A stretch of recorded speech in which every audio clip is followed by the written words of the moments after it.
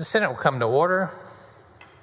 The Secretary will call the roll. Alvarado, Betancourt, Birdwell, Blanco, Campbell, Creighton, Eckhart, Flores, Gutierrez, Hall, Hancock, Hinojosa, Huffman, Hughes, Johnson, King, Kokhorst, Lamantia, Menendez, Middleton, Miles, Nichols, Parker, Paxton, Perry, Schwertner, Sparks, Springer, West, Whitmire, Zaffirini. There being a quorum present, please rise for the invocation to be delivered by Pastor Dr. Eric Kuykendall of Trinity Bible Church in Willow Park.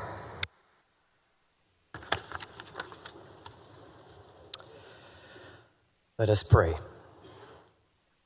Our Heavenly Father, we come today with great reverence because you and you alone are the sovereign one who has determined the times and the places in which we live.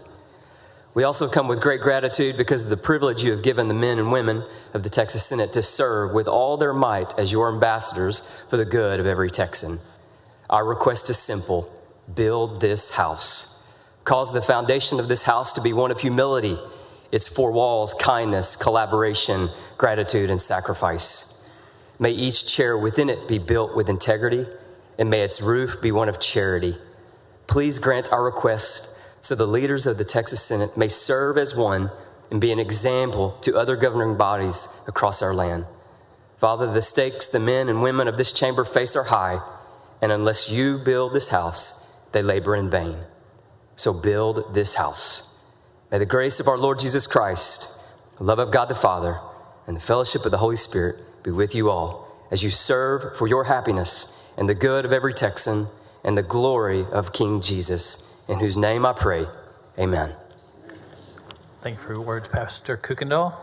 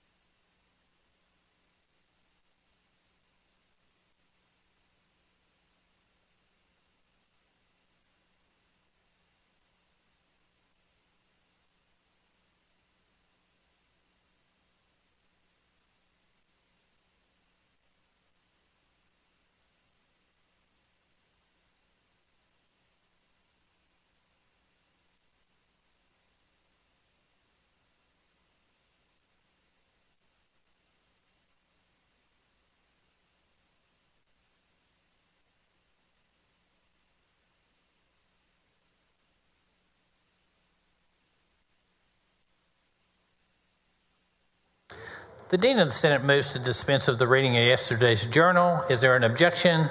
The chair hears none. The motion's adopted.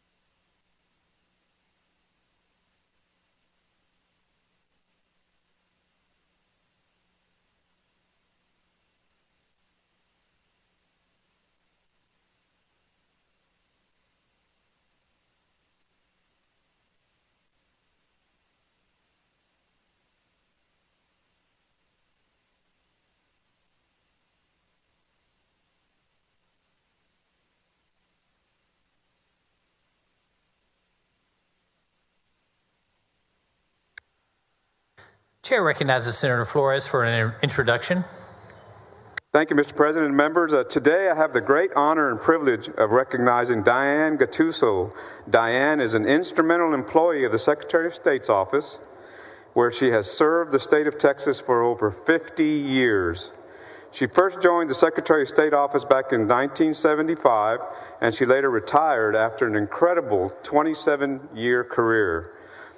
Much like many of us members, Diane realized she was not done serving and decided to come back to the Secretary of State office in 2002. Though Diane has served in a variety of roles for the agency, she currently serves as one of the trademark administrators in the Business Filings Division. Diane is described by her colleagues as hardworking and the glue that keeps it all together. She continuously goes above and beyond to plan celebrations and recognitions for her colleagues to show them true appreciation for their work and time. Diane, you are a model state employee and truly dedicated to the people of Texas. You are an inspiration to us all that serve our great state. It was an honor to pass Senate Resolution 318 to celebrate your incredible service, and thank you for your continued service to our state, and congratulations on an incredible career. With that, Mr. President, Thank you, Senator Flores. option.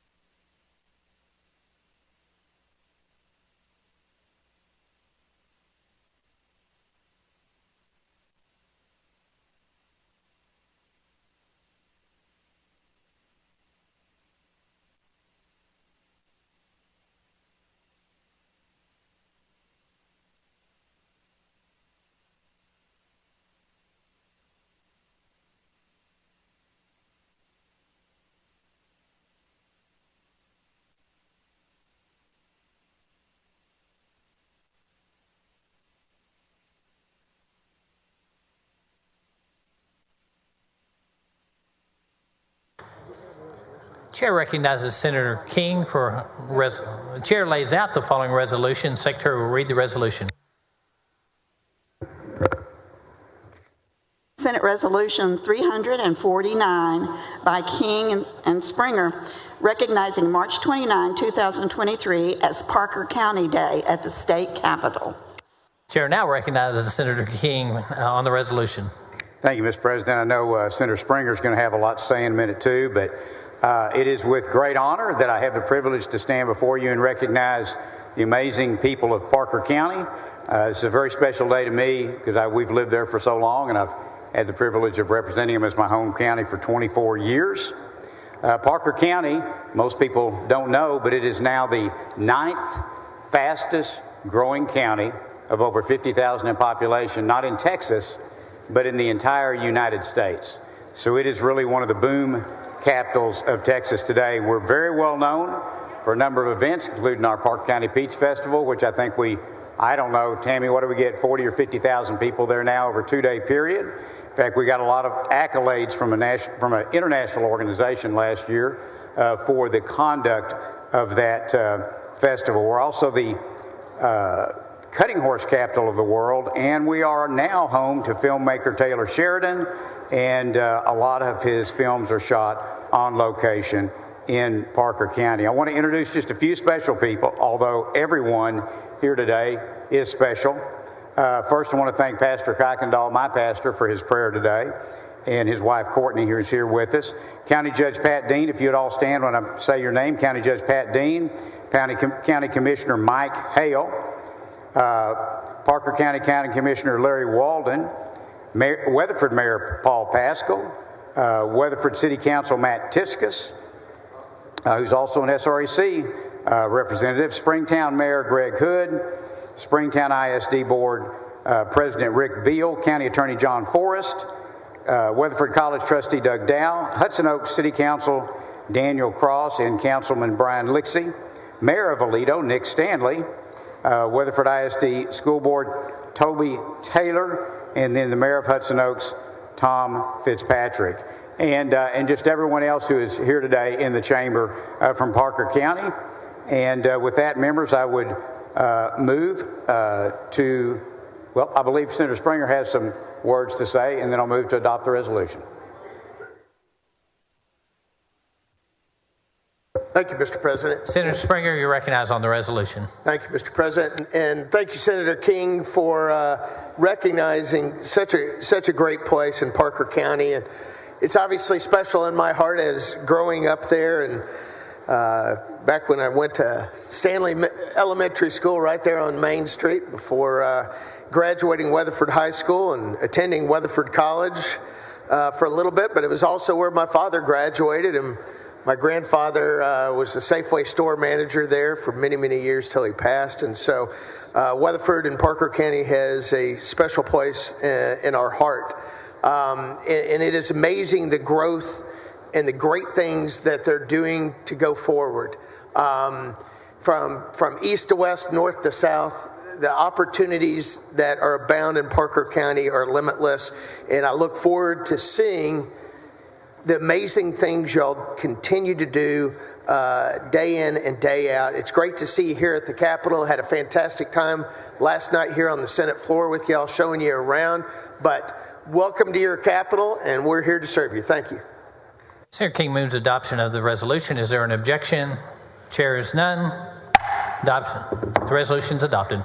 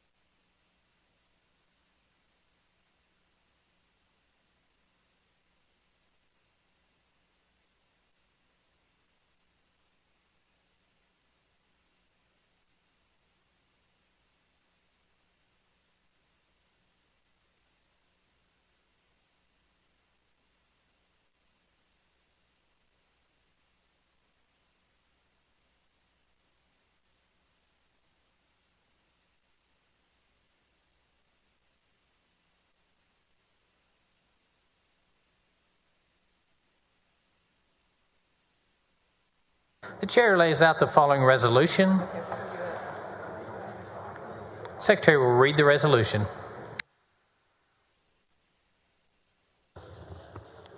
Senate Resolution 358 by La Mantilla, recognizing March 29, 2023 as Texas ABA PPG Day at the state capitol. Chair recognizes Senator Lamantilla on the resolution. Thank you, Mr. President. Members, it is my pleasure to recognize the Texas Association for Behavior Analysis Public Policy Group.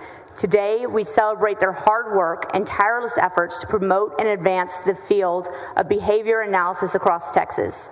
Their contributions have improved the lives of individuals with autism, developmental disabilities, and behavioral challenges. This wonderful group continues to pave the path towards progress in this field with innovative research and advancements. Your work has made a significant difference in the lives of countless Texans, and we are grateful for your commitment to improving the health and well-being of our state. Will the members of Tex ABBA representatives joining us today please stand? And members, please help me in welcoming the Tex ABBA representatives joining us in the Senate gallery.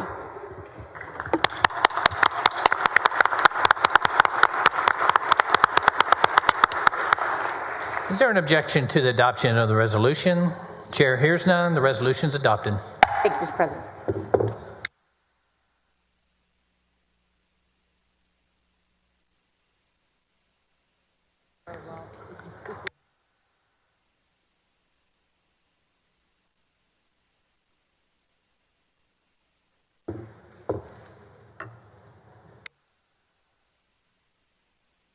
Chair recognizes Senator Alvarado to introduce the Doctor of the Day.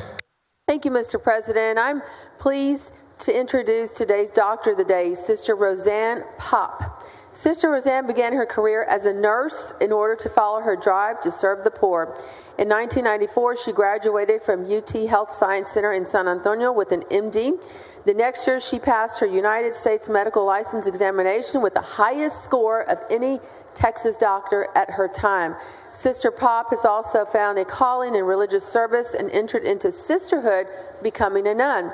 She's devoted her life to helping underserved and disadvantaged communities, both in her medical work and in her work in the church. Currently, she serves uninsured patients in my home district in the Southeast Houston area as a family doctor at Christus St. Mary's Clinic. Sister Roseanne, thank you for all the work that you do and for being with us once again. Please help me welcome our Doctor of the Day. Thank you.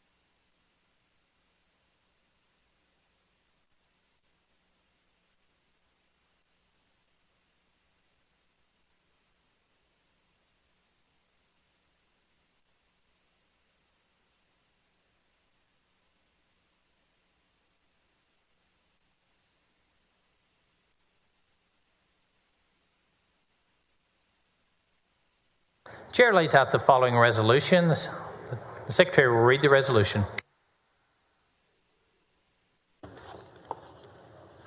Senate Resolution 364 by Paxton et al., recognizing March 28 and 29, 2023 as Collin County Days at the state capitol.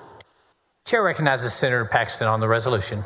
Thank you, Mr. President, and thank you, members. Would all the folks from the Collin County delegation that is here today please stand up in the gallery? Go on and stand up. Thank you so much for coming. You know what? I have lived in Collin County for more than 2 decades now. I've raised my kids there. It's a thriving area in the heart of North Texas, one of the largest and fastest growing counties in the state, and it is now home to more than 1.1 million residents.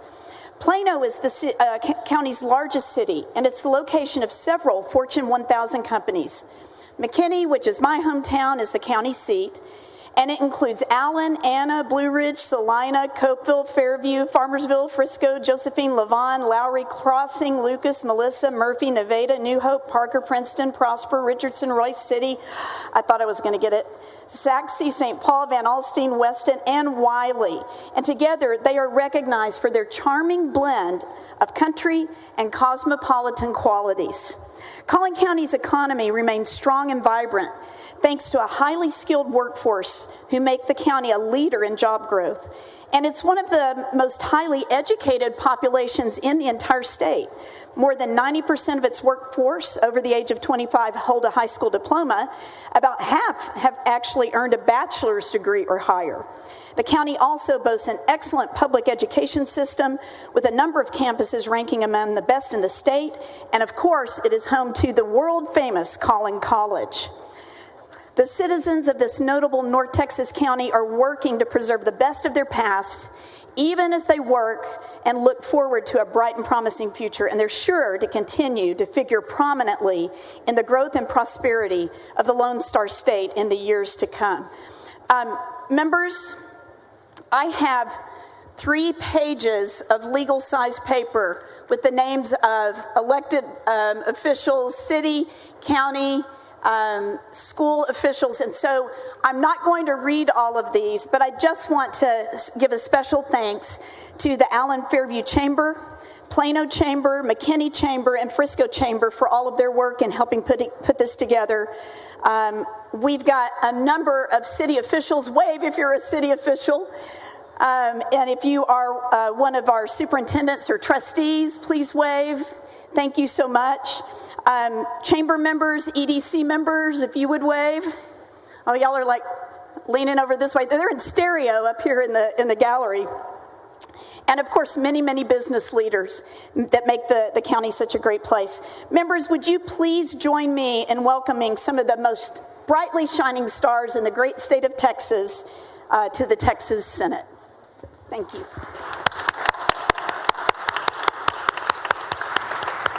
Senator Hall, you're recognized on the resolution. Thank you, Mr. Chairman, and thank you, Senator Paxton, for what you had to say. And as the newest senator for Collin County, it's truly an honor to be serving him. And being with the group yesterday, I was truly impressed with the number. And I understand you not reading off every name on there, but I will say I don't know of another county that has come up here that had that many elected officials actually came up with a group like this. So I congratulate you on your participation, because government is run by those who show up. And coming down here is showing up for this part of government, for the communications needed. So I'm really pleased. Although don't have nearly as much of Collin County as what you have, it's a true honor to have part of it and to share Collin County with you. So welcome to your capital. God bless each one of you. Senator Springer, you're recognized on the resolution. Thank you, Mr. President, and thank you, Senator Paxton, for recognizing such an incredible group of people. Redistricting a lot of times is sort of that bittersweet, as we traded an awful lot of the folks when you read off all those towns. I was thinking of all those that I had represented, and now I pick up primarily Frisco on the Collin County side. But the whole county is just an incredible place to do business, to raise your family. It's the 6th most populous county now in Texas. It's the home of the first HEB and DFW came to Collin County. And took several days before some people could get both in and out of the parking lot. I think it was so busy on there. But and the newest excitement with the announcement of Universal Studios moving to Collin County, and I can't help but as you recognize Collin College and the buildings and the work they're doing, to prepare the next level of workers that we need in the state of Texas. They do a phenomenal job. And just this January, they broke ground on the brand new UNT Frisco campus. Serves 2,000 people today and projected by 2030 to serve 25,000 people in Collin County. And so it's an honor to have y'all here. I look forward to continuing to work with all of y'all to make sure the region excels. But thank you again for being here at your capital. Thank you.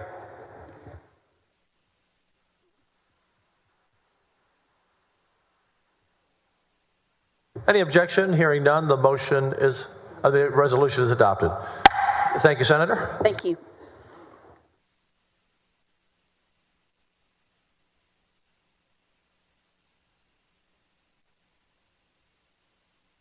Welcome everyone in the gallery. Good to have you with us today. I'm the Lieutenant Governor, Dan Patrick. Great to have you in our Senate chamber.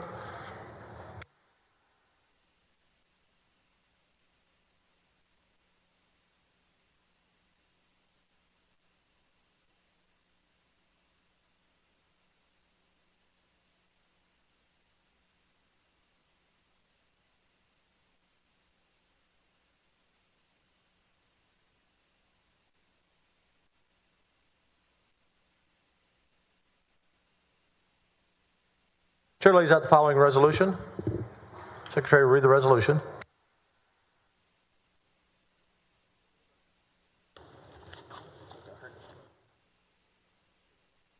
Senate Resolution 367 by Hinojosa, recognizing March 29, 2023 as Mission Day at the state capitol. You're recognized, Senator. Thank you, Mr. President, members. Today, Senate Resolution 367, we recognize the city of Mission. And why is this so important? Well, I was raised in the city of Mission. I was educated in the city of Mission. I am who I am because of the city of Mission, a very family-oriented city. And Mission was created back in 1908. That was when I first found it, when the Missouri Pacific Railroad established a station around that area. It's home of the grapefruit and grows great citrus and great agriculture and farming in that area, in addition to having new technology businesses, industry, retail, and it's part of a hub that anchors the western part of Hidalgo County.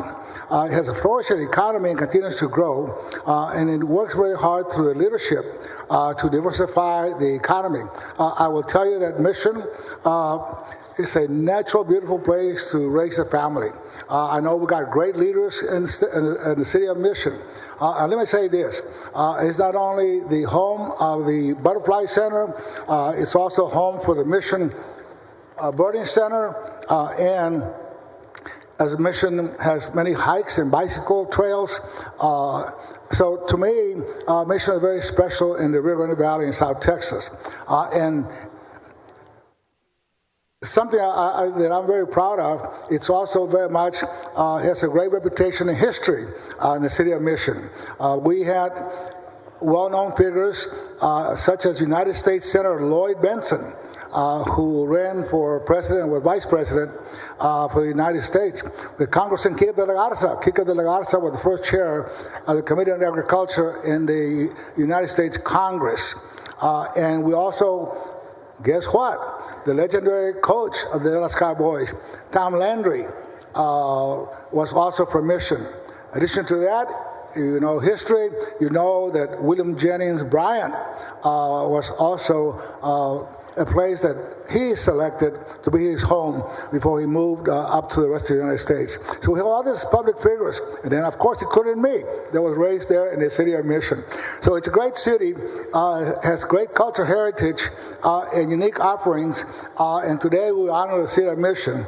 And today we have great leaders that are up front that I will introduce one by one because they have done a great job in continuing the growth in Mission. There's now, I think, it's over close to 90,000 people, and it's just amazing the growth that's taking place. Members, we have Mayor Nori Garza, who just step forward a little bit, Mayor. Thank you. We have City Councilman Ruben Plata, City Council Member Jessica Ortega. We have City Manager Randy Perez, and we have our young, dynamic County Commissioner on the western part of Hidalgo County, Ever Villarreal. Members, please help me welcome these great leaders from the great city of Mission and the western part of Hidalgo County. Thank you, Senator. The motion is on the adoption of the resolution. Any objection? Hearing none. Resolution is adopted.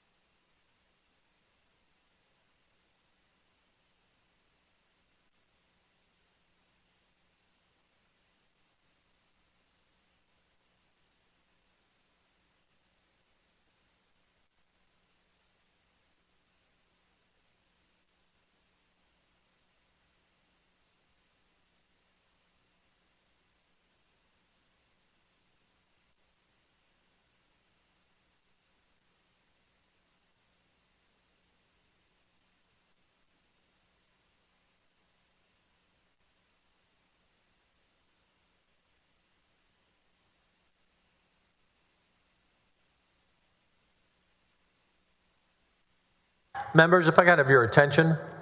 Members, we have 3 memorial resolutions, 3 in a row. So if you'll take your seats. Thank you. Members, we have a memorial resolution. The chair lays out the following resolution. The secretary will read the resolution.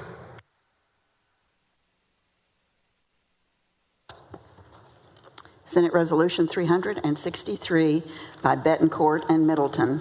Whereas family and friends have suffered an immeasurable loss with the untimely passing of Brian Taylor Kelting of Houston on March 6, 2023, at the age of 31.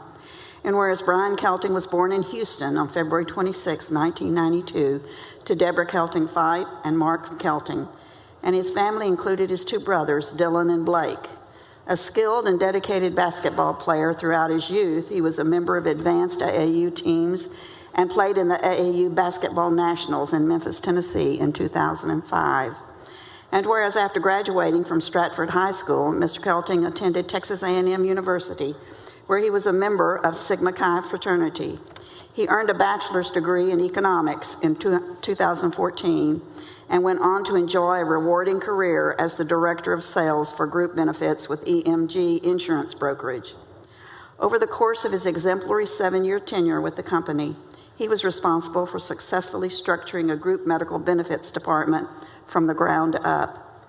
And whereas Mr. Kelting shared a rewarding relationship with his partner, Sarah Sgarby, and the couple devoted themselves to fostering dogs that required specialized and attentive care.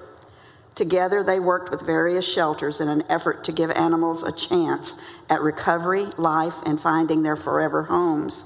And whereas although his journey on this earth ended far too soon, Brian Kelting touched the lives of everyone around him in ways beyond measure with his compassion, empathy, and kindness, and they will forever hold him close in their hearts. Now, therefore, be it resolved that the Senate of the 88th Texas Legislature hereby pay tribute to the life of Brian Taylor Kelting and extend profound condolences to the members of his family, to his mother, Deborah Kelting Fite, and her husband, Ralph H. Fite, to his father, Mark Stephen Kelting, to his brothers, Dylan Ray Leal and Blake Richard Kelting, to his loving companion, Sarah Sgarby, and to his other relatives and friends. And be it further resolved that an official copy of this resolution be prepared for his family, and that when the Texas Senate adjourns this day, it do so in memory of Brian Kelting. Senator Betancourt, you're recognized. Thank you, Mr. President and members. We're here to honor the life today of Brian Taylor Kelting because, as the Secretary read, any time that we have a young person that passes away too soon, we should be honoring that. Because with his life, he was an Aggie. He attended the same high school as my children. In fact, they bracketed his grade, both my daughter and my son. And he went on to a rewarding career at EMG Insurance Brokerage. And like all political families, you hear about snippets of people. You see them when they get dragged to a convention or a political event when they're very young. You see them, you hear about them when they have a loving relationship with a partner and their Sarah, and they're devoting themselves to fostering dogs. With all of our political families, and I say that because anyone that is in the Senate is a part of a larger political family. You get to know people just briefly, and it's all too fleeting. So we're here to pay tribute to his life, to Brian's life, to his mother, Deborah, and the entire Kelting family, husband Ralph, who I've known for years, and all of us that couldn't be here today on the floor, because really what we're really here today is to talk about hope. I think Pastor James Buntrock is here from Glorious Way Church, and he presided over a funeral of 300 people. And I think he would agree that how we handle death is as important as how we handle life. And more importantly, it's the hope of the life to come that binds us all together. And with that, I want to Godspeed Brian Taylor Kelting's spirit to his Lord and Savior, and also to Godspeed the entire Kelting family in this difficult time. And I know Senator Middleton has some comments to make as well. God bless you both. Senator Middleton, did you wish to speak? Thank you, Mr. President, members. You're recognized. Deborah, Ralph, we're with you today. Our arms are around you. We're surrounding you in prayers. And I know you're surrounded by grief right now, but he surrounds you. Our Heavenly Father does. And Brian is with him right now, smiling down upon us. And God bless you. And we're just thinking about you in this incredibly difficult time. I can't imagine it. But we are here from you, and I am here for you. Thank you. And Ralph, we've known each other a long time, so our heart breaks for you. And Mays and Paul are absolutely right. It's the hope to come, and we know he's there. So thank you for being with us today. The chair recognizes Senator Betancourt on the resolution. Will all those, and Senator Mays, would all those in favor of the resolution please rise? The resolution is adopted. Thank you. Thank you, Mr. President and members.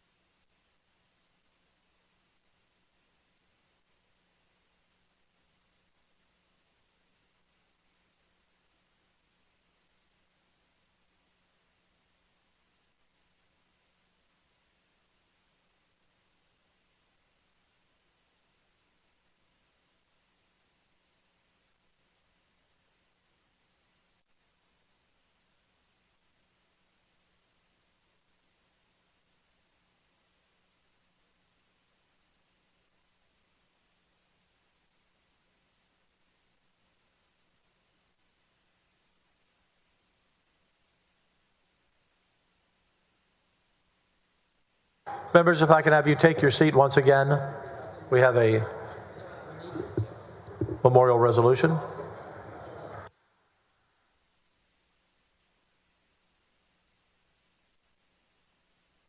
The chair lays out the following memorial resolution. The secretary will read the resolution. Senate Resolution 362 by Creighton et al. Whereas the Senate of the State of Texas honors and commemorates the life of Jimmy Don Blair, who died in 2023 at the age of 81. And whereas Jimmy Don Blair was born on September 27, 1941, in the town of Borger in the Texas Panhandle. An accomplished athlete and student, he graduated from Borger High School and went on to attend Oklahoma University.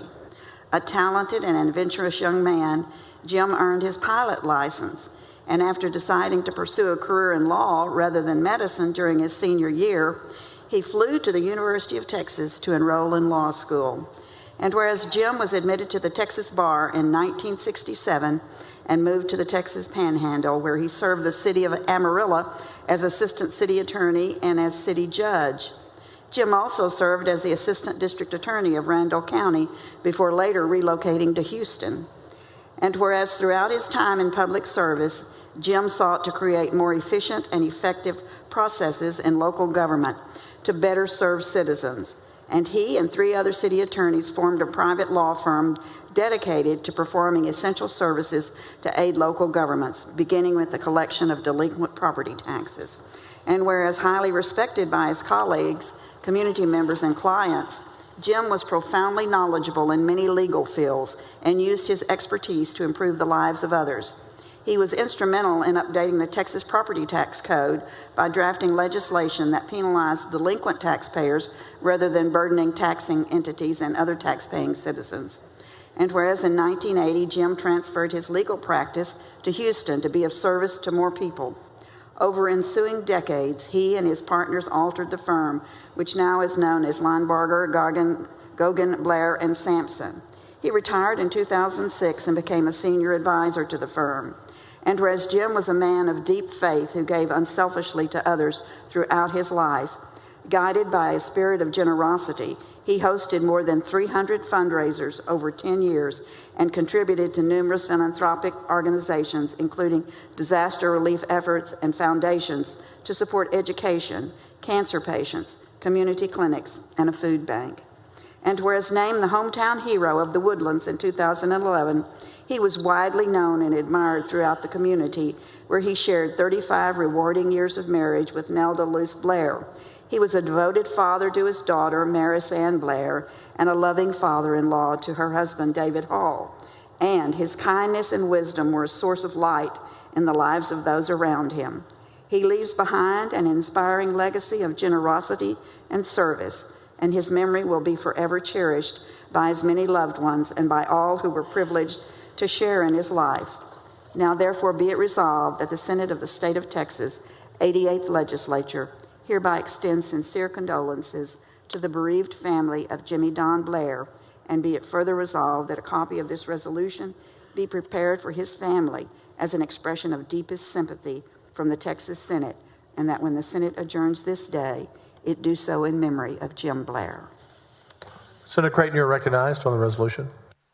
Thank you, Mr. President. Members, it's an honor for me to join many other members that are here today for a memorial resolution honoring the life of Jim Blair here on the floor of the Texas Senate. Jim Blair was a friend of many of us, a distinguished attorney, a proud Texan, a diehard Astros fan. The Blair family shaking their heads up in the gallery above us on that one. A man of faith, a father to Maris, and husband to Nelda. As we heard in the resolution, members, Jim was born in the Panhandle. He began his career in West Texas, where he served as Amarillo Assistant City Attorney, Amarillo City Judge, and Randall County Assistant District Attorney. But Jim made his way to Montgomery County as soon as he could, certainly to his wife, Nelda. Jim was a founding partner in the law firm of Linebarger, Goggin, Blair, and Sampson, where he retired in 2006.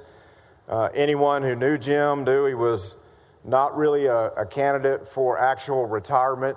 He stayed very busy in his community, always working on the issues that he was passionate about, and stayed active and supportive as a community member of Montgomery County, and a community that he loved so much.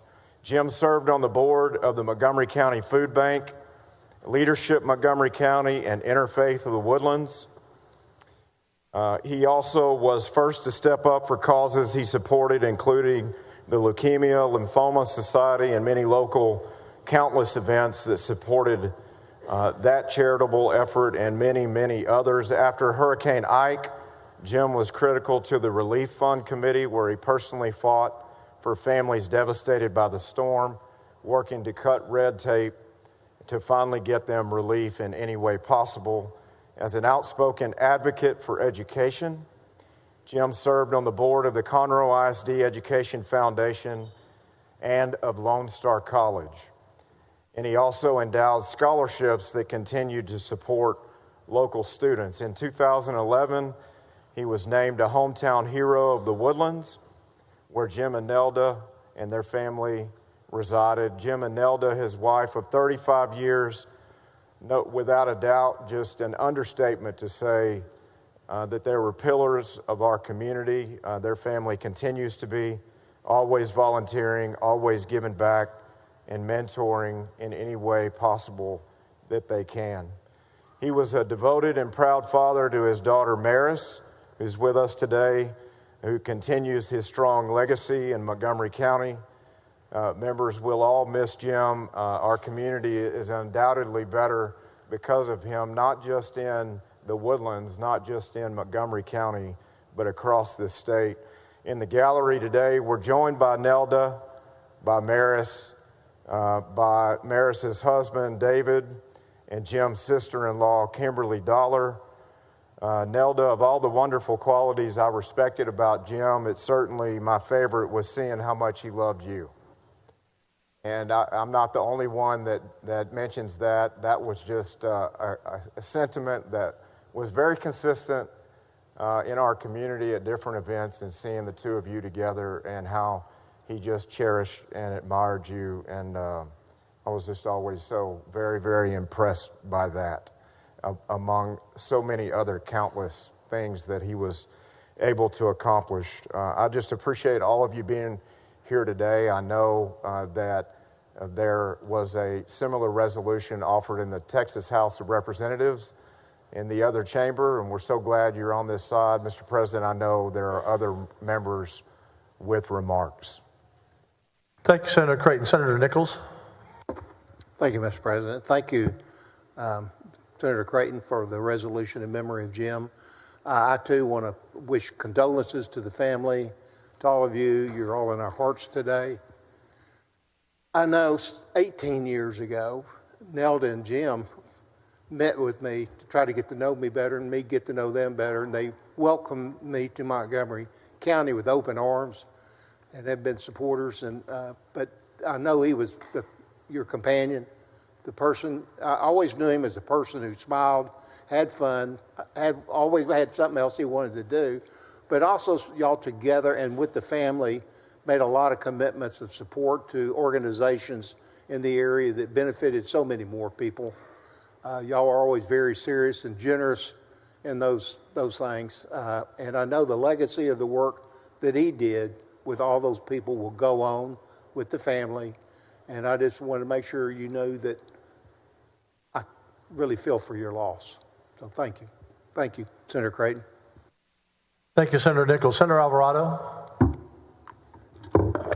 Thank you, Mr. President. Senator Creighton, thank you for offering the resolution. We've had many conversations about Jim and Nell. It's good to see you and the whole family up there. Jim was larger than life, and one of the neat things about him was watching him dote over Nell and how supportive he was of your career. You're extremely successful in your own right, but we knew you as a pair, as a couple. You were very rarely seen apart from each other. You were always together at receptions, at Astro games, Texan games. Everybody knew where y'all sat on the club level, and your presence was always appreciated at many political events, friends on both sides of the aisle. One cute story I heard that when y'all started dating, you were living in, I guess, in Conroe, and he was living in the Galleria, and y'all talked about, well, if you were going to continue dating and get married, you had to meet somewhere in the middle, and you ended up in the Woodlands, and you've made your mark there. I know you serving on the council there. Jim was a big philanthropist. Senator Creighton mentioned many of the charities that he was involved in.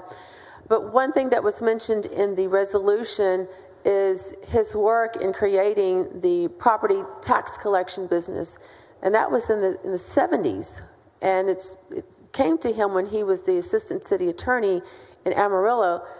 And you think about that, that's a very significant tool to create for local government entities, for cities, for school districts to collect their property taxes so they can pay their teachers, pay their police officers, keep our streets running and garbage picked up and so on. That was a very significant piece of legislation that moved forward in this body and in the House. And that has his name on it. So he will forever be remembered for that, but for so many other wonderful things. We're glad you're with us, and I know that his memory will continue to live on for decades to come. Thank you. Thank you, Senator. Senator Sparks. Thank you, Mr. President. Thank you, Senator Creighton. I didn't have the opportunity to know Mr. Blair, but I did want to recognize his accomplishments in Amarillo and the Panhandle of Texas. As I did research, it was clear that he spent his life in service to those around him, and he truly embodies West Texas and the larger state of Texas. And so I think it's very appropriate that we recognize those people who really make Texas, Texas. And so I want to offer my condolences to the family today. Thank you, Mr. President. Thank you. Senator Miles, you're recognized. Thank you, Mr. President. I, too, want to take the opportunity to thank Senator Creighton, my brother, for bringing this resolution forward. I had the pleasure of meeting Jim and Nelda Blair early in my political career, but coincidentally, it wasn't the Astros game, it was a Rockets game that we all bonded at. And it was a regular basis. And if I could tell you a quick story real quick, I never forget walking out Senator Nichols to the Rockets game one day, and Mr. Blair saying to me, "I'd like to talk to you." And he said, "Follow me out to my car." And we followed him out to a big Suburban that actually happened to be decked out as an office inside. And as a young politician, he said, "Get in." We sat down, we talked about some issues. And Nelda, he loved you as the day was long. Every thought he had was about you, and I enjoyed meeting the two of you. Mr. Blair was a giant, not just in philanthropy, but in the legal field, in the business, and in this community. And he will always be remembered. My prayers go out to you and the family. God bless Jimmy Don Blair. Thank you, Senator Miles. Senator Betancourt. Thank you, Mr. President. Members, I'm going to wind the clock back 35 years because, as you can see for the members on the floor, Jim was quite a legend. He not only did 300 fundraisers in one 10-year stint, I think he did it for like several decades in a row because Senator Miles, he was always on the lookout for talent, okay? That's what he was looking for. And if you had talent and a brain, he would talk to you. But I want to go back 35 years ago because this is really where I met Nell, and there was a very excited time, sorry, Carol, for the Republicans in Harris County back then because George Bush was running for president, and he was winning, okay? And not only was he running, he won. So a very excited group of Harris County Republicans because wherever the Blairs lived, we counted them as Harris County Senator Middleton, because they were. And because he was really, as Senator Alvarado said, a pioneer in many counties, especially in the tax collection area. So, Mr. President, so we take an entourage up to go visit the new president. And it was quite a crew. Nell was there, my mother, Steve Munistery, Mike Boyle. I can go on for a list of people. It was a fabulous group. And we were close to the disruptive force that, if in history, when all of Andrew Jackson's friends showed up in the White House for a party, except that we were not quite swinging from the chandeliers. But it was an exceptional group of people that came together to acknowledge an exceptional president. And it's where I first was introduced to Jim's slightly gravelly voice. And whenever I would come up with an idea, he would say, "Well, Paul," and I would listen to him. And later on, everyone's correct, Nell, he loved you, doted on you. I probably got more phone calls when you were on CNN than any other person ever, because Jim would call and say, "Did you see Nell on CNN? She's so smart and she looks great." And I said, "Yes, Jim, you're 2 for 2," because I knew he understood the baseball analysis, Mayor. And because you always were when you were making those comments, and he was immensely proud of you. And like so many people on the floor, I'm always and will be immensely proud of him and what he taught me, because he taught a lot of us a great many things. And that's the memory of Jim Blair that we'll take into the future. God's bless the entire Blair family. Thank you, Senator. Senator Whitmire. Thank you, Mr. President and members, and thank you, Senator Nichols and Brandon Creighton and all the speakers. I was just sitting here. I can't even remember when I met Jim. He's been a part of the local scene, certainly the political scene, for so long that as long as I can remember, Jim Blair played a meaningful role in many of our careers. And I want to recognize him for his public service.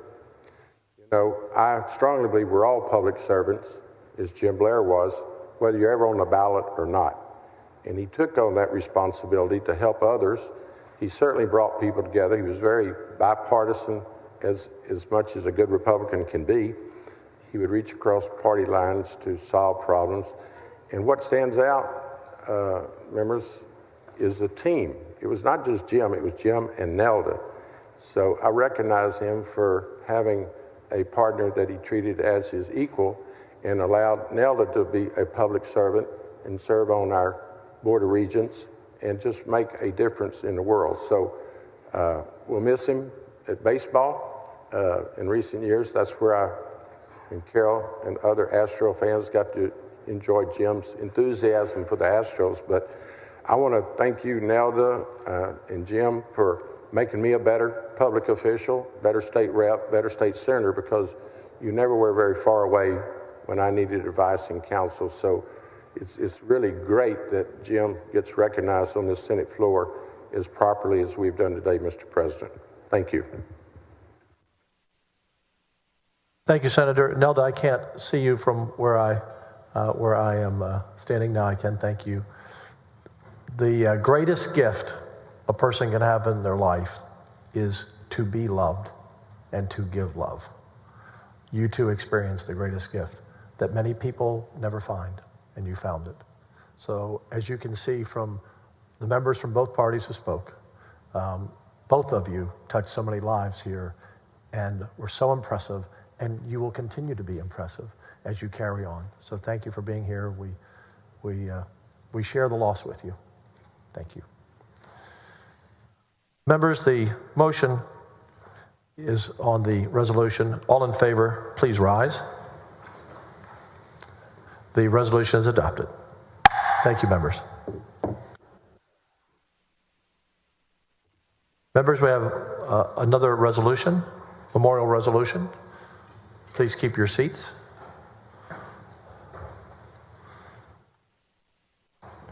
The chair lays out the following resolution. The secretary will read the resolution. Senate Resolution 366 by Springer and King. Whereas countless lives were touched by the kindness and generosity of Patricia Martin of Parker County, who passed away on December 10th, 2022 at the age of 75. And whereas Pat Martin was born to Fred and Bernice Rutledge on October 29th, 1947 in Rotan, and grew up with the companionship of 3 siblings, Karen, James, and Lynn. She moved with her family to Brock, where they lived for a few years before settling in Weatherford.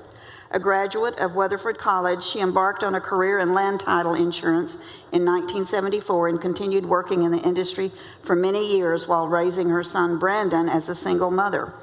And whereas in 2011 she married Jimmy Martin, and together they created a blended family that included her stepchildren, Tracy, Tori, and Annabeth, a doting grandmother. Mrs. Martin treasured spending time with her 11 grandchildren and 13 great-grandchildren. And whereas active in her community, Mrs. Martin held leadership roles with the Parker County Committee on Aging, the Weatherford Chamber of Commerce, and the Weatherford Independent School District Education Foundation. And she served on the Parkview Terrace Housing Facility Board for a number of years. Moreover, she was a founding member of the Parker County Health Foundation and was involved with the Weatherford Lions Club and Meals on Wheels. Sustained by a deep and abiding faith, she was a valued congregant of Willow First Park Baptist Church, and whereas known for her strength of character, her unconditional love, and her contagious laugh, Pat Martin brightened the world for all who knew her, and they will forever hold her close in their hearts. Now therefore be it resolved that the Senate of the 88th Texas Legislature hereby pay tribute to the life of Patricia Martin and extend sincere condolences to all who mourn her passing. And be it further resolved that an official copy of this resolution be prepared for her family, and that when the Texas Senate adjourns this day, it do so in memory of Pat Martin. Senator Springer. Thank you, Mr. President. I was heartbroken when we heard about Pat's passing in December. It was literally just, a week before that we were praying for her at a Christmas party when we knew she was ill.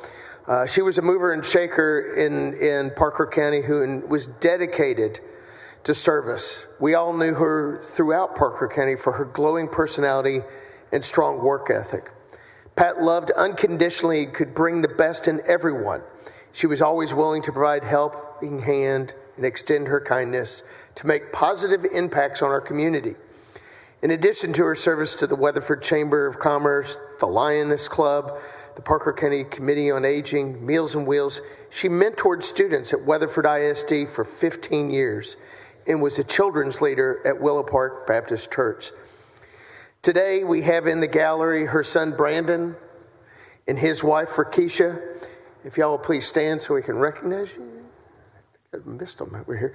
Unfortunately, her husband Jim was sick and couldn't be with us today. We thank y'all for being here, and we are sorry for your loss. Pat will be remembered by all who knew her as a remarkable woman. She has left a lasting impact on all of us. Thank you, Mr. President. Thank you, Senator. Senator King. Thank you, Mr. President. Just a couple quick words. Pat was just one of those, I don't know how else to say, just sweet people that you learned to love quick, and you knew she loved you. And I'm like the Dean Whitmire said a minute, I can't remember not knowing Pat in the Parker County world. So we just share your loss. I know Jim was always such an entrepreneur, and I know that always terrified Pat in a lot of ways. And they just have had such a great relationship. And so, Jim, if you're watching online, we love you and just sharing your loss as well. Thank you, both senators, and thank you for being with us. And all of us share our condolences with you. Members, in support of the resolution, all in favor, please rise. The resolution is adopted. Thank you, members.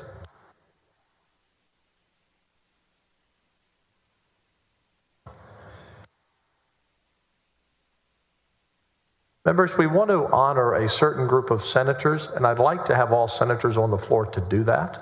So if there are some senators in the back, I'd like for you to come out so we can honor a special group of senators today.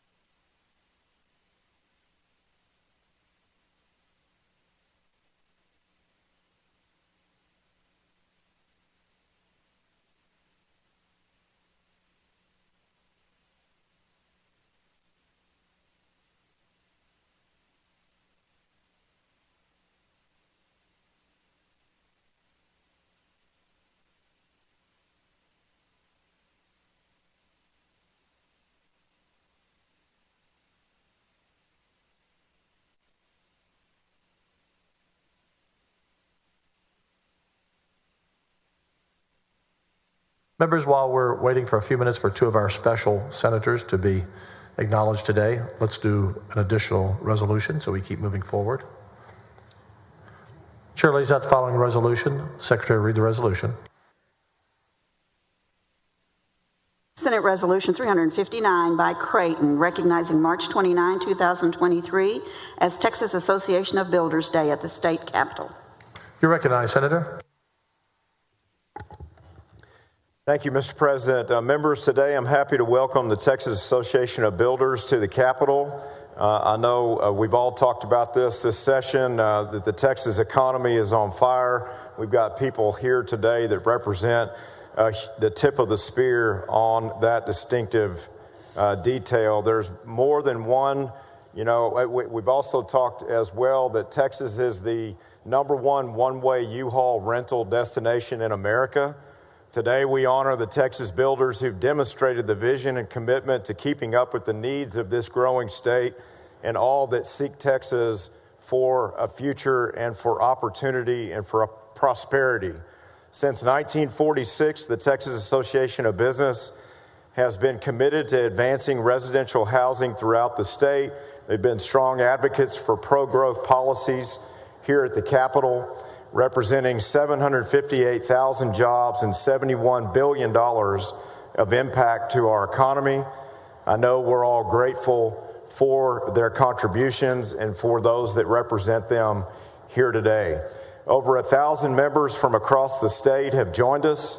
Members, please help me recognize them in the gallery. I want to thank the Texas Builders leadership, the 2023 State President Donnie Evans from Rockwall, immediate past President Gene Lantrip from Abilene, First Vice President Don Allen from Fort Worth, Vice President Brett Martin from Houston, Treasurer Justin McDonald from Kerrville, and Executive Director Scott Norman from here in Austin, who leads an excellent team here at the Capitol. If you could all stand, members, we see them in the gallery today. Thank you all for being here. Welcome to your state capitol for those of you that have traveled, and we're so appreciative of what you do day in and day out for this Texas economic engine that's the economic engine of North America. Mr. President, if we have other members and other remarks, I'll yield at this time. Senator Perry. Thank you, Mr. President, members, and I don't know if any of the groups are in today. I have mine from Lubbock, from San Angelo, and from Abilene, and probably one of the aspects that people forget, I'm sure people who know the groups well will be true no matter what city they're from, but they are large philanthropy. They really do a lot of charity work in my region. So they host events constantly. They actually partner with the Homes for Heroes and the Homes of First Responders. And so you name it, they're always there with a willing hand and a willing contribution for the charity side of the cities and the communities. We're a better place because our home builders are active and engaged, and they share the wealth that the community grants them by purchasing affordable housing. So couldn't say it better, and I couldn't say enough about the contributions y'all make in my district, but across the state. But the charity aspect of it is something we should never, ever discount. Thank you for that. Thank you, Senator. Senator Menendez. Thank you, Mr. President. I also rise to thank Senator Creighton for this resolution. And I was just sitting here thinking about a former president of the San Antonio Builders Association. Came to see a young council member, 27. And what struck me as odd was not that he was there to complain about rules, regulations, whatever the city could do or not do to the builders, but he wanted me to know that for every amount that you raise the cost of that lot, how many families, first-time homebuyer families, you knocked out of being able to buy a home. And I was very impressed with that. It's always stayed with me.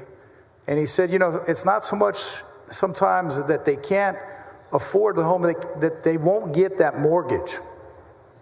And it always stuck with me that dream of home ownership, how important it is. And in a city like San Antonio, where, you know, we've had a history of not having very high-paying jobs, it was that much harder. And he was so focused on that.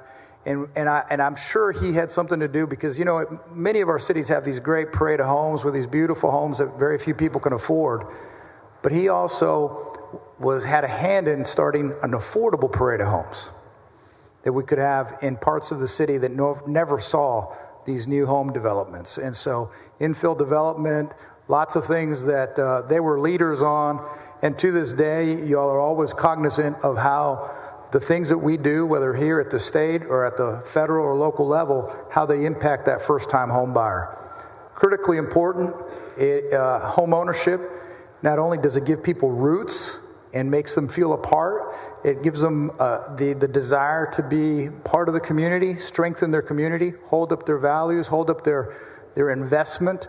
And so what you do, not only is it good for the people you employ and y'all's businesses, but really it's good for the whole state to have single-family home ownership be strong in the whole state. And so congratulations. Thank you, Senator Creighton. Thank you, Mr. President, members, for your time. Senator Campbell, what purpose?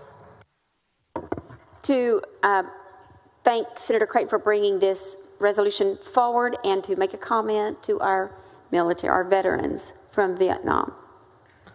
This is on our builders, our home builders. But also on our builders. Okay. And they're right over there, by the way. Thank you very much. They're right over there. Thank you for building. I live in one, so thank you. Thank you, Senator Creighton, for bringing this forward. And when our Vietnam veterans get up, I want to speak to them too. Thank you. And there are a lot of veterans in the home building business, so they live in homes, Senator Campbell. Well, there we go. Look, I got two of them at once. Thank you. Very good. Thank you. Members, would all in favor, including Donna Campbell, of this resolution, please rise. Thank you for being with us. Thank you for all you do, Scott and the team.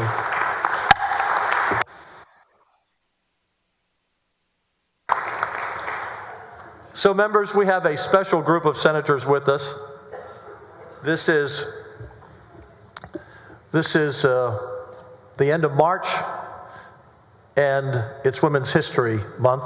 We didn't want to close out this month without talking about the history of our women senators on the floor.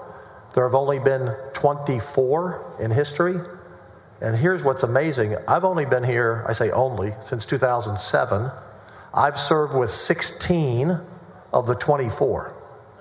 And John, you have probably served with, you go back to what, 1926 when you came in? I mean, you're the longest serving senator. So after Texas became a state, for 80 years, there were no women elected to the Senate. It took 80 years until 1926 to elect the first. And then it took another 60 years to elect 5 more over that time. And then the dam burst. Senator Zaffirini, you're part of that history. Cindy Cryer was joined by you and Eddie Bernice Johnson in 1987. So it's amazing, and today we have 8 women that serve in the Texas Senate. On the desk in front of all of the female members, you have a gavel placed with your name and the position of election of which you hold on the list of the 24. It's pretty special. Senator Zaffarini's gavel includes the fact that she is the first Mexican-American woman ever elected to the Texas Senate, more than 140 years after statehood.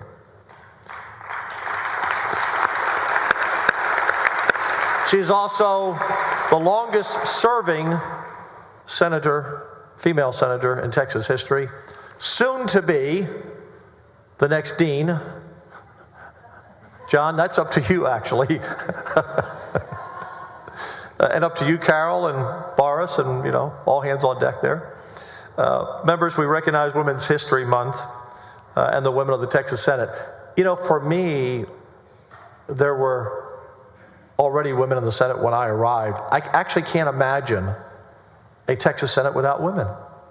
I can't imagine good, sound policy without women. I can't imagine the Senate looking so good without women. I can't imagine the great state of Texas survived 80 years without women having a say in that policy. And I know I appreciate each and every one of you. I know our staffs probably, although we don't know the history of that, our staffs probably reflected that as well in the past. I know most of my staff are women. So I salute you. Anyone who would like to stand up, men, and say something about your incredible partners on the Senate floor, but each one of you are leaders. I go around the table, Senator Eckhart, Senator Alvarado, Senator Paxton, Senator Coldcourse. Morgan, welcome to the club. Senator Campbell, Senator Zaffarini, Senator Huffman. You're chairs, you're leaders, you're an important voice in the future of Texas, so thank you. John, you have served with them all. I think it's appropriate for you to make a remark. Dean? Well, I didn't know if we were all going to speak.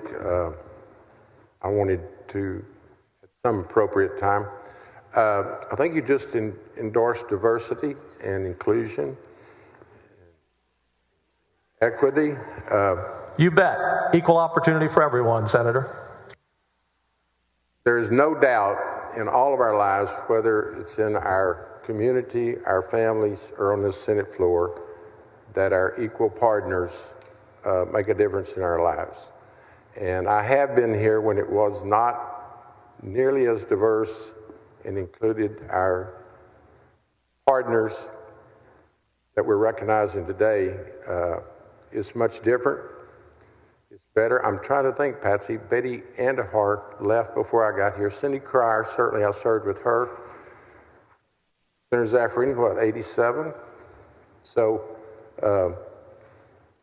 I could go on and give you the lineup, but each and every one of them were special.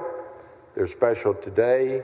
They bring perspective to our work that was not present, certainly when I got here. And I don't know how we'd manage without them, but while I'm thinking about trying to manage the Senate in good government, which is why we're here, I think we've got to include Patsy Spa and her team. I don't know when Betty King and other outstanding assistants and secretaries of the Senate came forward. I assume back in the 1800s it was probably still a male-dominated position, but how in the world would we come to work each day without our assistants, and not to mention our chiefs of staff? So as we recognize our women in the Senate, it's really the women behind the scenes that make us look as smart and good and effective as we are. So thank you for allowing me to speak. Senator Zaffarini, you probably made me a better senator because you probably certainly made me take better care of my health. I never literally got a bodyguard, but it's crossed my mind a few times because it's no hidden secret that you'd like to be Dean of the Senate. So not just yet.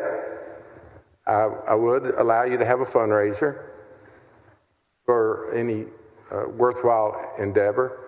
But this is a great day, Mr. President. It's a great day because, first of all, we're not sitting here talking about who's a Democrat, who's a Republican, who's urban, who's rural, who's nice, who's bad. We are truly the state Senate.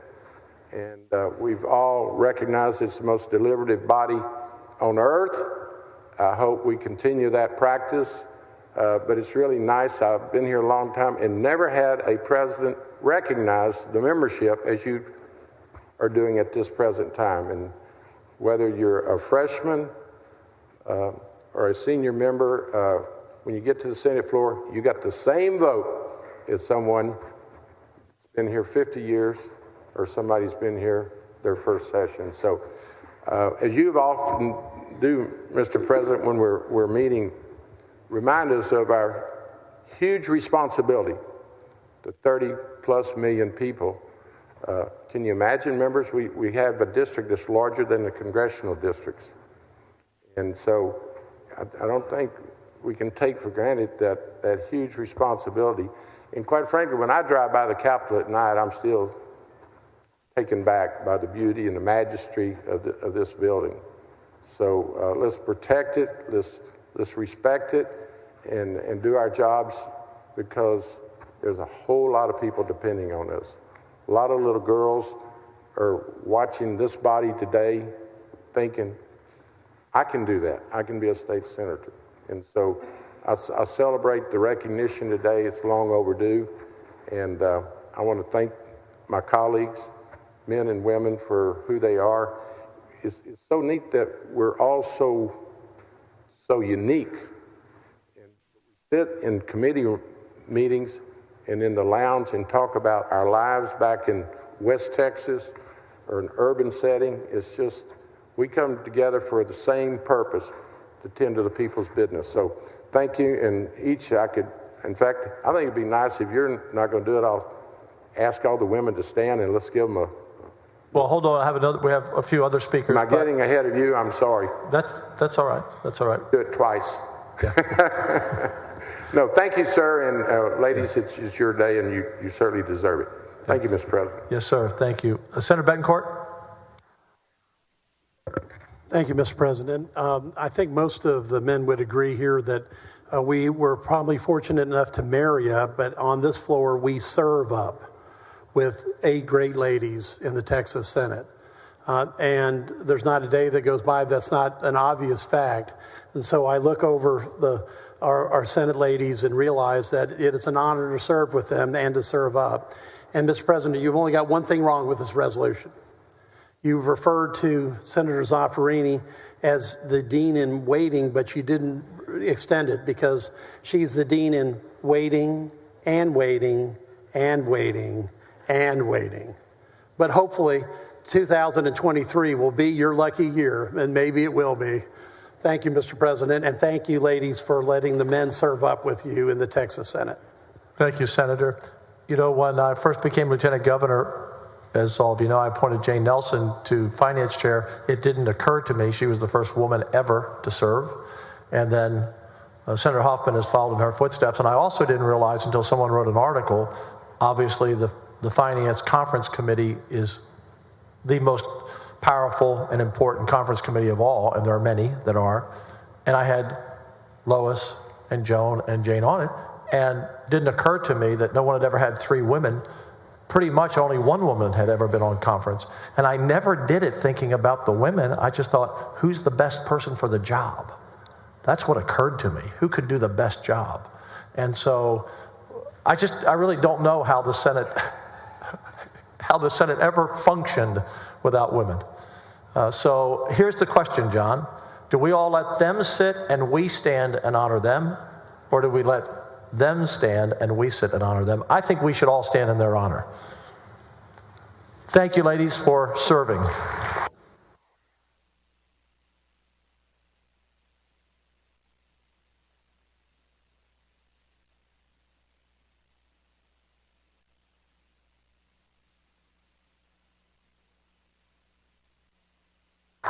Thank you, members.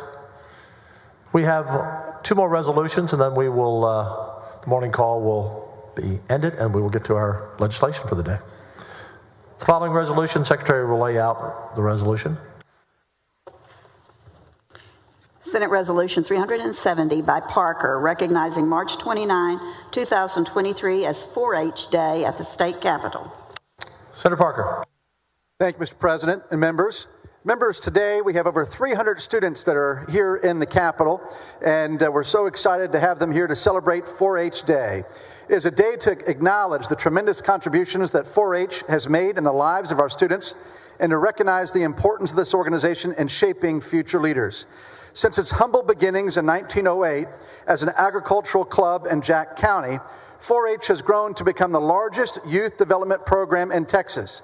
Today, more than 550,000 students from every county in our state take part each year, supported by the Texas A&M AgriLife Extension Service, the Prairie View A&M Cooperative Extension Program, and over 29,000 trained volunteers.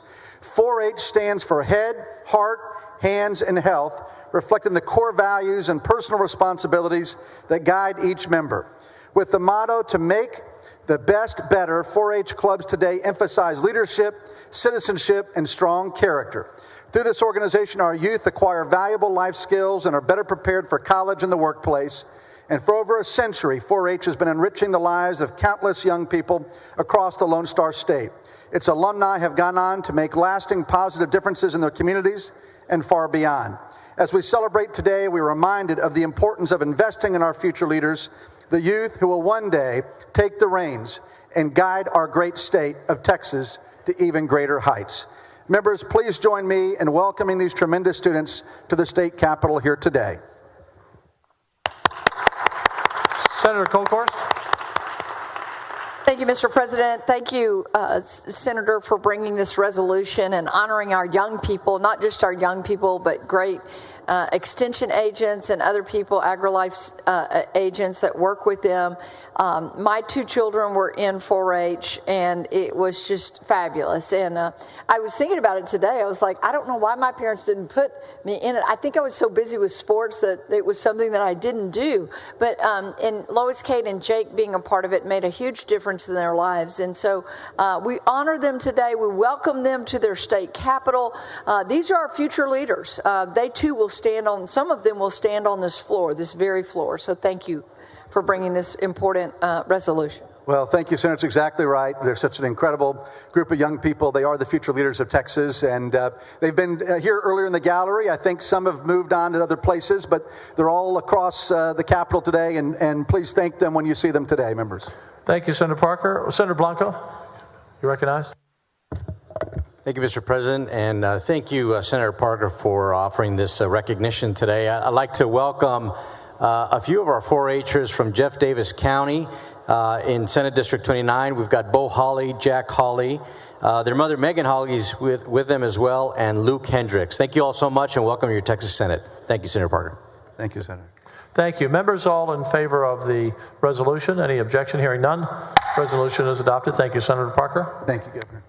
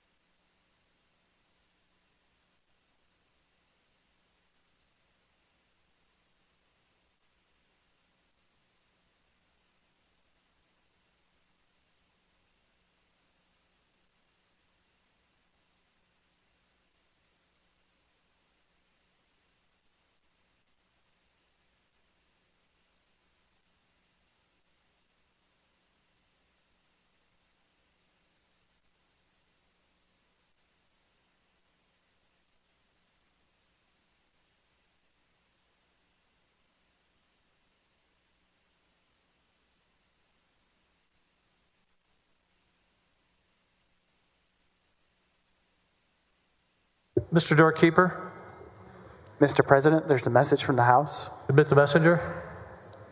Mr. President, I've been directed by the House to inform Thank the you. Senate.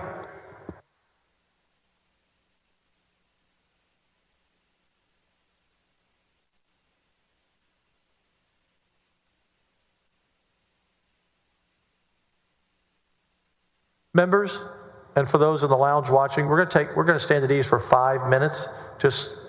I know you've been on the floor a bit. 5 minutes only. Be back because we're going to start taking up bills and want to have our members out. So we'll stand at ease for 5 minutes. So I'm going to start at 12:50 on the dot.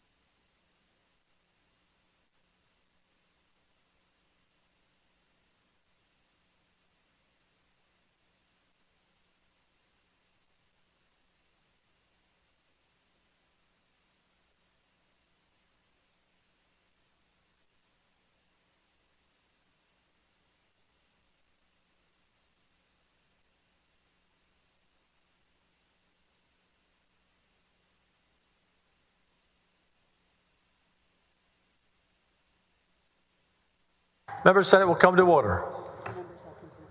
That concludes the morning call. I gave you all in the back a few more minutes to finish lunch, so come and join us.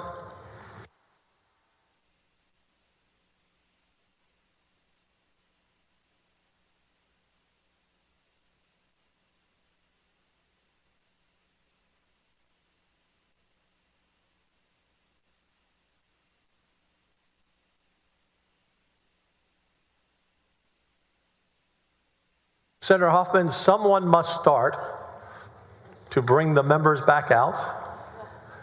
So I'm going to let you go with this really important bill, one of our top priorities. And I know members are going to want to be here to speak in their support of this really important bill for our retired teachers. I can't say anything more to the people in the back. You are recognized. Suspend the regular order of business on Senate Bill 10. Thank you, Mr. President and members, wherever you are. I move to suspend the regular order of business to take up the committee substitute Senate Bill 10. And Mr. President, members, with all kidding aside, this is truly one of those bills that as I stand here today, I'm really just the spokesperson for the Senate. Every senator has joint authored this bill. As you recall, we filed this kind of last minute on a Friday. I was able to scramble around. Every senator wanted to make sure their name was on this bill. So this is one of those bills where I have the honor to stand up and lay it out for the Senate, but every senator is very involved in this legislation. The committee substitute to Senate Bill 10 provides retirement pension benefits to nearly 476,000 retirees. In 2019, the legislature made sweeping changes to the TRS pension funds in hopes that it would put the fund on a path toward actuarial soundness to pay down the unfunded liability and eventually enable the legislature to grant TRS retirees a much-needed cost of living adjustment. Although the legislature has provided TRS retirees with supplemental checks the past two legislative sessions, the committee substitute to Senate Bill 10 would provide a COLA to all eligible retirees that retired prior to December the 31st, 2021. First, the bill provides a $7,500 stipend to eligible retirees that are 75 years of age and older. We have heard for years that our most vulnerable retirees are struggling to pay bills, keep up with inflation, and this targeted payment is an attempt to bring immediate financial relief to nearly 186,000 retirees. Second, this plan provides a 2% cost of living adjustment to eligible retirees that retired between September 1, 2013 and January 1st, 2022. This COLA would impact approximately 176,000 annuitants. Finally, it provides a 4% cost of living adjustment to eligible retirees that retired prior to September 1, 2013. This COLA would impact approximately 270,000 annuitants. Members, I want to highlight that the community substitute to Senate Bill 10 in no way impacts the pension fund's unfunded liability or funding period. The legislature is expected to appropriate approximately $4.7 billion to pay for these benefit enhancement. The $7,500 stipend costs $1.394 billion. The COLAs are expected to cost $3.323 billion. We all understand clearly that this is a significant financial commitment from the state, that many TRS retirees have been struggling for so long, so we needed to do this. I want to highlight that the average TRS annuitant earns just $2,174 a month, with around 29.7% of the retirees receiving less than $1,000 per month. Furthermore, approximately 90% of public education employees are not covered by Social Security. TRS is the sole source of their retirement income. I want to thank each senator for joining, as I said, into authoring this legislation. I know that we are all thrilled to be able to present this to the TRS retirees. We are all incredibly grateful for their long support and work in our public schools and what they do for Texas. And with that, I move to suspend the regular order of business. Senator Hinojosa, what purpose? Will Senator Huffman yield for a question? Do you yield? Of course. Okay, well, Senator Huffman, thank you for your leadership on this bill, and Lieutenant Governor Patrick. And the number one complaint that we used to have and request from our retired teachers and teachers in general was that they were on fixed income, especially those who are already retired. Yes. And they kept asking, and we considered for a cost of living increase. And we've done that in this bill. Yes. In addition to that, we are not in any way impacting the pension funds and the actually soundness of the pension funds for the teachers. That is correct, because we are doing it with, money from basically cash. So we're paying for it in advance by depositing the money into the fund, which will then distribute it and invest it over the years. Yes. Well, I won't belabor the point. I think you did an excellent job in laying out the details of the Senate Bill 10. And for us in finance, it was really a pleasure working with this bill and this piece of legislation, where we have all 31 senators signing on as joint authors, which is unusual. So again, that's a credit to your leadership, and also a issue that we've been trying to wrestle with for session after session, and now we've been able to do it. We're fortunate enough to have a surplus, and again, I think it's a great bill, and my teachers are super happy back home, and so thank you again for your work on this Senate Bill 10. Thank you, Senator. Thank you, Senator. Senator Alvarado? Thank you, Mr. What President. purpose? To ask the author a question. Do you yield? Yes. Senator Huffman, thank you for bringing this important piece of legislation. I just want to clarify something. If you could emphasize, does this cost current teachers or school districts any additional funds?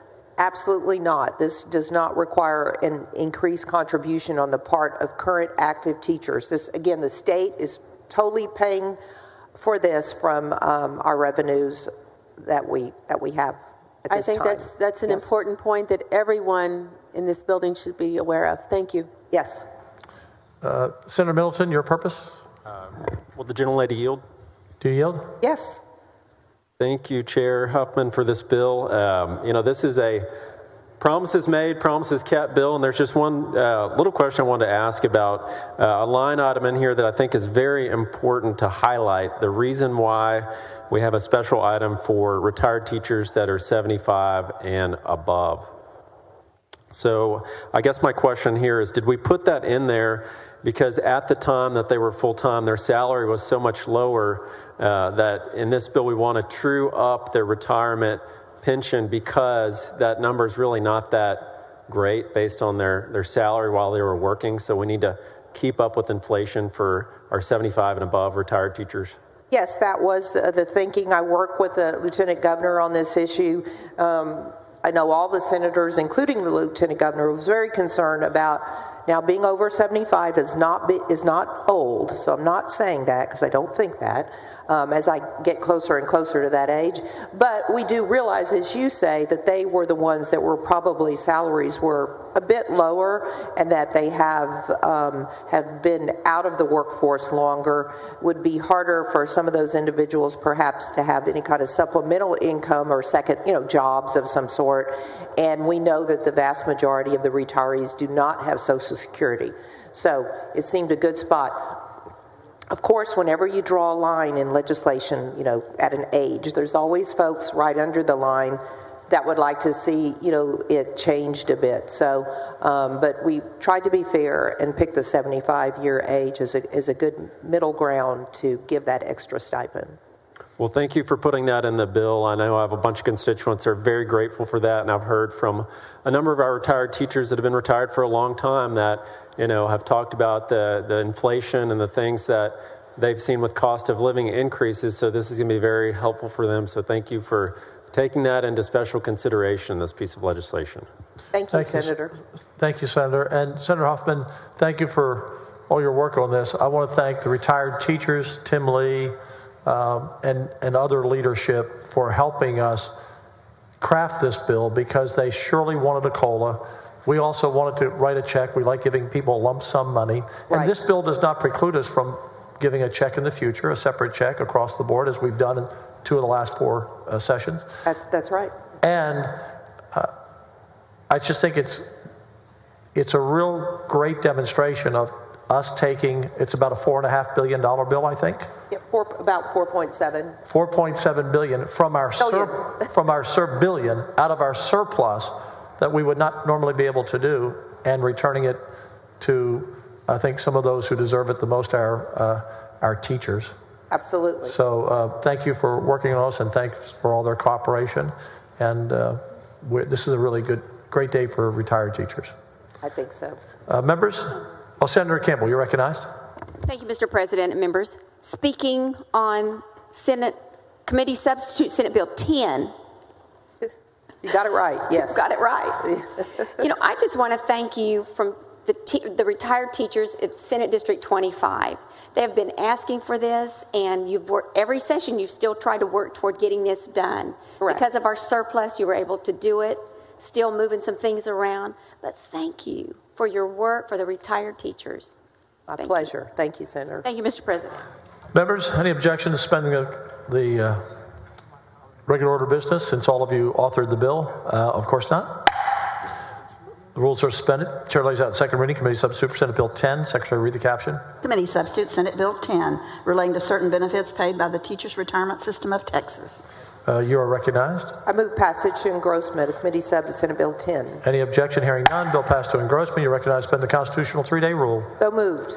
Secretary will call the roll. Alvarado, Betancourt, Birdwell, Blanco, Campbell. 31 ayes, no nays. The rule is suspended. Chair lays out third reading and final passage. Committee substitute for Senate Bill 10. Secretary, read the caption. Committee substitute Senate Bill 10, relating to certain benefits paid by the Teacher Retirement System of Texas. Senator Zaffarini, you're recognized. What purpose? To speak in favor of passage. You are recognized. Thank you, Mr. President. Senator Huffman, everybody has thanked you, and I know every single member of this Senate would like to get up and thank you for your leadership because it has been so effective. But last session, when the retired teachers came to visit us, what they said was, you all always praise us, you give us so many compliments, but actions speak louder than words. So today, under your leadership, we have proven to them that actions do speak louder than words, and we have delivered. Thank you. Thank you, Mr. President. Thank you, Senator. And one point that was made earlier, Senator, about teachers, retired teachers do not get Social Security, nor current teachers. And we pledged in the statement on this bill that I'm going to go to Washington. We'll go and fight for this with Congress. But I would like to urge every senator and all of your representatives who work with you to be contacting your congressmen. I talked to several congressmen this weekend, and said, this has been wrong for a long time. Congress needs to act. They were within, if you don't know this, members, they were within one vote in December before we came in of giving teachers Social Security, and the bill died. So we're close, and we need to make a commitment on this floor that we're going to lead in Texas to get that Constitution, to get that bill passed, a Constitution in the U.S. Congress, and we're very serious about that. With that, Senator, you're recognized on final passage. I move final passage of the Committee Substitute Senate Bill 10. Secretary will call the roll. Alvarado, Betancourt, Birdwell, Blanco. 31 ayes, no nays, all joint authors. Thank you. Okay, thank you, members.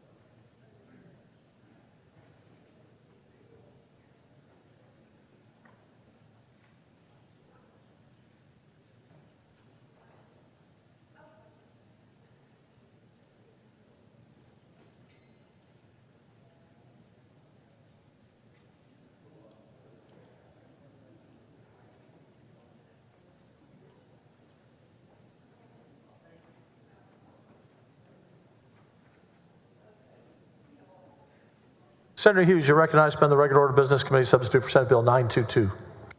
Thank you, Mr. President. Members, I move to suspend the Senate's regular order of business to take up and consider at this time Senate Bill 922.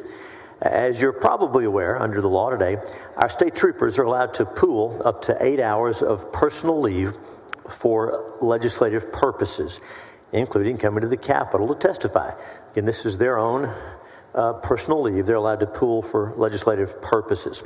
Senate Bill 922 would give peace officers commissioned by the Texas Parks and Wildlife Department the same legislative leave as our state troopers have. That's what the bill does, and I move suspension of the regular order of business. Any objection? Hearing none, rules suspended. Chair lays out in second reading. Committee substitute for Senate Bill 922. Secretary, read the caption. Committee substitute, Senate Bill 922, relating to legislative leave for certain peace officers commissioned by the Parks and Wildlife Department. You're recognized on passage to engrossment. I move passage to engrossment. Any objection? Hearing none, bill passed to engrossment. You're recognized to suspend the constitutional 3-day rules. That's my motion. I like that. Secretary will call the roll. Alvarado, Bencourt, 31 ayes, no nays. Rules suspended. Chair lays out third reading and final passage. Committee substitute for Senate Bill 922. Secretary, read the caption. Committee substitute, Senate Bill 922, relating to legislative leave for certain peace officers commissioned by the Parks and Wildlife Department. You're recognized on final passage. I move final passage. Secretary will call the roll. Alvarado, Bettencourt, Birdwell, Blanco, Campbell, Creighton. The bill is finally passed in about 40 seconds. Pretty good work. Thank you. Thank you, Mr. President. Thank you. If they were all only that short. You're normally up for hours on your bills. I like this better. Thank you. Yes.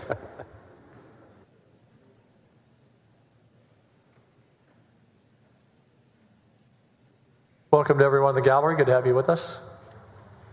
If you're wondering in the gallery or watching how we know those votes, because they're all recorded in the computer, so we can see the green lights that are yes votes and the red lights that are no votes, and we know instantly what the vote is. So.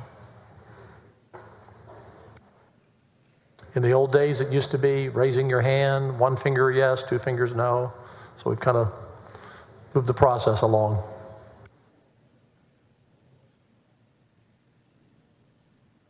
Senator Miles, you recognize Senate Bill 190 to suspend the regular order of business. Thank you, Mr. President.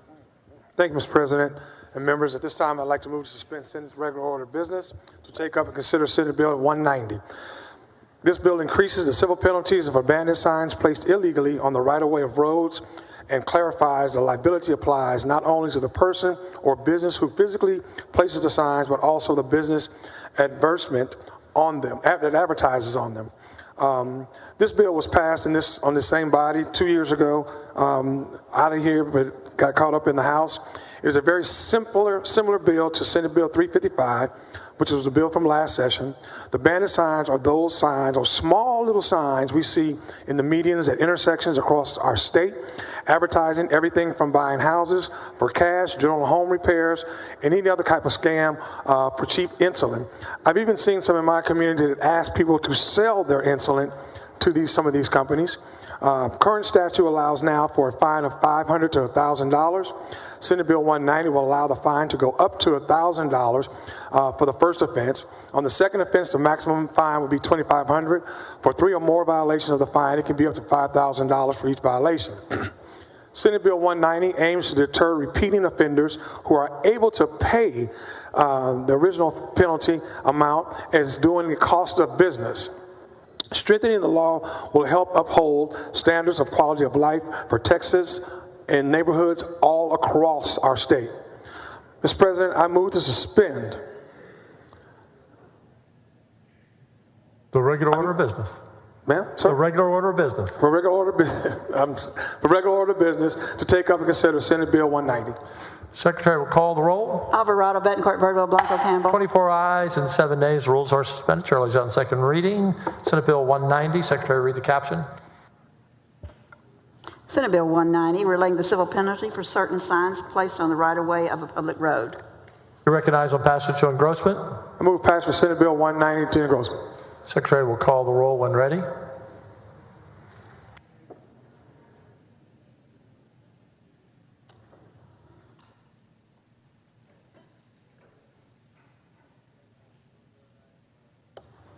Alvarado, Bettencourt, Birdwell, Blanco, Campbell, Creighton, Eckert. 24-7, bill passes to engrossment. You need to find one friend to let you suspend the constitutional 3-day rule, and the gentleman in front of you looks like he is your friend there.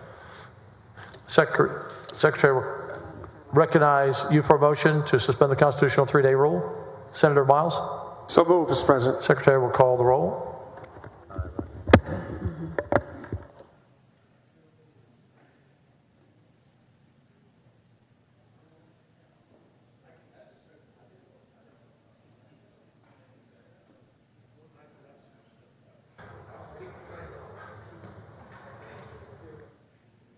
Alvarado, Bettencourt, Birdwell, Blanco. There being 26 ayes, 5 nays, the constitutional 3-day rule is suspended. And for those of you watching and sitting, what does that mean? It means he was 1 vote short of having to wait till tomorrow to finish passing the bill. But if the constitutional rule is suspended, he can pass it today. So someone who was voting against the bill helped him out by speeding up the process so that he could pass it today. Working together. Chair lays out in third reading final passage, Senate Bill 190. Secretary will read the caption. Senate Bill 190, relaying the civil penalty for certain signs placed on the right-of-way of a public road. You recognize the final passage? Mr. President, I move final passage of Senate Bill 190.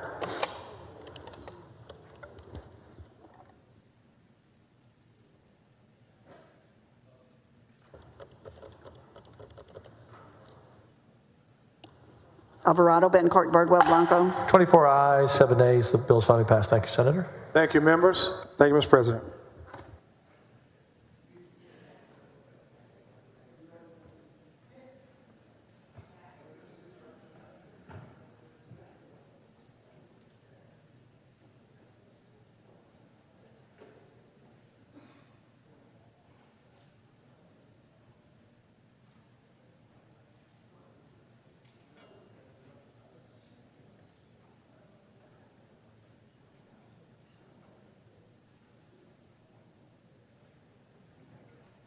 Senator Huffman, you're recognized on committee substitute for Senate Bill 1318. Suspend the regular order of business.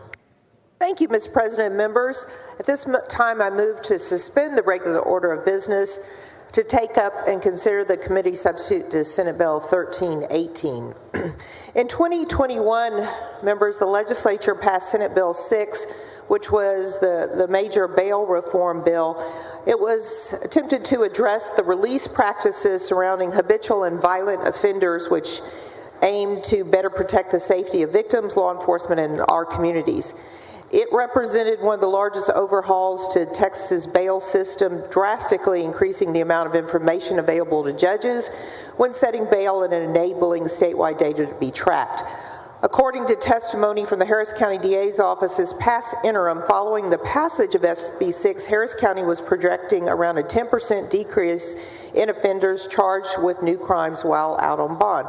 So we have made a difference, just not enough of one. Additionally, the Office of Court Administration has received and posted on their website almost 500,000 bail forms from judges and magistrates across the state documenting bail decisions. However, more changes are still required to ensure public safety and that the new systems are running efficiently and effectively. So we work with various stakeholders throughout the state to try to improve this bill and make tweaks that we also often have to do with major pieces of legislation after they go into effect. This bill includes several different policies to further strengthen the bail system. It requires hearing officers to make oral or written findings of facts and conclusion of law on the record at the time they issue a no probable cause findings. These are generally required to be given with 24 hours. We learned that some judges were doing this routinely without any explanation whatsoever, and some judges were doing them quite often. To improve efficiency, the bill requires the Office of Court Administration to offer counties the option to integrate their jail records management system and case management system with the public safety report system at no charge to the county. And I'm working with OCA to ensure that there's funding for that in the budget. We did hear from counties, and I've been approached by several of you who represent smaller counties who were concerned about the cost associated with that implementation. So the state will be assisting with that cost.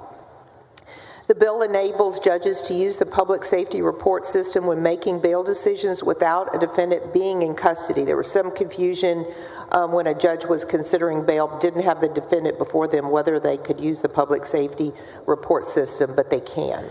In a case where a secondary offense is committed in the same county, the bill clarifies that the defendant must go before the judge in the original case for purposes of setting a new bond and reevaluating the initial bond. If it's committed, a secondary offense is committed in a different county, this bill clarifies timelines and notification requirements that had led to some confusion.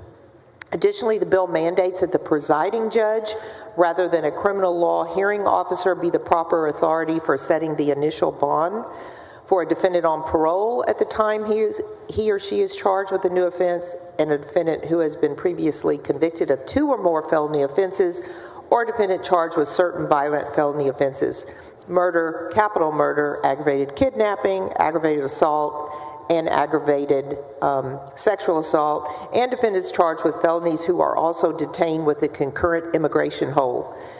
These are duly elected officials that are more appropriate to be setting bond in these limited, more serious offenses.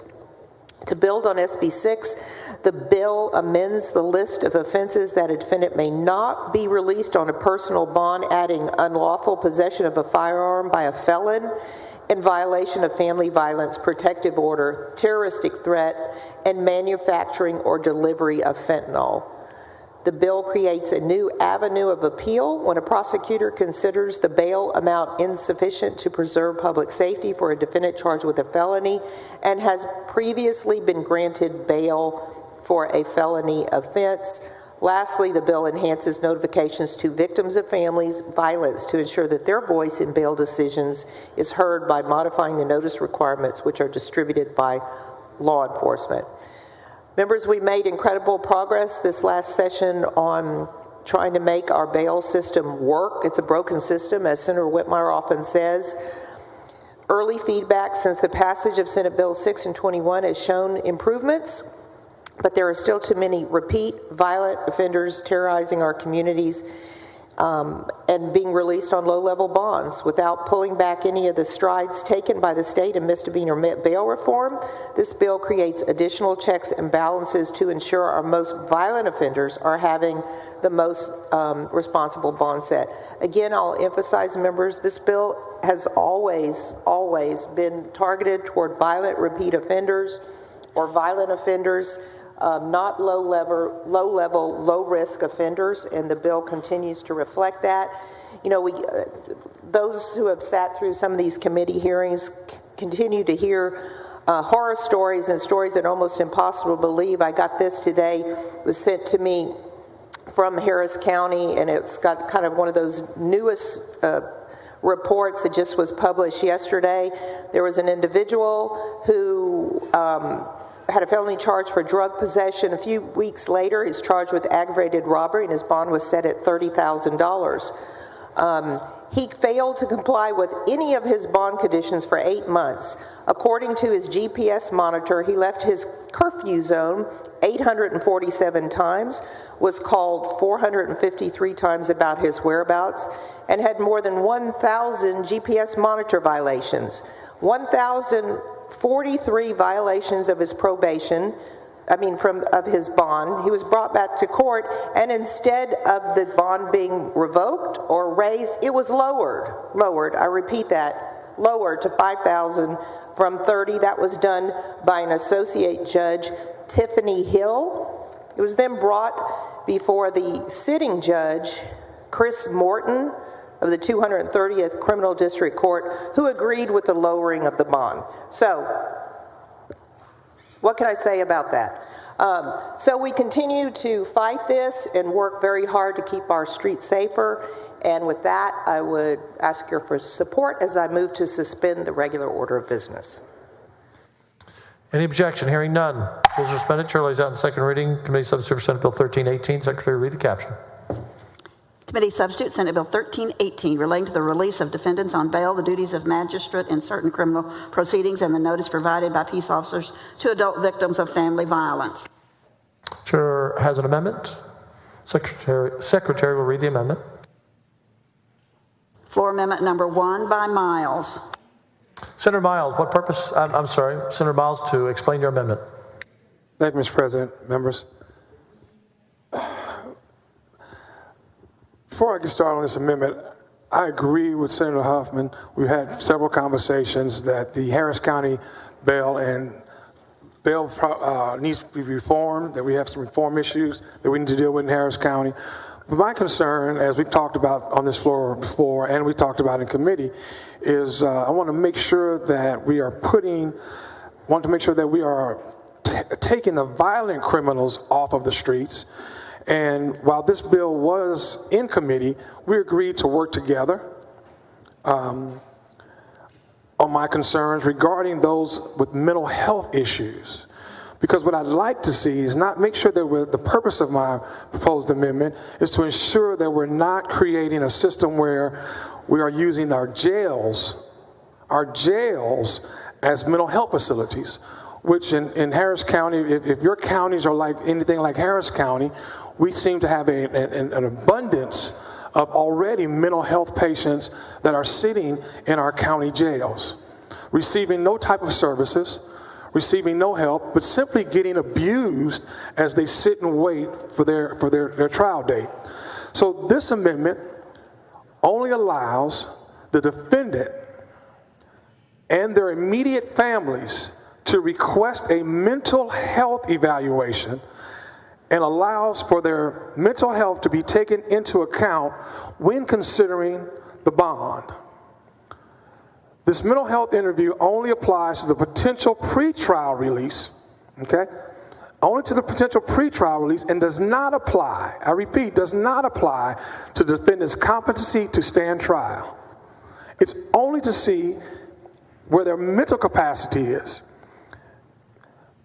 You know, when I visit some of these county jails, and Senator Huffman, we've already had this conversation, and I think we both agree that unfortunately, our county jails are being used right now as we sit as mental health facilities. And I just asked some of my colleagues to think about your county jails and how many mental health people, as we put as a state, are getting ready to put more money. And we see the problem that we have in our state with mental health now. The people who are sitting in our county jails aren't getting any type of services. They're not getting the medical help that they really, really need. They're just sitting there simply being abused by the real criminals. And I know this is a very complicated issue, but as we take the steps to try to correct it, I just don't want us to forget about our mental health conditions and our people that we have with mental health conditions. So if you accept my changes, we can ensure that we are protecting the community while lessening the burden on our taxpayers' dollars in county jails across the state, and that our mental health people are getting the kind of attention and health care that they really deserve and they need.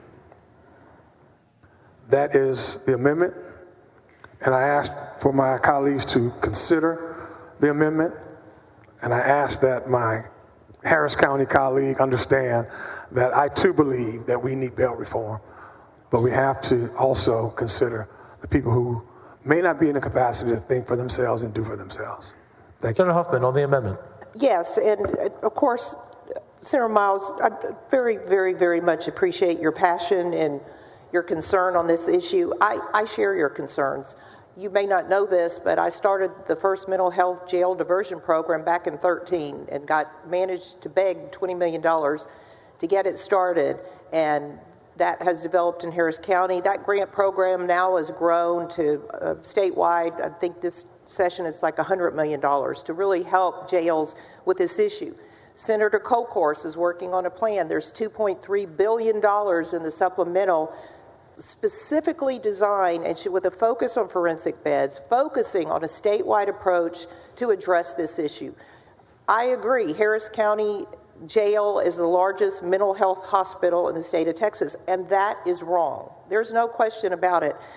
I do think we are taking serious steps this session to address that issue, but this amendment is and my bill is not the place for you to address it, with all due love and respect, okay?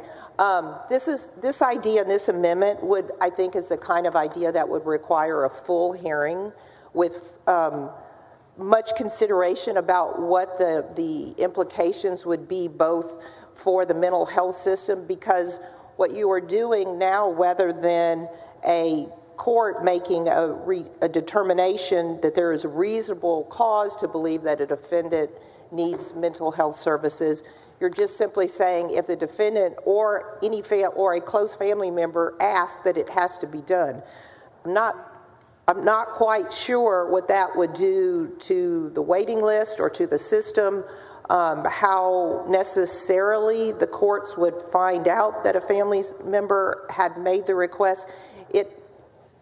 It's an idea that needs to be developed thoroughly with those who work daily in the system, and this is not the place to do it. So I understand your passion. I appreciate it. We are working on this issue. We will continue to work on it. I know Senator Kolkhorst is dedicated to working on it, but I will be voting no on your amendment because it's really not applicable to my legislation, and it should be addressed in a different format. So, members, I would ask you to join me in voting no on this for the reasons I've stated, with all due respect for my colleague. Okay. Members, the motion is on the adoption of the resolution. The Secretary will call the roll. Alvarado, Betancourt, Birdwell, Blanco, Campbell, Creighton, Eckhart, Flores, Gutierrez, Hall, Hancock, Hinojosa, Huffman, Hughes, Johnson, King, Kolkhorst, Lamantia, Menendez, Middleton, Miles, Nichols, Parker, Paxton, Perry, Schwertner, Sparks, Springer, West, Whitmire, Zaffarini. There being 10 ayes and 21 nays, the amendment fails. Senator Miles, I will share with you, and Senator Kolkhorst will have a bill later, one of our priority bills. We're putting over $2 billion into mental health beds, and hopefully that will help alleviate some of the crowding in the jails across the state. It's been a huge priority, so thank you. Thank you, Mr. President. Thank you, Senator Huffman. Thank you. Thank you, members. You're now recognized for motion to engrossment.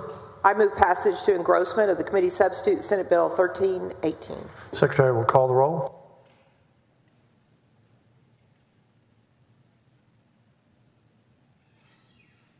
Alvarado, Betancourt, Birdwell, Blanco, Campbell, Creighton, Eckhart. 30 ayes, 1 nay. The bill passes to engrossment. You're recognized to spend the constitutional 3-day rule. So moved. Secretary will call the roll.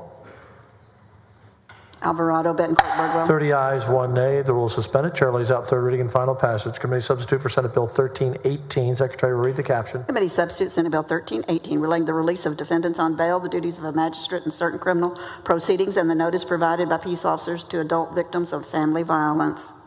You're recognized on final passage. I move final passage of the committee substitute Senate Bill 1318. Secretary will call the roll. Alvarado, Betancourt, Birdwell. 30 ayes, 1 nay. The bill is finally passed. Thank you. Thank you.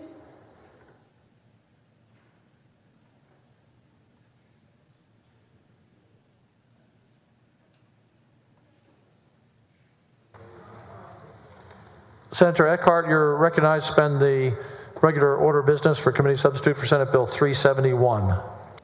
Thank you so much, Mr. President. I move to suspend the Senate's regular order of business to take up and consider Senate Bill 371, of which I am proud that Senator Campbell is a joint author. This bipartisan bill would remove the 4-year minimum participation in ROTC to receive the Texas Armed Services Scholarship. The Texas Armed Services Scholarship is something each of us has the privilege of awarding. All Senate and House members can appoint 1 student, and the governor and lieutenant governor each appoint 2. Unfortunately, the program is underutilized. Currently, students who receive the Texas Armed Services Scholarship to attend an institution of higher education must participate in ROTC for a full 4 years. Students who could be eligible to graduate early would have to continue in school for all 4 years or be forced to repay their scholarship. This bill allows a student to receive the scholarship for each year they participate in ROTC, but removes the 4-year minimum requirement. Removing this requirement will hopefully bolster the enrollment in this incredibly important and underutilized program. Members, thank you for giving me this opportunity to lay out this bill today, Mr. President. Thank you, Senator. Senator Birdwell, what purpose? Question of the author, Mr. President. Do you yield? Yes, sir. Does the program in making this adjustment, it does not remove the requirement to seek a commission, does it, Senator? It does not. So if they attend ROTC for 2 years but do not become a contract cadet, they don't get the scholarship. This is really designed more for the prior service individual that comes to college after serving a 3 to 5 year hitch, wants to seek a commission and return to military service, but they only need 2 years of ROTC to become commissioned.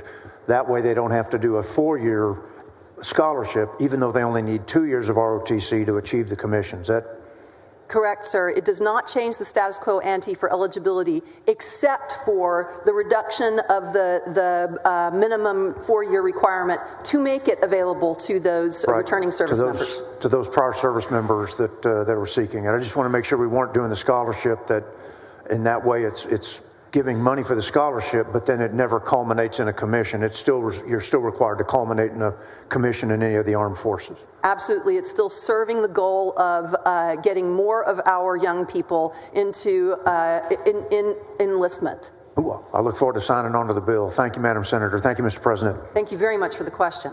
Thank you, Senator. The motion is on the suspension of the rules. Any objection? Hearing none. Rules are suspended. Chair lays out in second reading. Committee substitute for Senate Bill 371. Secretary, read the caption. Committee substitute Senate Bill 371 relating to the Texas Armed Services Scholarship Program. You recognize on passage to engrossment. Thank you, Mr. President. I move passage to engrossment. Any objection? Hearing none. Bill passes to engrossment. Excuse me. You're recognized to suspend the constitutional 3-day rule. Thank you, Mr. President. I do move to suspend the constitutional rule that bills be heard on 3 several days. Secretary will call the roll. Alvarado, Bettencourt, Birdwell. 31 ayes, no nays. Rule suspended. Chair lays out third reading and final passage. Committee substitute for Senate Bill 371. Secretary will read the caption. Committee substitute Senate Bill 371 relating to the Texas Armed Services Scholarship Program. You're recognized on final. Thank you, Mr. President. I move final passage. Secretary will call the roll. Alvarado, Bettencourt, Birdwell, Blanco. 31 ayes, no nays. Bill is finally passed. Thank you, Senator. Thank you, Mr. President, and thank you, members.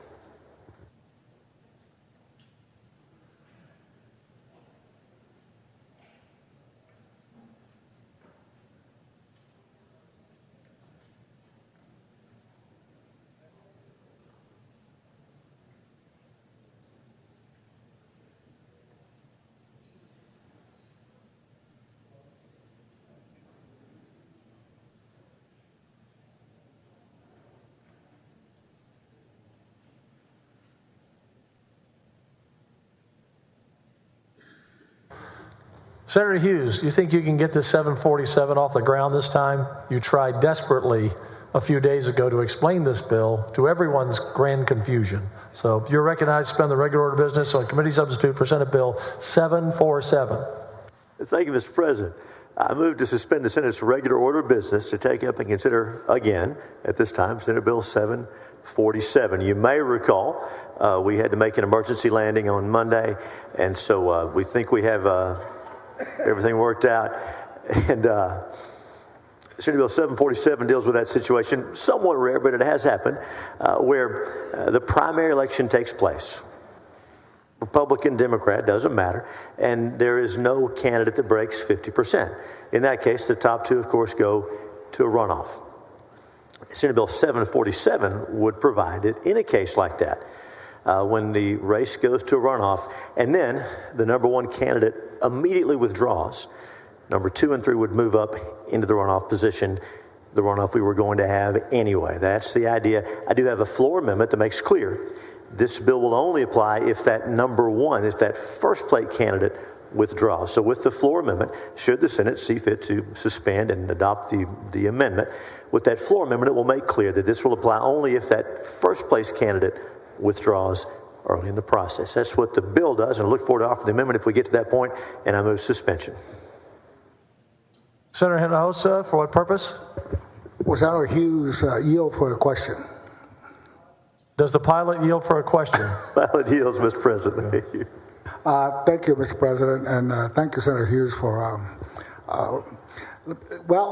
you haven't been able to get the 747 off the ground, so yesterday it's a little bit confusing on your explanation. And I know you have an amendment, again, just the amendment does what? That's a great point. So the amendment makes it clear, if we get that situation where we have the primary and nobody breaks 50%. Correct. So there's going to be a runoff. So the top two go to a runoff. With this amendment, it makes clear that if that first place candidate then immediately withdraws, then number 2 and number 3 move up and they have a runoff. Otherwise, that number two candidate who could have gotten down in the 20s would automatically become the nominee. So this gives the voters a chance to choose between 2 and 3 if number 1 withdraws right after the primary. That's what it does with the amendment. Okay. Thank you for your explanation, Senator Hughes. Thank you for your question. You're recognized to suspend the regular order of business. That's my motion. The Secretary will call the roll.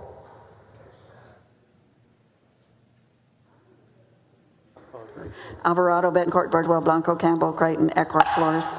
There are 21 ayes and 10 people that don't want to get on board, so they're not sure of the pilot. They're just not sure of the pilot. I understand. We now lay out on second reading committee substitute for Senate Bill 747. Secretary, read the caption. Committee substitute, Senate Bill 747, relating to the withdrawal of a candidate in a runoff primary election. There is an amendment. This is like passing out a drink coupon for a few people to encourage them. Is that what this is? You're recognized on the Secretary, read the caption. Floor amendment number 1 by Hughes. You're recognized. Thank you, Mr. President. We hope this coupon will do it. And so this is the amendment that I spoke about when I was moving suspension. It just makes it clear that if we have that situation where the primary, nobody gets 50% plus 1, we go to a runoff.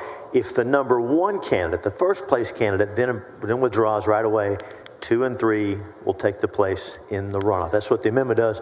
Just makes that clear. And I move adoption of the amendment. I so want to help you explain that, but I can't from here. But I know what you're saying. Thank you, Mr. President. Senator Eckhart, I can't explain what you're trying to say, no matter how much I try. Senator Eckhart, maybe you can explain to him. I can help. Maybe you can help. I rise to ask questions of the author of the amendment. Do you yield? Of course I'll yield. Thank you so much, Senator, for this amendment. And in the wording, it is if the runoff candidate who received the most votes cast withdrawn. And my question to you is, if the candidate who received the most votes got something above 45%, and the number 2 candidate got something above 40%, the number 3 candidate is going to have a very low percentage, requiring the cost of a runoff. Can you tell me a little bit about, how you expect that to play out in real life? No, you're exactly right. And as we know, these situations are fairly rare. Runoffs are not uncommon. In primaries, I don't know, many of us probably had runoffs in primary elections at some point. It's not unusual when you have more than 2 for there to be a runoff. And so that's the only time this bill comes into play. So yes, with the amendment, in the hypothetical you gave, we would have 2 and 3 move up, and number 3 would be way behind at number 2. But again, the voters would get to choose between 2 and 3, and we were going to have a runoff anyway had that number 1 candidate not withdrawn. And in that case, because I was in that circumstance, if I had withdrawn, the number 3 would have moved up into the runoff with less than 20% of the vote. There is a significant cost associated with that. Do you imagine that that would then become a campaign issue, creating pressure on the third candidate, who is now the number 2, to not move forward with the runoff, thus saving the taxpayers' dollars? It's a great question. I would say that pressure will be the same pressure that exists today on the number 2 candidate to withdraw or the number 1 candidate to withdraw, because the way it is today, if either one withdraws, the other one just wins. So the pressure you're describing exists under current law. This bill, as amended, would make it less likely to occur. My hope is that we have rational candidates who will read the tea leaves, and I think that this is probably the closest that we get to ranked choice voting this session, so I'm in favor of your amendment. Thank you, Senator. Thanks for your questions, Amy.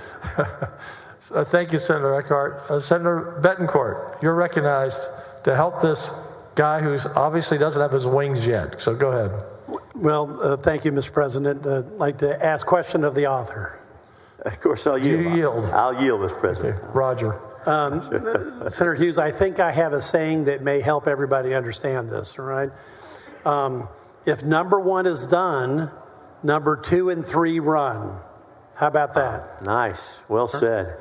All right. So if we can all agree, Mr. President, that if number 1 is done, then number 2 and 3 run. See? Now, at this point in time, I would like to request that your tray tables and your seat bags be put to the correct position and be ready for emergency takeoff of Senate Bill 747. Thank you, Senator. I still don't think the key phrase has been explained. If number 2 drops out and number 3 moves up, that's not allowed. Not allowed under this amendment, Mr. President. Right. That's right. Not allowed. Only if 1 drops out, 2 and 3 move up. But if the second place finisher drops out, 3 does not move up. Right. Under this amendment, if the second place finisher withdraws, there's no runoff. Number 1 just wins outright. Like the situation Senator Springer reminded us about with the comptroller's race a few years ago. Exactly right. Okay. But then I still think if 1 is done, 2 and 3 run is an easier meme to sell. I'm not trying to sell anything. I'm just trying to help this poor pilot get off the ground. Even our engineer, Robert Nichols, the smartest guy on the floor, is finally got it. He had to put on his oxygen mask to do so, but he's okay. Members, the adoption of the amendment, what is the vote? Any objection? Hearing none. That amendment is adopted. We'll see if it helps you get more passengers. As Chair Nelly's, no, you're recognized passage to engrossment. I move passage to engrossment. Secretary will call the roll. You're icing up on the runway here.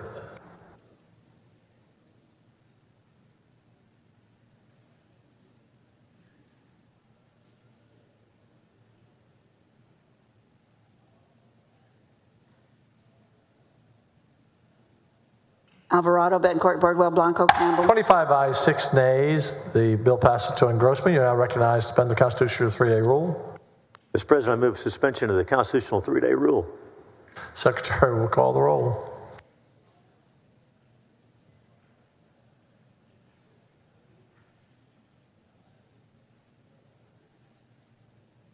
Alvarado, Betancourt, Birdwell, Blanco, Campbell, Creighton, Eckhart, Flores. 25 ayes, 6 nays. Rule suspended. Chair lays out third reading and final passage. Committee substitute for Senate Bill 747. Secretary will read the caption. Committee substitute Senate Bill 747 relating the withdrawal of a candidate in a runoff primary election. This is the hardest easy bill that anyone has ever passed in my 16 years. You're recognized for final passage. Mr. President, thank you. As we prepare for final dissent and the service items have been removed, I move final passage of Senate Bill 747. Secretary will call the roll. Alvarado, Betancourt, Birdwell, Blanco. 25 ayes, 6 nays. The bill is finally passed. Thank goodness. Thank you. Thank you, Mr. President. Thank you, members.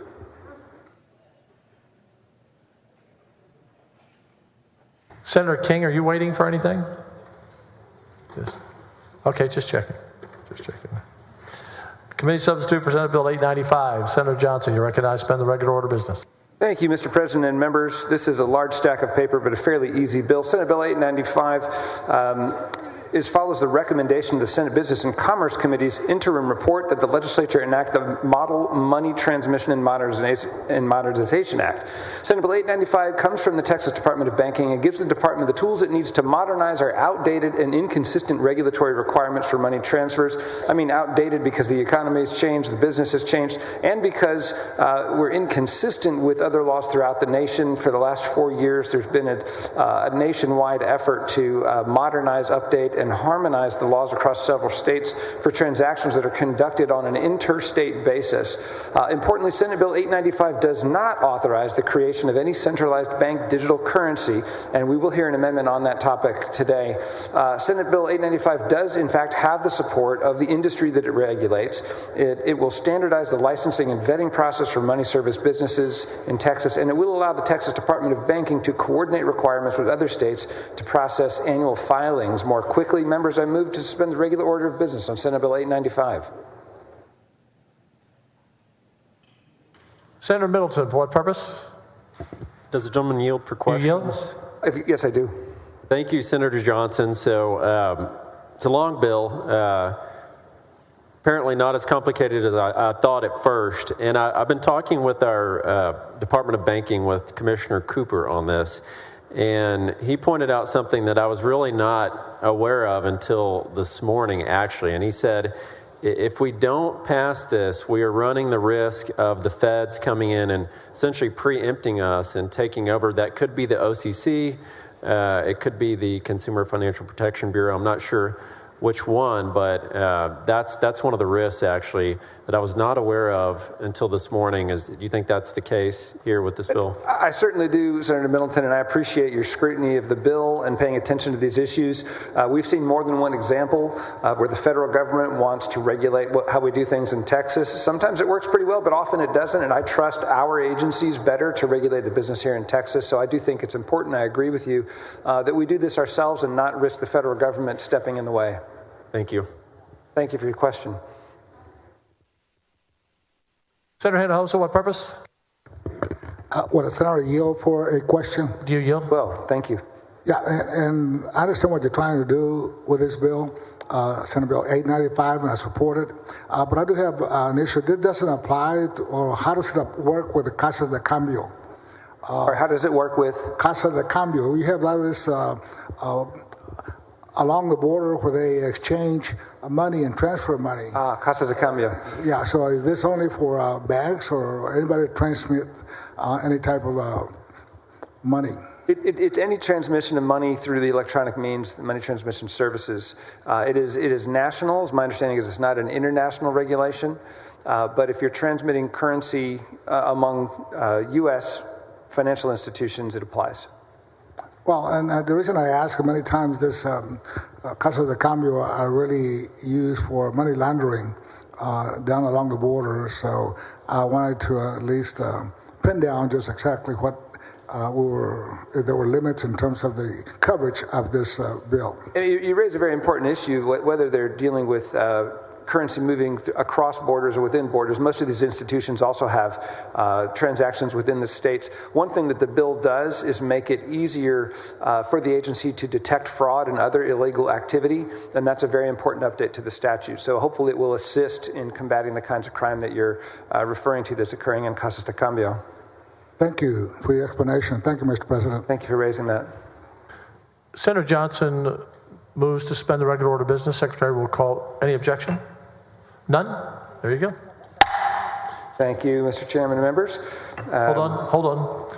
Chair now lays out committee substitute for Senate Bill 895, a second reading. Secretary will read the caption. Committee substitute, Senate Bill 895, relating the regulation of money services businesses. There is an amendment. Secretary will read the amendment. Floor amendment number 1 by Johnson.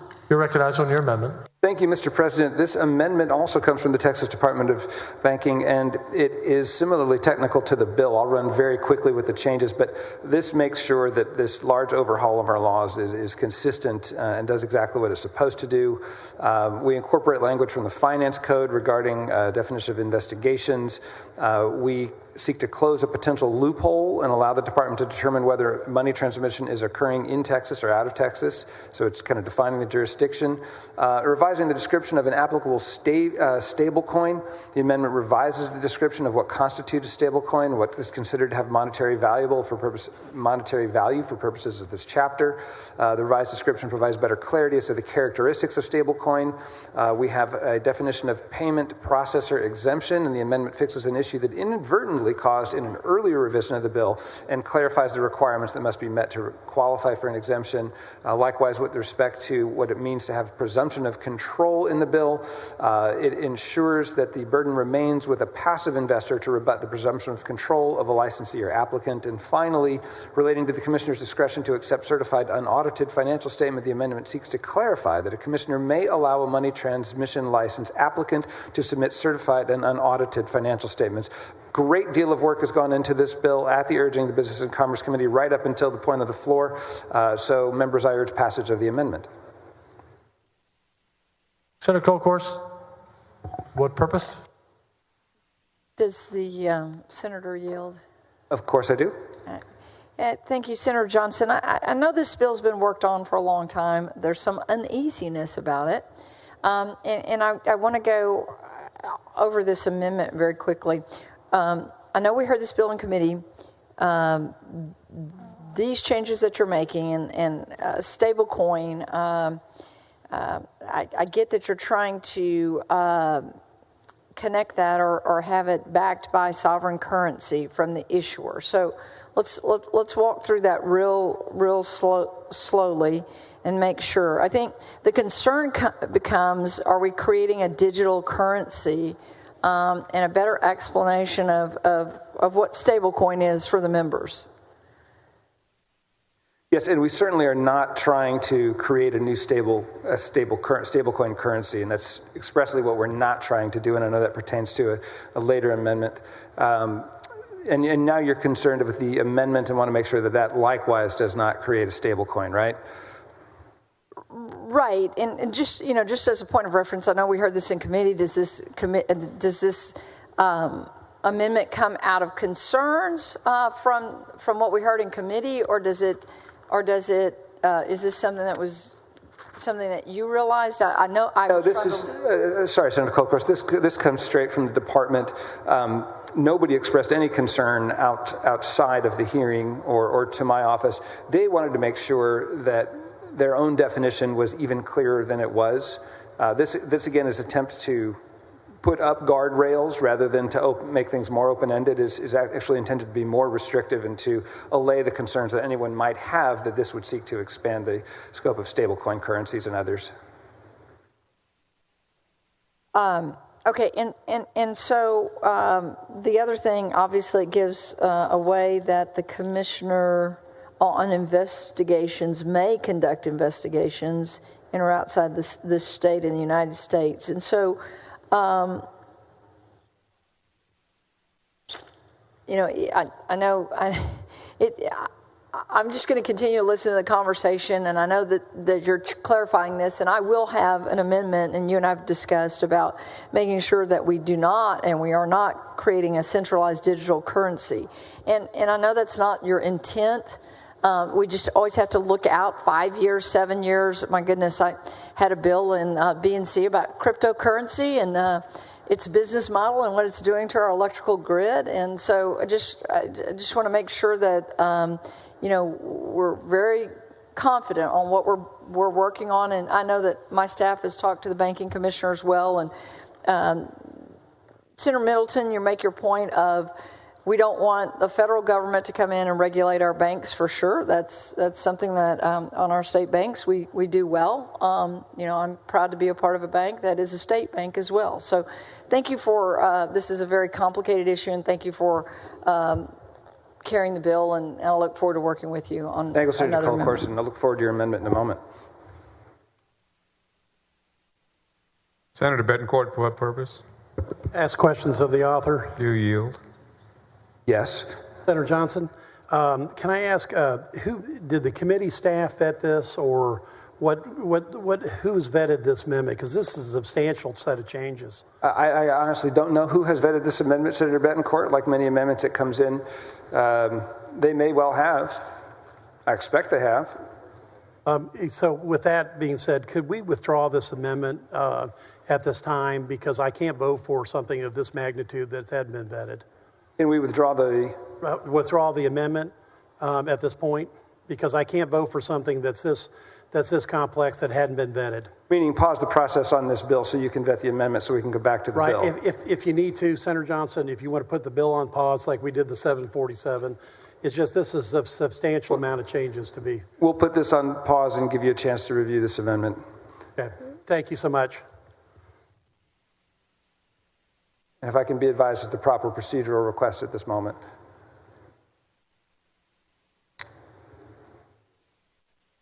Senator Johnson, would you like to move to postpone the bill until time certain? I would like to move to postpone the bill until a time certain, that certain time being later today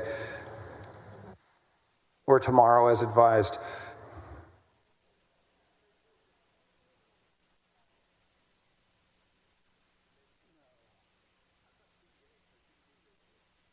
They did. Yeah. Did you say that? Yeah, I did say it in the layout of the amendment.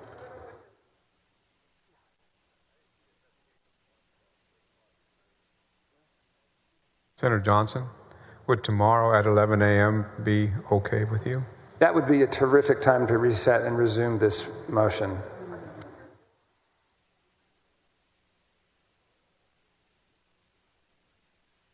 Senator Johnson moves consideration of moving the bill until tomorrow at 11 a.m. Is there any opposition? Hearing none, motion's adopted. Thank you, Mr. President. Thank you, Senator.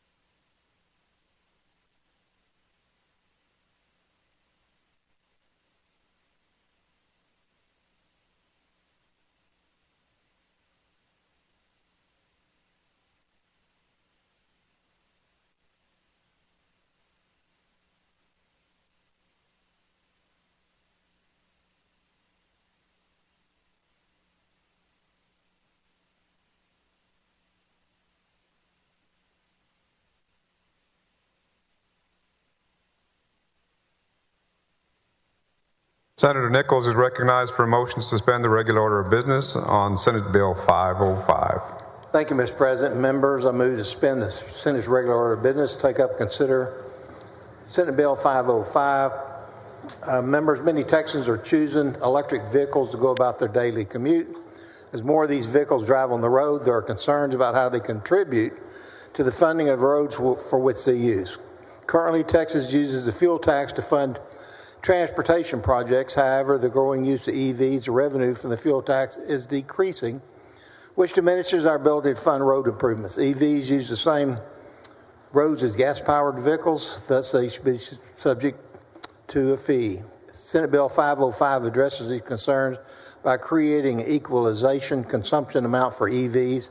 Cost adjustment came from a report required the Department of Motor Vehicles and several other state agencies to coordinate with to organize a study on imposing fees, and they arrived at these numbers. We did want an independent study. So Senate Bill 505 basically provides for electric vehicle registration cost adjustment of vehicles under 10,000 pounds for a registration or renewable passenger vehicle, $200. For a new vehicle that has 2 years, it's $400. And if it sounds familiar, the Senate has passed it out twice before. With that, I move suspension of the Senate's regular order of business. Senator Hinojosa, for what purpose? Will Senator Nichols yield? Senator Nichols, will you yield? Yes.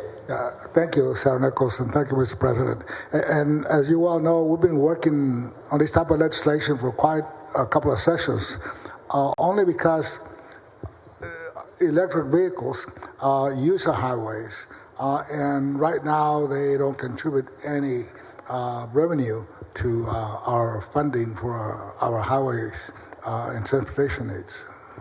Yes, sir.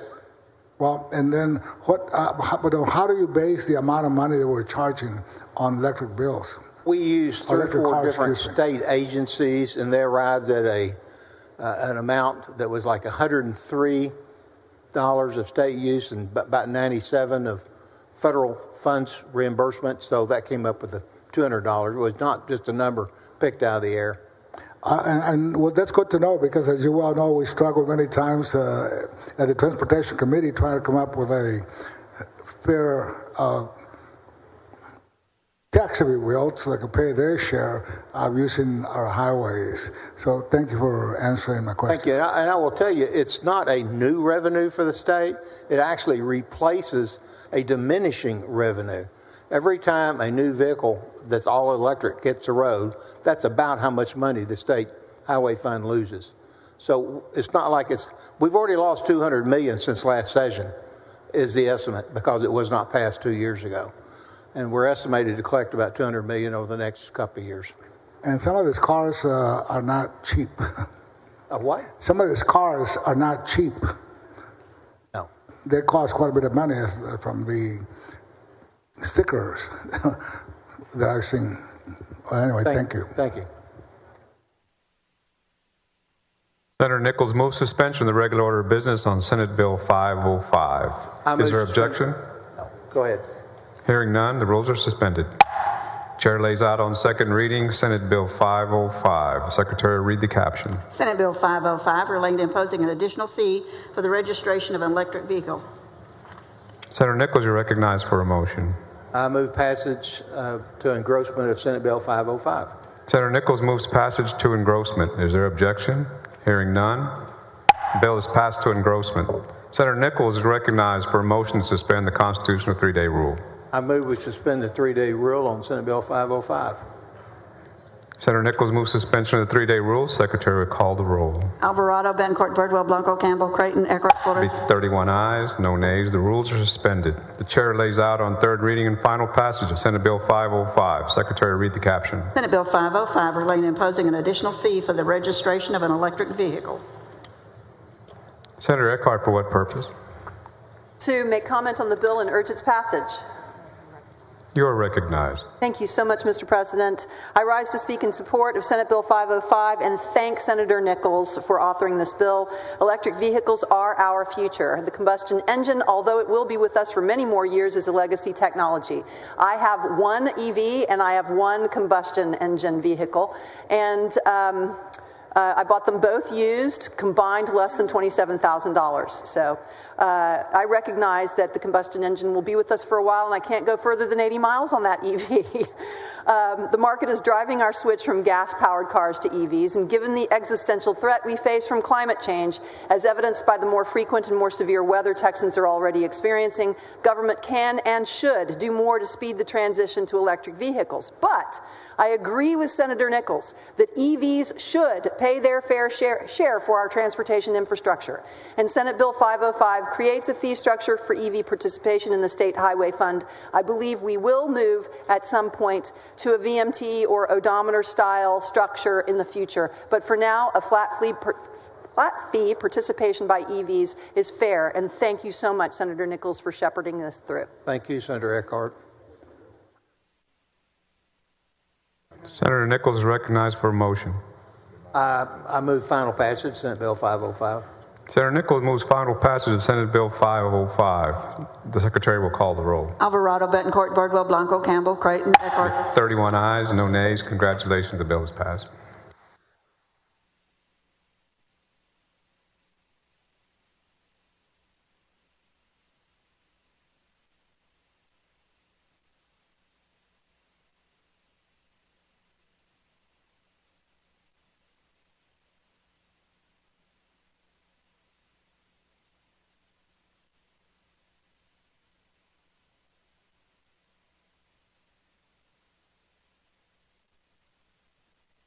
Senator Schwertner is recognized for a motion to suspend the regular order of business on committee substitute for Senate Bill 10,001.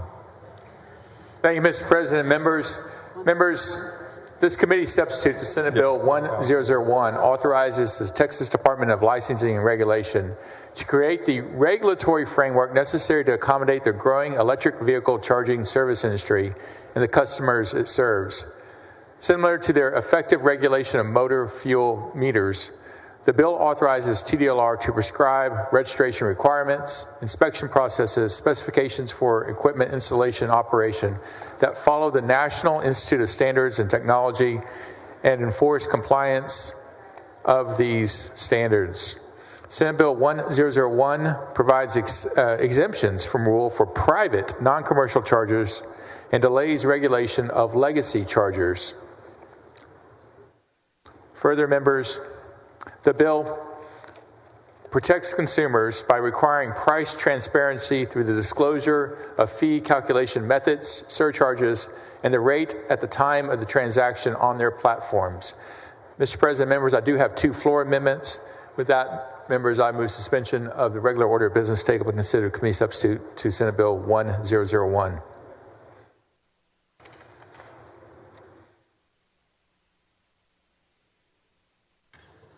Members, is there objection to the motion? Hearing none, the rules are suspended. Chair lays out on second reading committee substitute for Senate Bill 1001. The Secretary read the caption. Committee substitute Senate Bill 1001 relating to the regulation of electric vehicle supply equipment. Following an amendment, Secretary read the amendment. Floor amendment number 1 by Schwertner. Chair recognizes Senator Schwertner on the amendment. Thank you, members. This floor amendment makes a technical correction to the specifications provision to align it with existing specification language and statute for the fuel meter monitoring program. Move adoption of the floor amendment number 1. Senator Menendez, for what purpose? Thank you, Mr. President. Question of the author of the bill. Senator Schwertner, do you yield? I yield. Thank you very much. Senator Schwertner, number 1, first of all, thank you for bringing this bill forward.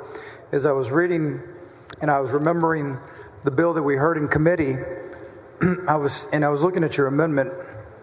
It seems to me that you're trying to ensure that we have a national standard so that Texans who are paying can be assured that they're receiving the amount of energy and that they're protected, that they know that there's a minimum standard on the electric stations that they go when they go to charge. Is that accurate?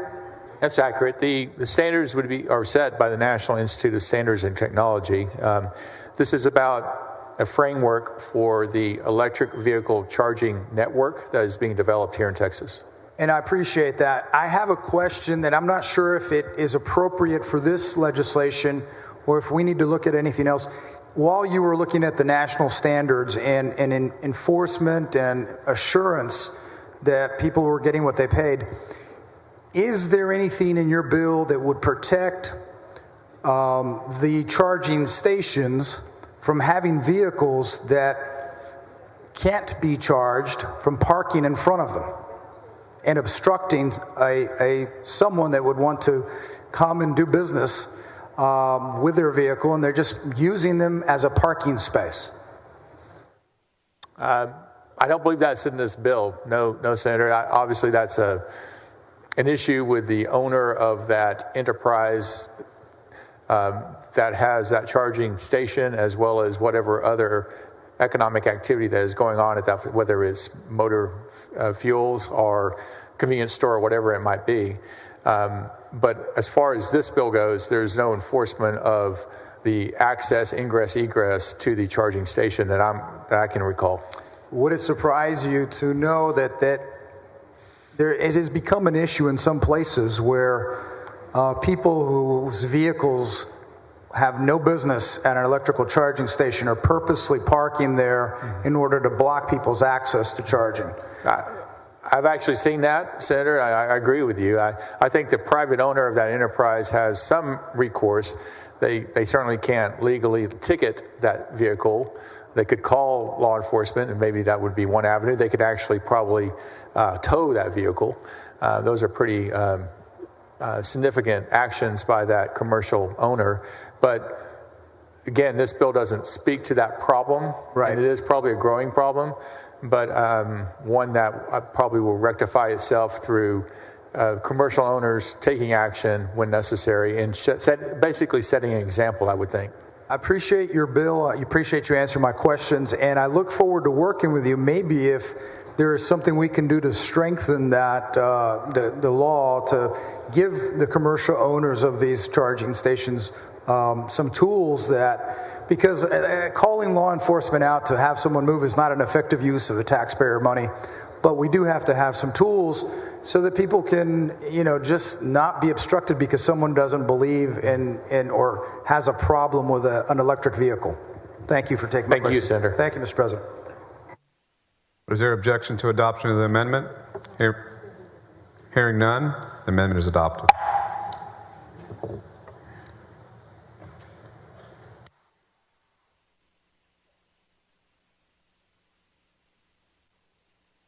Following amendment, the Secretary read the amendment.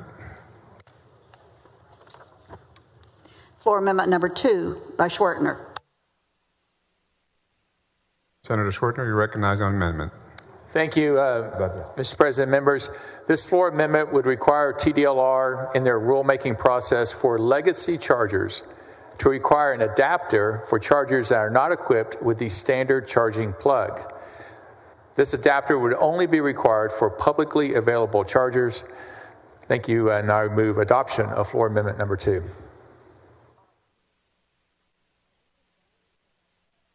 Is there objection to the amendment? Hearing none, the amendment is adopted.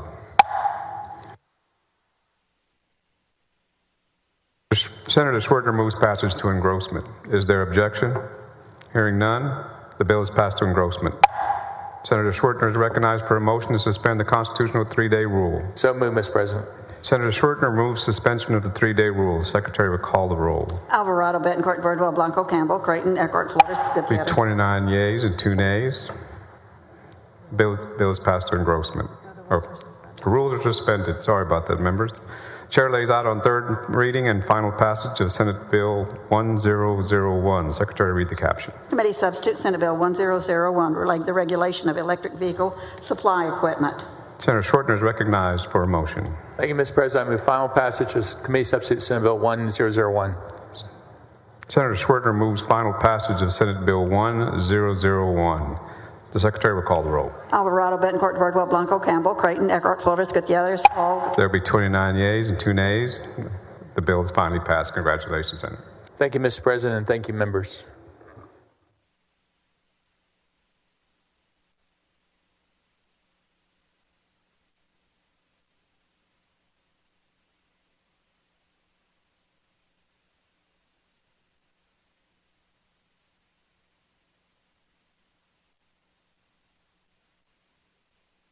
Senator Hancock is recognized for a motion to suspend the regular order of business on Senate Bill 936. Thank you, Mr. President. I move to suspend the regular order of business, take up, consider Senate Bill 936 at this time, relating to certain agreements and collective bargaining organizations related to certain public funding, public works contracts. Current law states that government entities awarding public work contracts funded with state funds may not discriminate against persons bidding in the contract based on their agreements with a collective bargaining organization such as a project labor agreement. This allows for a competitive and open market bidding process in the execution of government contracts.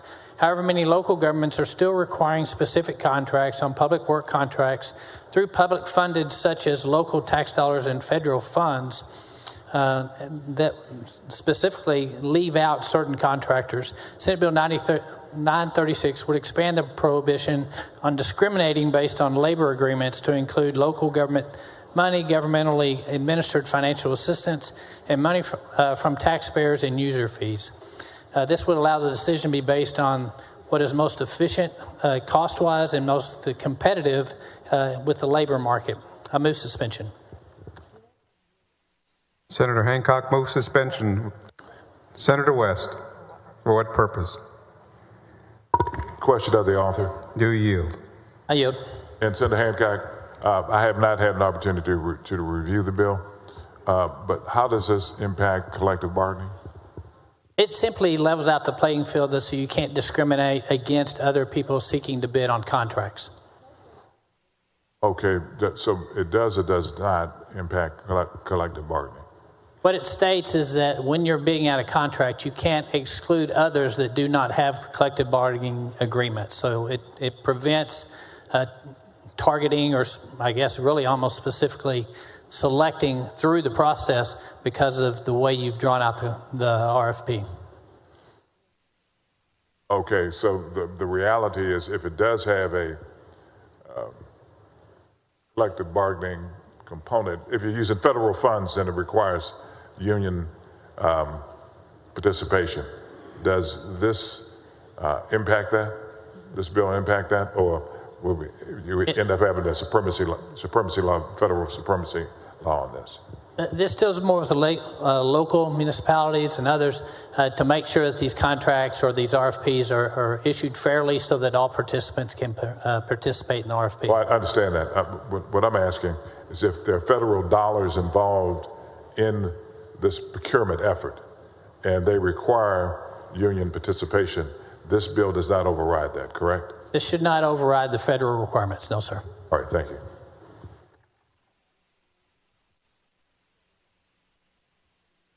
The Secretary will call the roll.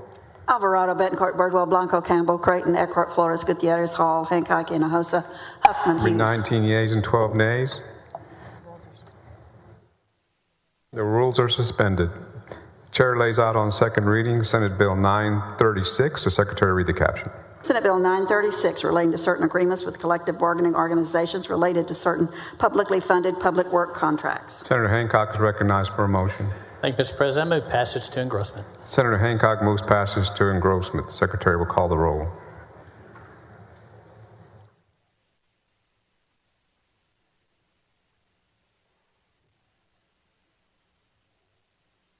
Alvarado, Betancourt, Birdwell, Blanco, Campbell, Creighton, Eckhart, Flores. 19 yeas and 12 nays. The bill passes to engrossment. I have a lot of friends, but I'll hold there. Thank you, Senator.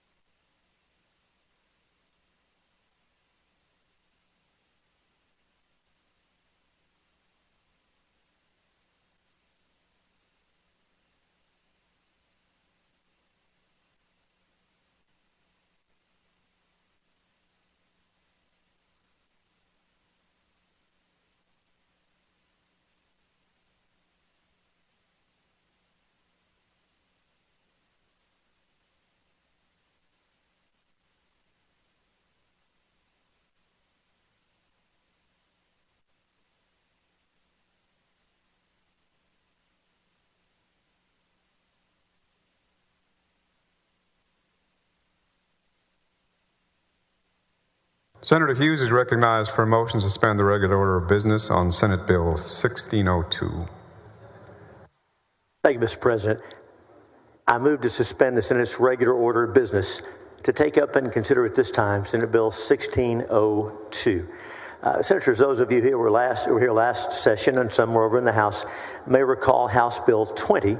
That was the House companion to a Senate bill, and it had to do with social media and free speech protections and giving Texans a recourse when their free speech is challenged. Created a private cause of action against social media companies that discriminate based on viewpoint discrimination. The bill involved a lot of work with a lot of parties. It did not specifically dictate where that private lawsuit would be filed, where that private cause of action had to be brought. Almost all of these social media companies have terms of service that require lawsuits to be brought in California. Senate Bill 1602 says that when a Texan has a claim against a social media company, that claim will be brought in Texas. That's what the bill does, and I move suspension of the Senate's regular order of business. Senator Hinojosa, for what purpose? Would Senator Hughes yield? Senator Hughes, will you yield? Of course I'll yield. As I read your legislation, Senate Bill 1602, this applies only to social media companies? Senator, that's right. You know, we had that big bill last session that gave a cause of action against social media companies that violates your free speech. And the implication was pretty strong at that time that the bill should be brought, the claim should be brought in Texas. This is just to go back and make it very clear. So only for lawsuits against social media companies, this provides venue and the forum selection clause in Texas. That's what it's about. What if the lawsuit is filed in federal court? Well, so in federal court, that's a good question. You could bring a federal court, you could bring a diversity action because that's a good point. Of course, you're a sharp lawyer. Since it's a Texan suing a foreign corporation, you could bring a suit in diversity jurisdiction under state law. And so the federal court would have to decide if the federal court's applying state law, well, our position will be it should be a federal court in Texas, not in California. That's a good point. And as you well know, many contracts from companies that are based out of Delaware have provisions in the contract or the agreement that's signed by consumers that the lawsuit has to be filed in Delaware. Yes, that's exactly right. That's exactly right. So this, and I just want to make clear, that doesn't, and maybe it'd be a good thing to have all lawsuits dealing with the Texas law be filed only in here in Texas, and not be forcing consumers to have to litigate issues on contracts they sign outside the state of Texas, where they may not be able to face a friendly jury. Senator, you're right, and that's probably what I should have said. That's the idea. No matter what the terms of service say, no matter what the contract says, this says, as a matter of public policy in Texas, if it's a suit against those social media companies under the statute, the venue and the forum is in Texas. Thank you, Mr. President. Thank you for the explanation. Thank you, Senator. Senator Hughes moves suspension of the regular order of business on Senate Bill 1602. Is there objection? Hearing none, the rules are suspended. The chair lays out on second reading Senate Bill 1602. The secretary read the caption. Senate Bill 1602 relating to venue and choice of law for certain actions involving censorship by social media platforms. Senator Hughes, you're recognized for a motion. Thank you, Mr. President. I move passage to engrossment. Senator Hughes moves passage to engrossment. Is there objection? Hearing none, the bill is passed to engrossment. Senator Hughes is recognized for a motion to suspend the constitutional 3-day rule. Thank you, Mr. President. I move to suspend the constitutional rule that bills be read on 3 several days.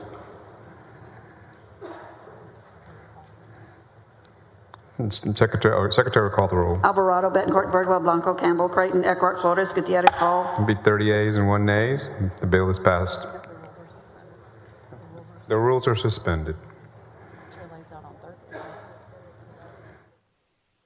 Chair lays out on third reading and final passage Senate Bill 1602. The secretary read the caption. Senate Bill 1602 relating to venue and choice of law for certain actions involving censorship by social media platforms. Senator Hughes, you're recognized for a motion. Thank you, Mr. President. I move final passage. Senator Hughes moves final passage of Senate Bill 1602. The secretary called the roll. Alvarado, Betancourt, Birdwell, Blanco, Campbell, Creighton, Eckhart, Flores, Gutierrez. Be 30 ayes and 1 nay. The bill is finally passed. Congratulations, Senator. Thank you, Mr. President, and thank you, members.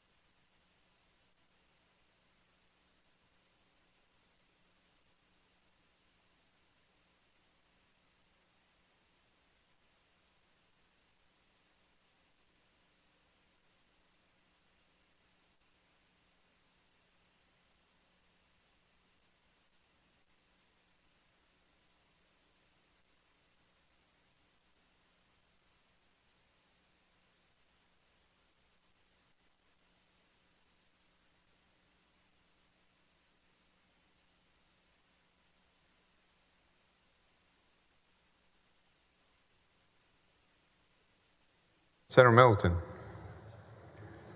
Senator Middleton moves suspension of the regular order. Are you recognized? You're recognized. It's one of those days. On committee substitute for Senate Bill 15. Thank you, Mr. President. Members, I move final passage on committee substitute for... To suspend the regular order of business. Sorry. On Senate. I apologize for that. Wrong motion, Mr. President.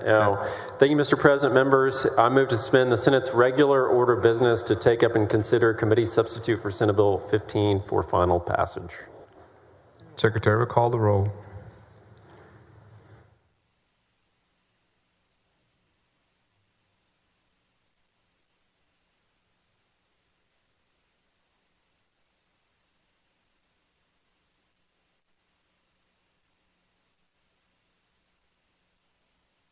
Alvarado, Betancourt, Birdwell, Blanco, Campbell, Creighton, Eckhart, Flores, Gutierrez, Hall, Hancock, Hinojosa, Huffman, Hughes. The rules are suspended. It'll be 19 yeas and 10 nays, and 2 present not voting. The chair lays out on third reading and final passage of Senate Bill, committee substitute for Senate Bill 15. Secretary, read the caption.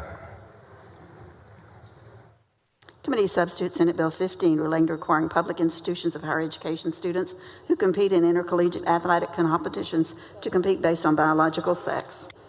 Senator Eckhart, for what purpose? To make comment on the bill, sir. You are recognized. Thank you so much.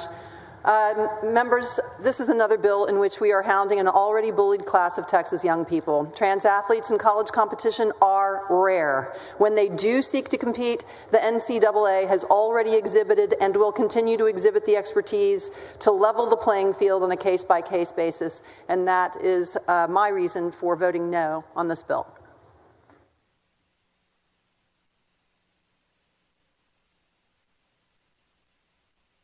Chair recognizes Senator Middleton. Thank you, Mr. President. Members, the committee substitute to Senate Bill 15 is about one very simple thing, and that is fairness again. And if Congress won't stand for fairness, if our Department of Education will not stand for fairness, if the NCAA will not stand for fairness in women's sports, then Texas will. And with that, Mr. President, I move final passage for committee substitute of Senate Bill 15. Thank you. The Secretary will call the roll. Alvarado, Betancourt, Birdwell, Blanco, Campbell, Creighton, Eckhart, Flores. Be 19 yeas, 10 nays, and 2 present not voting. The bill is finally passed. Congratulations.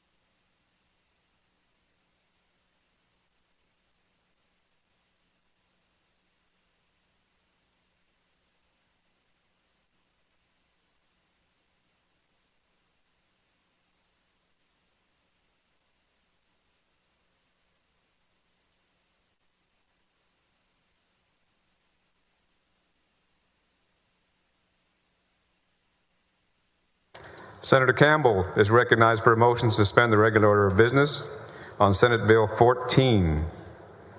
Thank you, Mr. President.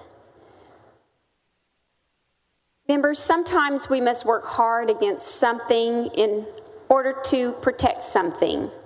SB 14 works to stop the use of puberty blockers, cross-sex hormones, and mutilating surgeries intended to change sex in order to protect our children. This bill is not about persons 18 years and older. It's not about those who are of maturity that can make a fully informed consent. The bill doesn't define counseling nor interfere with counseling in any way. SB 14 is a Child Protection Act. The bill prohibits the use of puberty blockers, cross-sex hormones, and surgery for the purpose of changing the sex of a child. It prohibits surgical removal of healthy tissue for the purpose of changing the sex of a child. It prohibits Medicaid and other tax dollars for use of changing the sex of a child.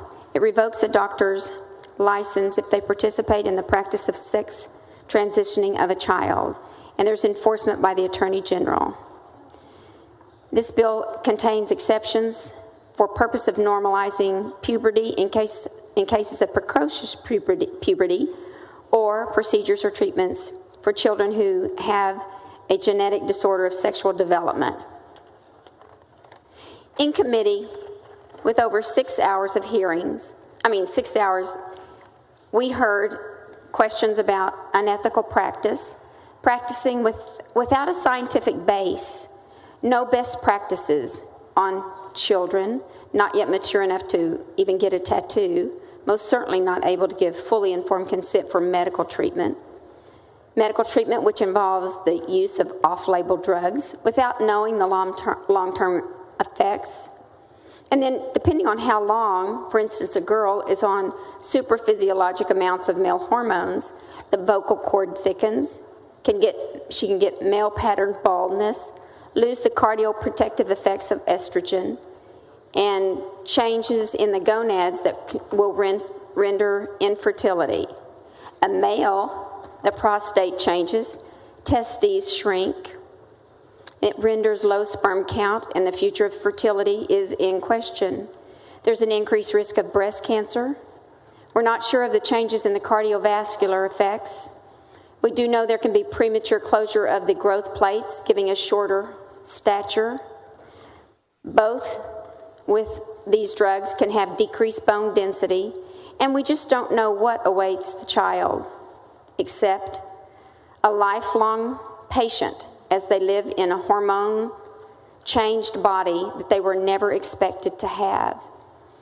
And then there's the gender-altering medications that given before resolution of other mental illness diagnoses that precede gender dysphoria. Asking, is that all ethical? The science, we heard about science. Some witnesses tried to spout scientific studies which were really no more than surveys filled with self-selection and bias, as well as many flaws. Yet using the surveys to ascribe fact to opinion. Several European countries, their health authorities have found insufficient evidence base to justify early medical intervention on gender dysphoria minors. And I have a list of them. And the literature is replete with the European changes in their practices. The terms suicide and suicidality were used, and we all shudder at the thought of suicide. Suicidality is a catch-all term for behaviors that range from occasional thoughts of suicide to actions of self-harm like cutting to deep thinking and gestures, which most certainly are all defined as outcries. But these terms can be conflated. When the suicide rates in trans children on medical treatment is compared to trans children not on medical treatment, the rate is essentially the same, and it is a very low rate. Some historical perspective. This is a cash cow industry. A historical perspective. 15 years ago, Boston had the first pediatric gender clinic. Now, there are over 100 facilities, and if you add ways to access practices off the internet, there are over 200. I don't know how much the drugs are, but they're costly. When adults have the same drug, they're hundreds of dollars cheaper than what a trans child has to pay for.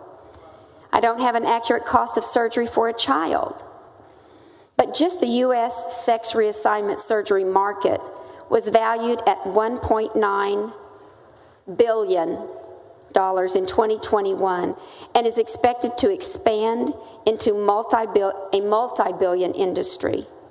This is a cottage industry supported by insurance companies and Big Pharma. Big Pharma has a customer for life. This is money that's made off the exploitation of vulnerable children with a mental illness.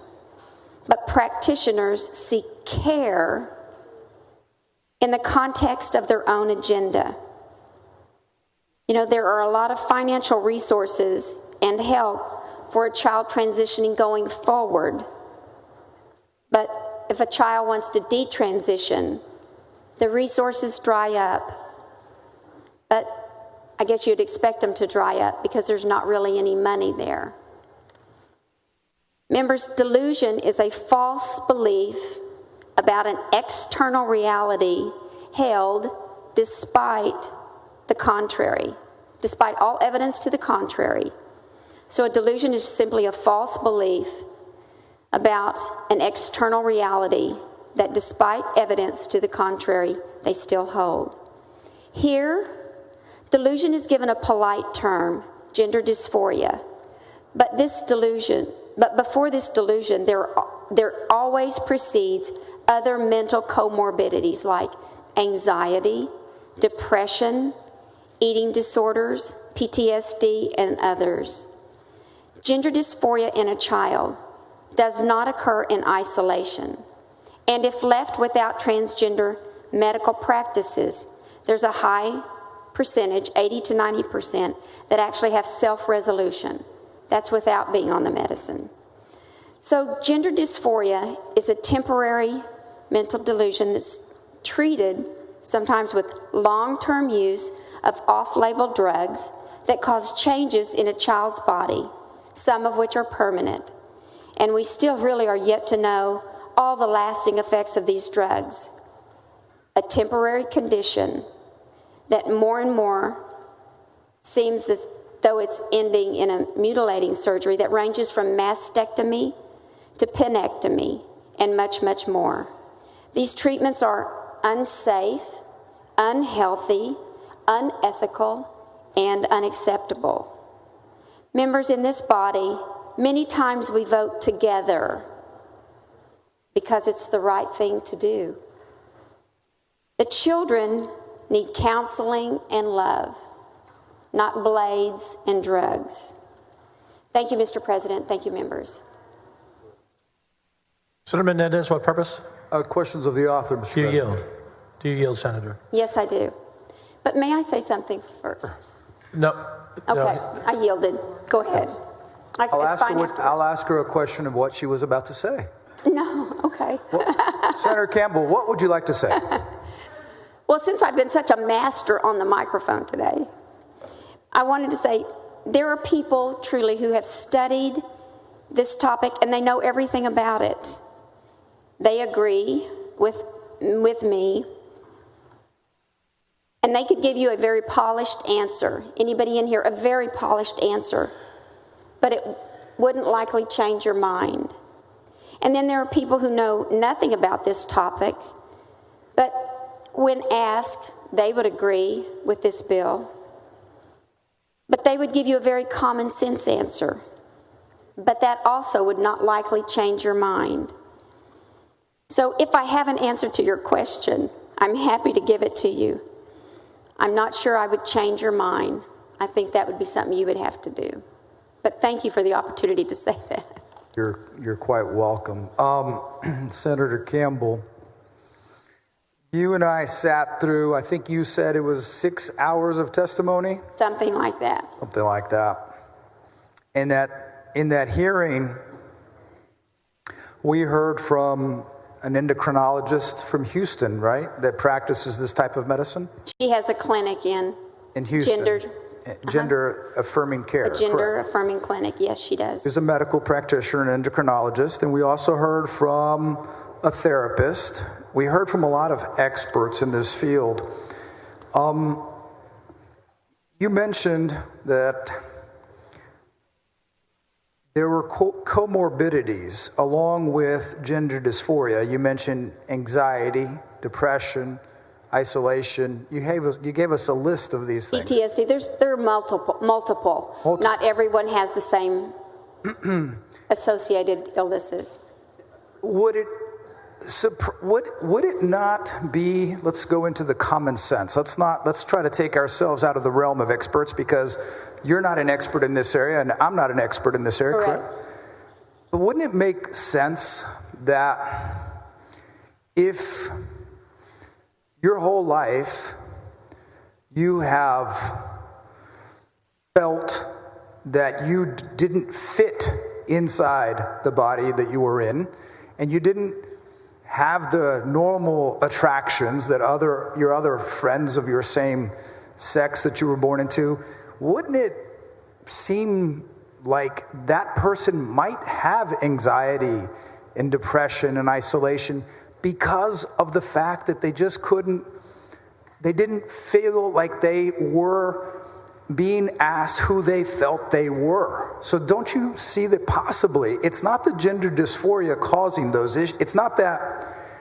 You mentioned, I think you said a delusion. It's a delusion. You call it a delusion. And so my thought is, though, because you've never experienced it, right?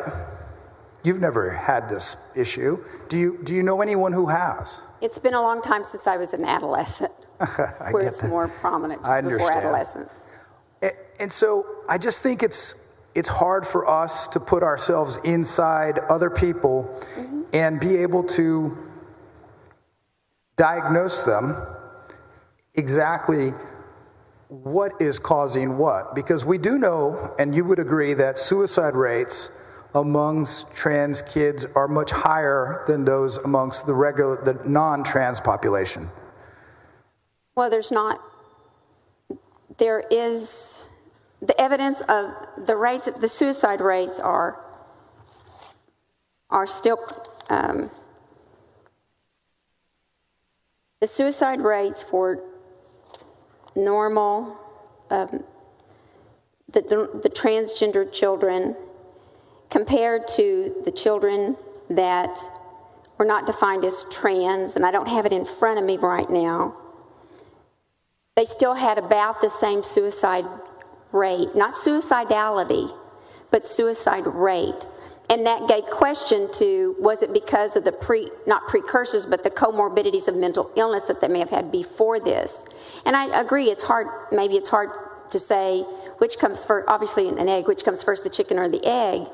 But there's just mountains of evidence that the gender affirming medications and interventions are not always, they're not fixing the gender dysphoria. They're not always fixing that delusion. One of the statistics that I have, and I understand that there are different groups with different statistics, is that 97.5% of young people who come out as trans remain trans their whole lives. And that figure seems to contradict what you said, that you said earlier in your layout that people, their dysphoria would self-correct. Is that what you said? Yes. If you're defined with gender dysphoria, but you go through adolescence without the medical interventions that are being used right now, without that, yes, 80 to up to 90% have self-resolution. I'm not but sure. But if you've been put on medicine, it's not that way. Well, obviously it wouldn't be self-resolution. Right. So in the committee process, we heard from many, many people who came and testified. We heard from a couple of folks who wanted to detransition, but we heard from many people who had known their whole lives that they were trans, and they had remained that way and were happy to be that way. And it was just, they felt that bills like this and others that we've entertained or heard here in this body were, in essence, excluding the reality of who they are. And so sometimes when you say, would it surprise you if you say that their gender dysphoria, if they just go through puberty and they don't get any drugs, that it's going to self-resolve, that they were just delusional? The gender dysphoria. Yes. But not necessarily any mental issues they may have had, anxiety, depression, or any of those things. Which any of us could have, we're right? not addressing that part. That's exactly right. Anybody in this building could have depression, anxiety. Yes. We've got plenty of reasons. You said that in your bill layout that if a doctor continued to practice after this bill, if it becomes law, this gender-affirming care, that they'll lose their license. Is that what you said? Yes, they can. Didn't you and I, or you mentioned earlier, we had a conversation about your worry, your concern about children who already are going through the process in terms of the puberty blockers, because so many of those puberty blockers, if you drop them suddenly, you can have actual very harmful effects. You're concerned about that, right? Well, I can tell you, we don't know.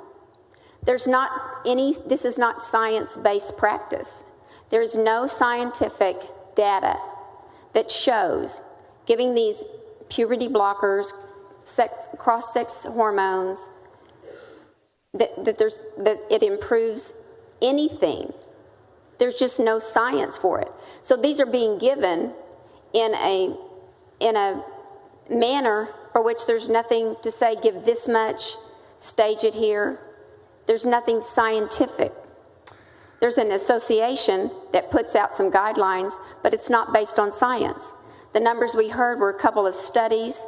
They called them studies, but they were surveys, kind of like self-selected surveys. They answered them if they wanted to, if they felt like they had gender dysphoria. But there are no studies that have a scientific, controlled, double-blind study, good study, that gives us parameters, or that gives doctors parameters of how to administer these medications. So that's going forward. I call that going forward. So then how do we know what to do going back or stopping them? So there's not really I would expect that the doctor who's giving the medications would also know how to help transition somebody off of them. But I don't know that. Senator Campbell, you're a medical doctor, correct? Mm-hmm. So you and I both know that if you're started on a cycle of steroids, that you have to taper people off that cycle of steroids. You can't just drop it off because there will be medical repercussions. Is that not correct? Depends on how long you're on them, but as a general rule, if you're on them 10 days or greater, that we do wean you off. You have to be weaned off. So just applying that medically known practice, if we said people who are on hormone-based therapy, they can't be just dropped off. Isn't that why we've been working on an amendment? No. Well, why? Let me be so short. You can take Tylenol and you can stop it. You can take it on a regular basis. You don't want to take too much. It hurts the liver and all this. But there are many drugs that you can stop without having to wean off. Not being used to these drugs or prescribing these medications, I don't know the weaning schedule or how they should be taken off.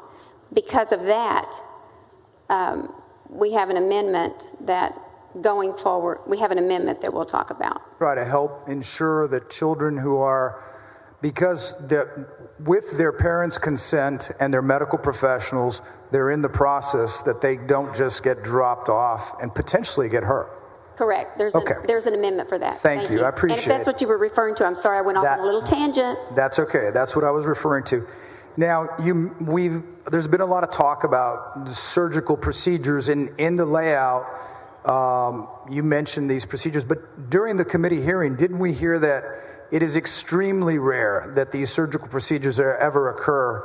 And I have an amendment to say that if you're under 18, that you shouldn't have the surgical procedures. So would you be supportive of the amendment that it just said, let's leave it to no surgical procedures, because we don't want any children who maybe later in life, they've decided that they wish they had not had that surgery? If you're referring to just the transition to change the sex? Correct. No surgery for any transition to change the sex? Correct. Not based on any metabolic or genetic disorder? Because there are children that are born with intersex. They're born with the, XY, but they have undervirilization, or XX with overvirilization. Yes. There's problems like that. So when they're born, it's difficult to tell which genitalia they have, and therefore there's a decision made between the parents and the doctors. Sometimes that includes surgical procedures. Is that not correct? I really don't know. There may be some. That's not my forte. I don't know. But if there are, it's because it was a genetic presentation, a genetic disorder. And this bill does not address any genetic or metabolic disorders. It leaves those untouched. Okay. All right. Thank you But that's a good question. Thank you for answering my questions. I appreciate that. Yes. Thank you, Mr. President. Thank you, Senator Menendez. Senator Gutierrez, for what purpose? Will the gentlelady yield for some questions? Senator Campbell, do you yield? Yes, I do. Thank you, Senator. And I'm not a medical doctor, so I just have a few questions that I know you'll be able to enlighten us a little bit. Maybe. It's not my specialty, but I think I promise they won't be. all of us can. Are puberty suppressants, what we're talking about today, are they used to treat any illnesses despite the ones that are listed in your bill? Are you talking about medication that might be for prostate cancer? For instance, yes. Yes, there are multiple uses. So these same medications might be utilized in the treatment of prostate cancer? Yes, but they're not used to change the sex. Right. Fibroid tumors, sometimes they're used in the treatment of fibroid tumors. Is that a If they're fair trying to decrease the size of the fibroids before hysterectomy, or if they're trying to decrease the fibroids to make the uterus better accept a pregnancy, yes. But again, it's not the change of sex. No, I understand, and that's why I'm trying to get through all of that. I feel like you're leading me to down a No, I path. promise I'm not. I'm just trying to get the questions answered. Sure. Like I said, I'm not a doctor, but I read a few things online, and maybe sometimes that's a dangerous thing to do. Well, the internet. Dr. Google sometimes is my biggest competition in the ER, but they are in the ER. Yes, ma'am. Yes, doctor. In endometriosis, sometimes they use these medications for endometriosis. Medications are used, progesterone is used, but they have to be careful. They're usually time limited, because if you use it for too long, then again, estrogen suppression can cause changes in the bone and growth plates. And sometimes for other disorders. I'm sorry, what? And for other hormonal disorders, Yes, they they do. sometimes use these medications. Oh, they're used for birth control. Yes, ma'am. So our puberty suppressants that we just suggested earlier, you just answered in the affirmative that they're used to treat endometriosis. There's plenty of studies that go on to show that. Is endometriosis something that's common in teenage girls? It happens, and I don't have the statistics on that. But again, this bill doesn't address anything like that. Okay, and that's really going to the point of my question. Is it easy to diagnose endometriosis? Can it sometimes be misdiagnosed? I'm just not going to answer that. Okay, you're not. I don't diagnose it so much in the ER. I understand. Ultrasound sometimes, but. Understand. And I think that we're going to the very nature of my question. Maybe you could just answer this for us right now. If SB 14 were to become law, and a doctor encountered a teenager who wanted to transition but was also experiencing severe endometriosis, would SB 14 affect that doctor's diagnostic decision and decision to prescribe these types of medications? The medication, if they're already on medication, they're already on medication for transitioning, because I feel like you are trying to trap me in something that I'm not the one to ask. Well, I promise I'm not trying. It is the bill, but you're trying to, I feel like I'm not trying to trap you, Doctor. And I should, okay, and I think that you've built a good puzzle, if you will, that I have to try to see through, or not see through, but try to answer for you, truly. I think that if they're already on transitioning drugs, and if it's a female to male, they're not likely to have endometriosis if they've been on those drugs prior to this bill passing. And if they have not been on the medications prior to this bill passing and have endometriosis, they can't be on the medications for transitioning. They can be on the low dose or whatever the dose is for estrogen for a temporary amount of time to decrease the problems that they have with endometriosis. And that's all I'm trying to inquire about. I'm not trying to trap you. If a girl wants to transition, but the doctor says, hey, you also have endometriosis, will he or she, the doctor, be allowed to administer these types of drugs to that young lady for the endometriosis? That's all I'm trying to ask. I'm not going to say they can use these type of drugs. They have to use the medication for which there is a practice already set for the treatment of endometriosis. This bill does not interfere with the treatment of endometriosis, fibroids, or anything like that, heavy periods. It just doesn't address that. But a child taking medication for endometriosis, it's a time limited, and it's not for transitioning. It's not for the purpose of changing sex. Okay. And I don't know what the dosage is. I don't know what the dosage is for going from male to female estrogen use versus estrogen use in a female who's trying to have control of endometriosis. And most certainly, the child has to be well into puberty, or they have to be in puberty to be having their menses. And I think you've answered my question. I'm sorry if it's... I think it was a long answer. We've already established that GnRH drugs can be used in the treatment of endometriosis, and I think you're saying that a doctor cannot then use GnRH drugs for endometriosis if SB 14 becomes law. If they were not already on the gonadotropin releasing hormone or an antagonist, if they are not already on that because they were not on transitioning medications before this bill went into effect, then he can't use them for the purpose of changing sex. Can he use them for the purpose of treating the endometriosis for a prescribed period of time? For a prescribed period of time. My first thought is yes. But again, this bill does not address, and I want to make that clear, it does not address treatment of any medical problems going on, such as heavy periods, fibrosis, ovarian problems, cysts, anything like that. Yeah. Endometriosis, fibroids. I got you. And we suggested earlier, and this is really rare, it's pretty rare for a young lady to get breast cancer because usually we see that around 50 or beyond. The majority of breast cancer cases are women older than 50 years old. Is that fair? Not necessarily, but a lot are. But we have breast cancers in young adults, young females. Yes, ma'am. In their 30s, and there are cases out there. And in very rare cases, it can also be in a teenage girl. I don't know the numbers on that, but extremely I would rare, expect it would be I'll rare. Submit to you. But I don't know. And the same with prostate cancer. Yes.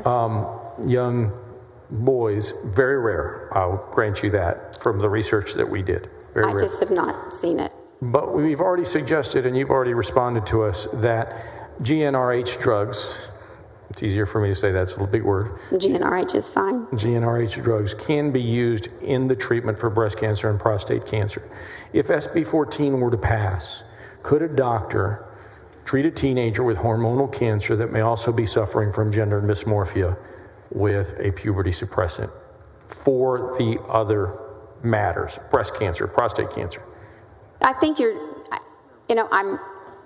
mixing disease process going on, and that's not common in the young age for which gender dysphoria normally occurs, and most certainly not under the age of 18, because this bill only applies less than 18 years old.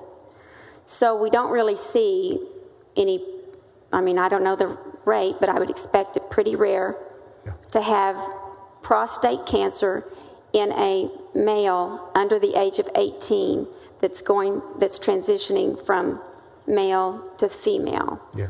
If I grant you that. It's all pretty rare. Right, and so I really can't. I feel like I'm misleading if I say yes or no, because I'm not certain of the rates, I'm not certain of the dosages, but this bill will not alter a physician from treating a metabolic problem, a problem like cancer.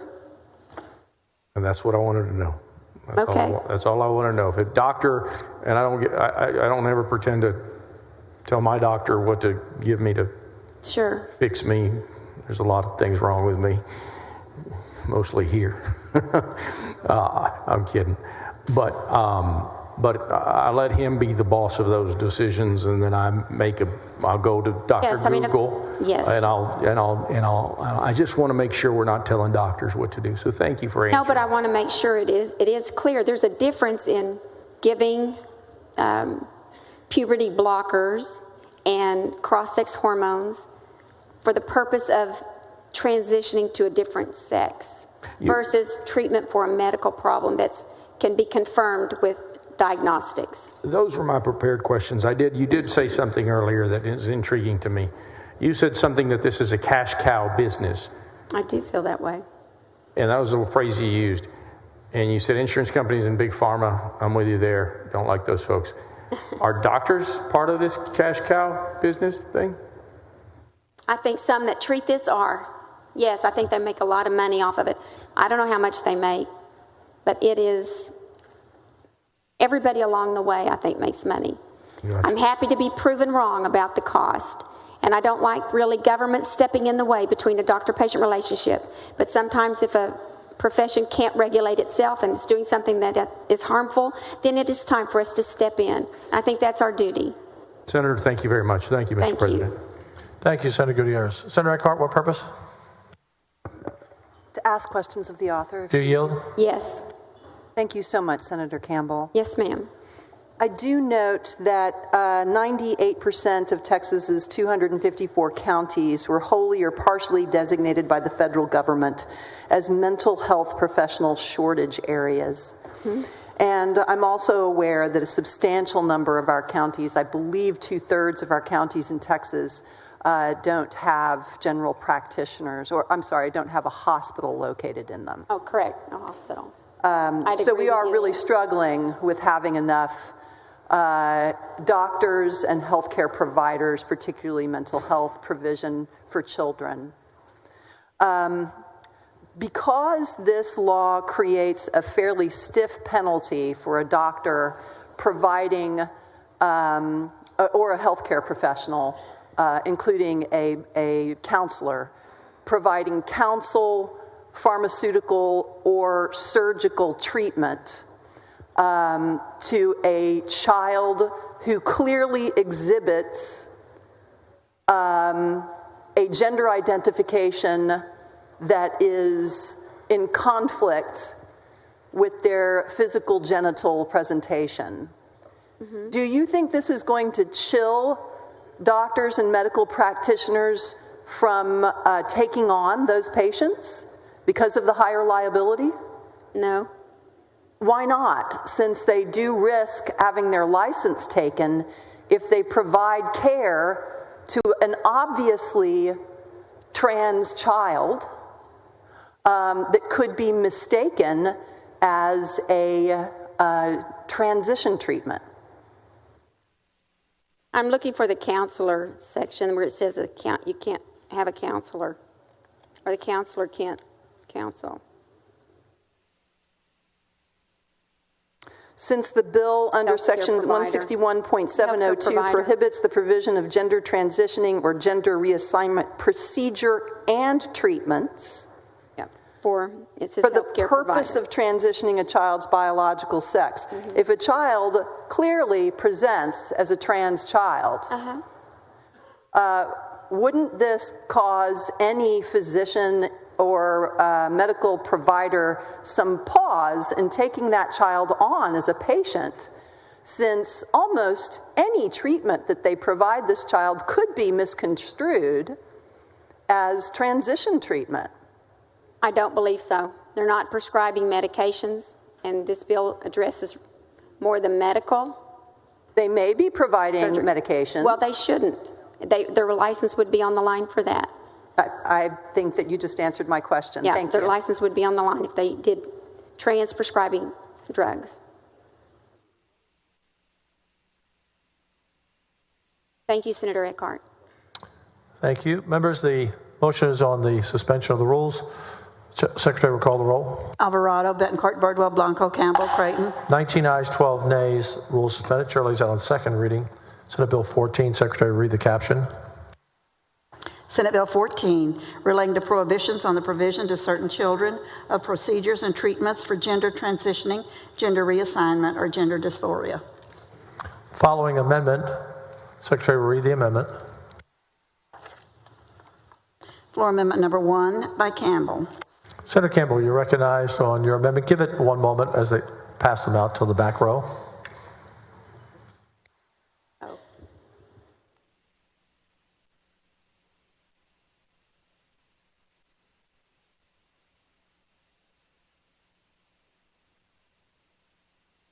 Wait. Senator Campbell, on your amendment. You're recognized. Which amendment? Weren't we just given this one, Jose, right? I wasn't given mine. Let's hold. Let's get you a copy. Do we have a copy for?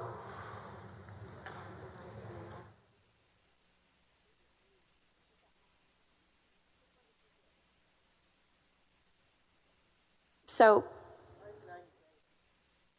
yours is mine, or mine is yours. But the one that Senator LaMantia got and I got is one that has Senator Menendez's name on it. Yeah, Amendment number 1 is by Campbell in Section 2 of the bill and added Section 161.703, Health and Safety Code. Thank you. Thank you. Let's give it a moment so everybody has the right amendments. Thank you, John. Okay. Thank you. Okay, so this side got the right amendment. This side had the, but now you have the right amendment. I have the right. You're recognized on your amendment. Thank you, Mr. Yeah, you do. I'm sorry. What are you looking for?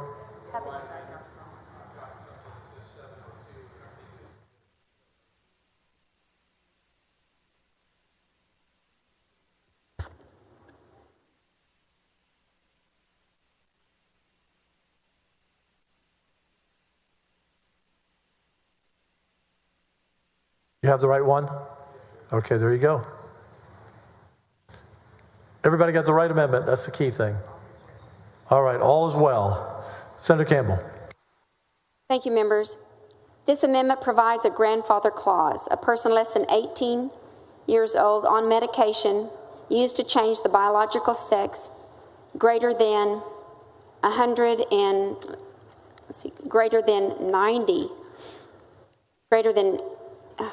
90 days before the effective date of this bill. So this is a grandfather clause. So they are grandfathered in. If a person less than age 18 is on medications used to change biological sex for 90 days prior to the effective date of this act, they may continue their non-surgical but medical treatment. The second thing is that the amendment changes the effective date to September the 1st, which is the usual effective date of our bills. That was a technical error. Senator Menendez, what purpose? Question of the author of the Do you amendment. yield? I do. Thank you, Mr. President. Thank you, Senator. Senator Campbell, I want to thank you for this amendment. As we heard earlier, there was a lot of testimony and a lot of debate.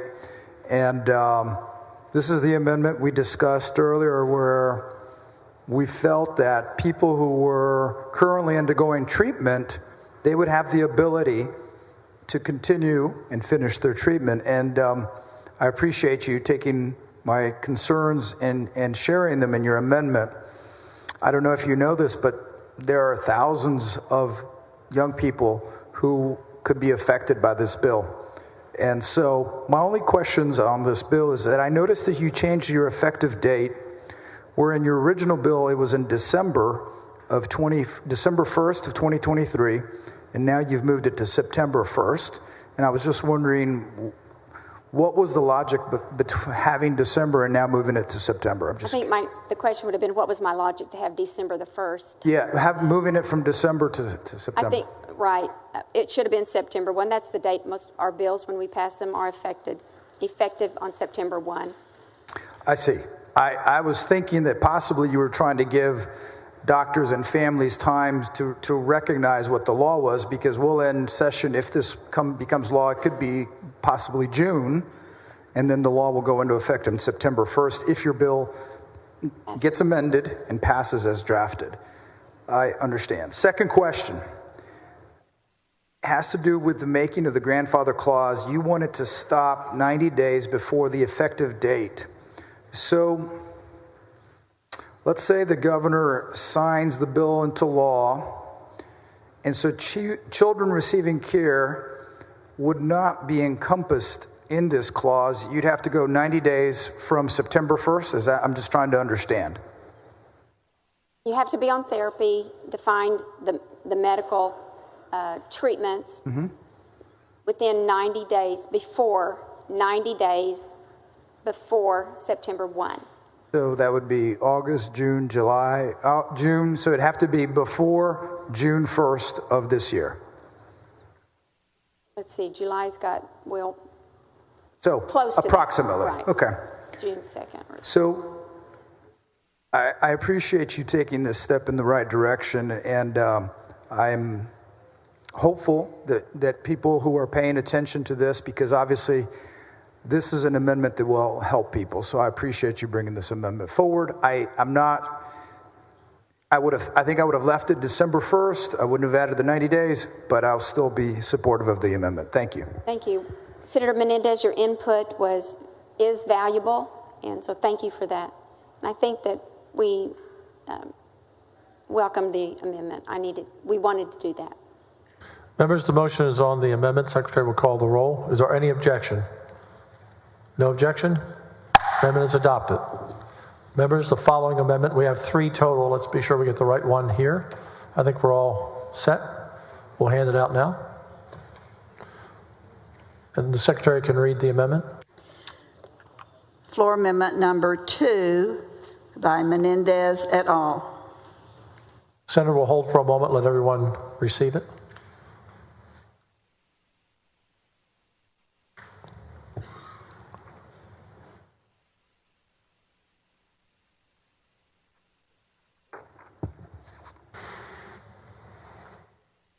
You're recognized on your amendment. Thank you, Mr. President. And members, as you've heard Senator Campbell and I talking,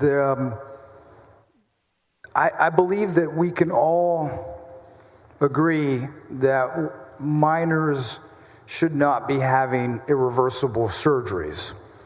I think it's reasonable for someone to wait if they're a consenting adult to make major surgical changes to their body. And as far as I can understand with my conversations with advocates and healthcare providers, the incidence of surgeries on minors is extremely rare, especially here in Texas. I am concerned when thinking about the thousands of children and those who come after them that may be grappling with these feelings of confusion and dysphoria.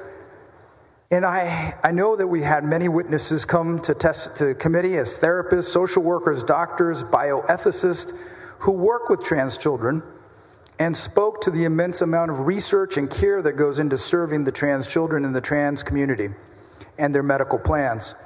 Many attested that puberty blockers, being the same as those offered to children with precocious puberty, are reversible. Many others spoke about the thoughtful work that parents, children, and their providers put into forming an individualized plan for each and every child. Not every trans person who seeks puberty blockers ends up getting onto hormone replacement therapy, and the extent at which they may decide to embark on hormone replacement therapy varies widely depending on that individual's goals. They also spoke how life-saving this surgery can be for the very small group of children. I think the bill goes too far, and the damage it can have on children's well-being has motivated me to consider this amendment so we can all agree to ban surgery for minors. To clarify, children dealing with precocious puberty would still have the same access to care. We wouldn't have the questions that we heard about endometriosis, and I think it would be a disservice to all children and their parents by preventing them the access to evidence-based transformative quality care. And so that's why I bring this amendment, folks, and that's why I think you can see that a number of people signed on, because this amendment would ban surgery for minors. It would not interfere with the parents' decisions with the babies that were born with 46 chromosomes, also known as intersex. And I think that if we really want to take care of the children, this is one way to do it, and say Texas will not stand for surgical treatment on children. And so that's the amendment, and I hope you think that it helps, because it clarifies a lot of the things with the hormone therapy that can still be used for a lot of other helpful things that are necessary today. So thank you, Mr. President. I think what Senator Campbell, you're recognized. Senator Campbell, you're recognized. Thank you, Mr. President. Thank you, Senator Menendez. This bill speaks to those disorders, the genetic or metabolic disorders at birth, or that are found in childhood. And it does not allow surgical procedures for psychological, the short of it is psychological disorders, such as a delusion where you feel like that you're a male, but biology to the contrary is a female. And we just can't have surgery affirming that mental perspective. We need to align the mind with the body, if you will. So I hear what you're saying, but this bill does not ban those genetic defects or metabolic disorders that a child is born with or manifests in early childhood. Neither does my amendment. It doesn't do that either. It actually allows that to continue. It just allows for the hormone therapy to go through. I am as concerned about the surgery as you are, and that's what this amendment focuses on. The surgical procedures, that the minors may not have them until they're adults, consenting adults. Thank you for bringing the amendment forward. I'm going to vote no on that, because I feel like this bill, Senate Bill 14, addresses the concerns. But thank you, Senator Menendez. Members, the vote is on the amendment. Secretary will call the roll when ready.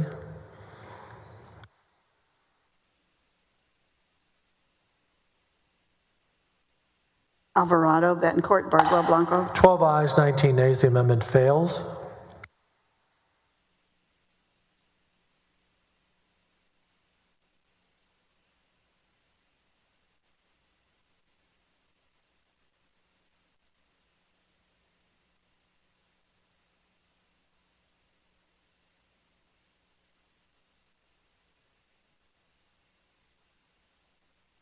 Following amendment.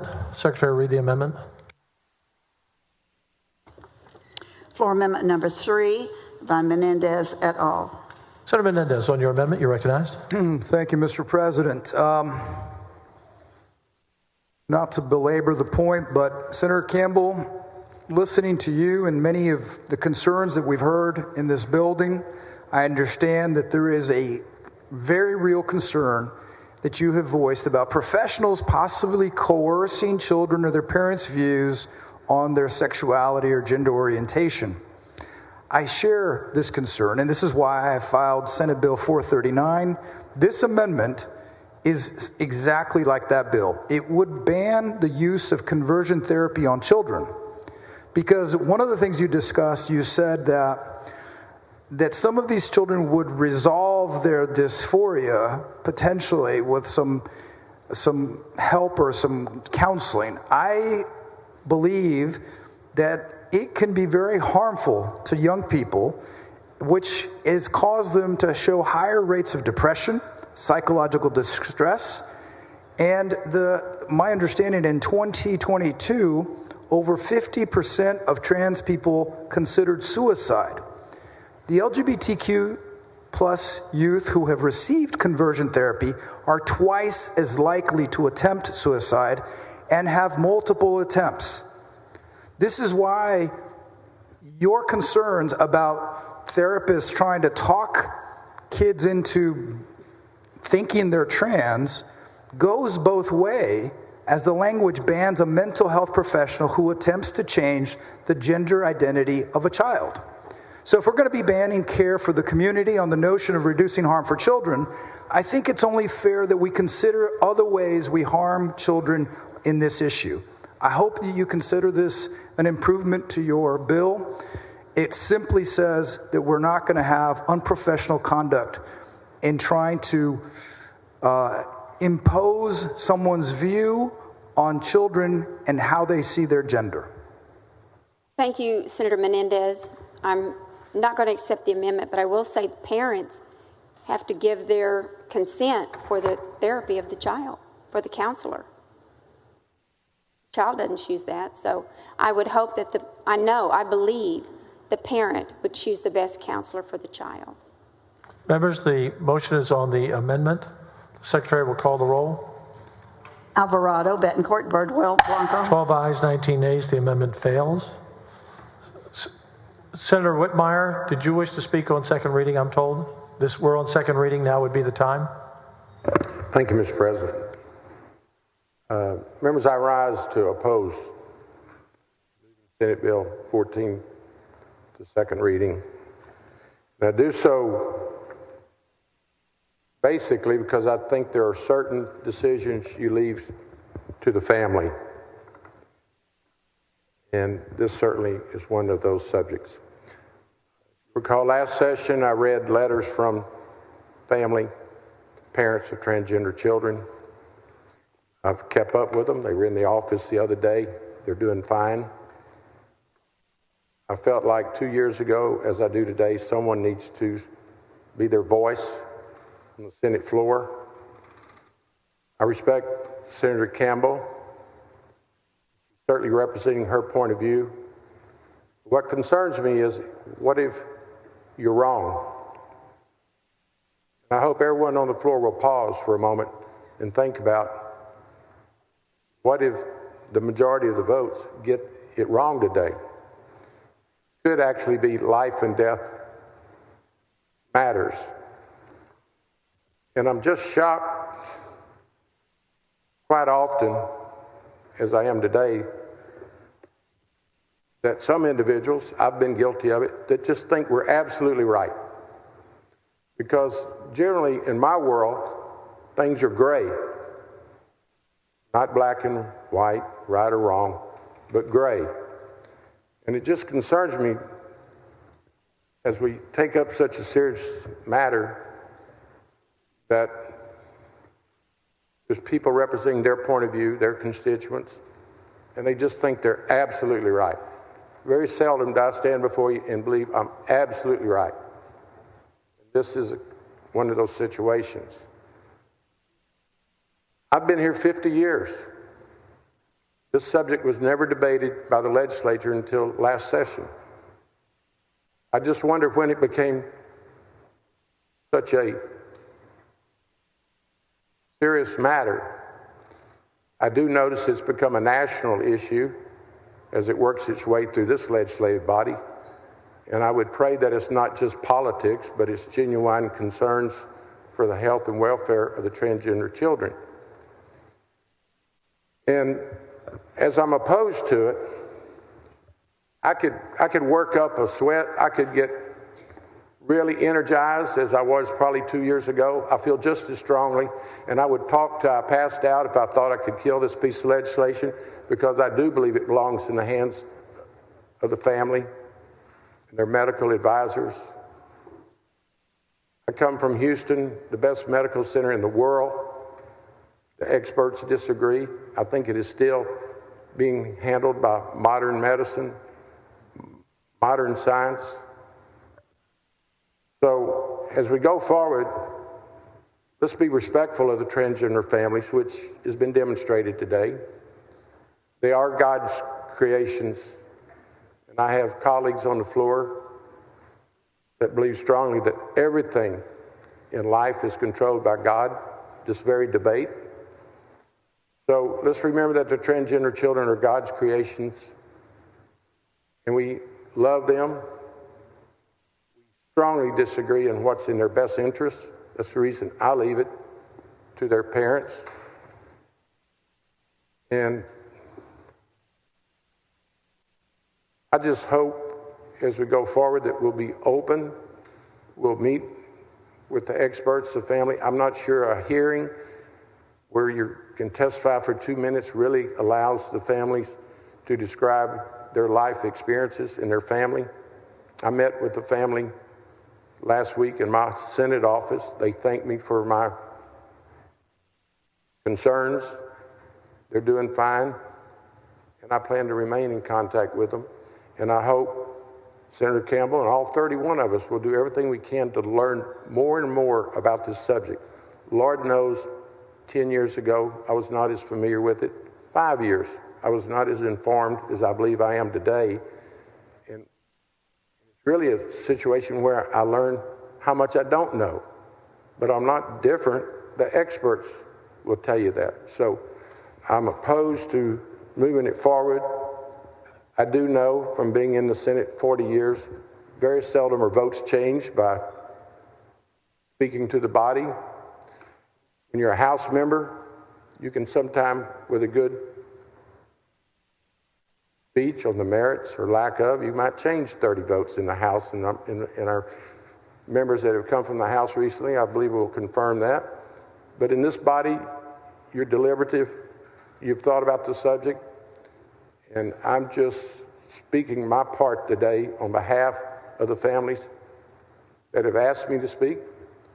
Most of them are not constituents, and it really doesn't matter whether they live in my district or not. I'm representing a point of view of concern from families across Texas. In fact, one very prominent family that I respect their privacy have told me they will move out of state to see that their grandchild still receives the care that they're receiving. I hope this does not become an issue where if you have the means, you can go out of state and continue your treatment. And if you're lacking those means, you have to live with the challenges of that transgender child. Thank you, Mr. President and members. Thank you, Senator. Senator Gutierrez, what purpose? Do you wish to speak on second reading as well? Thank you, Mr. President. I, too, don't wish to beleaguer the point. I respect the author immensely. I disagree with her on this issue.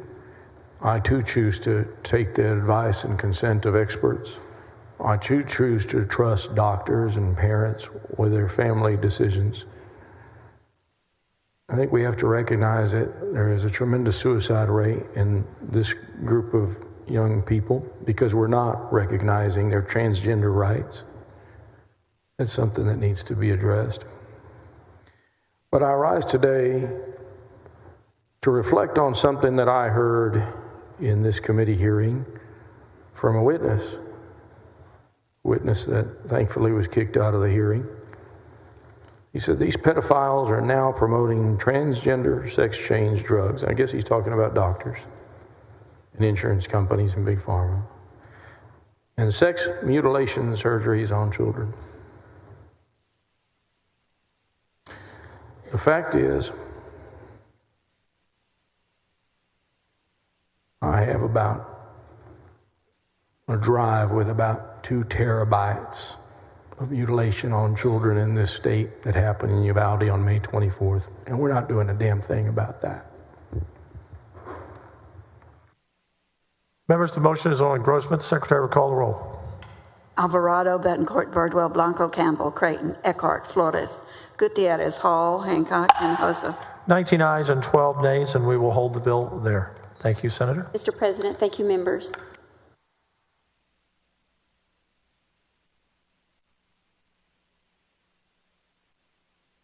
Senator Perry, we have just a little bit more business to do, members, because I know we have committees that need to go back to work. Just a little bit more.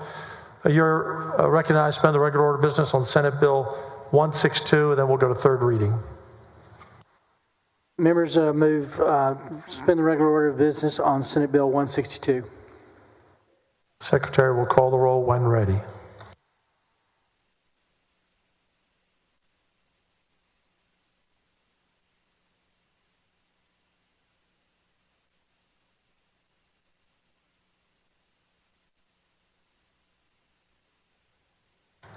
Alvarado, Betancourt, Bardwell, Blanco. 19 ayes, 12 nays. Rules are suspended. The chair now lays out on third reading and final passage Senate Bill 162. Secretary, read the caption.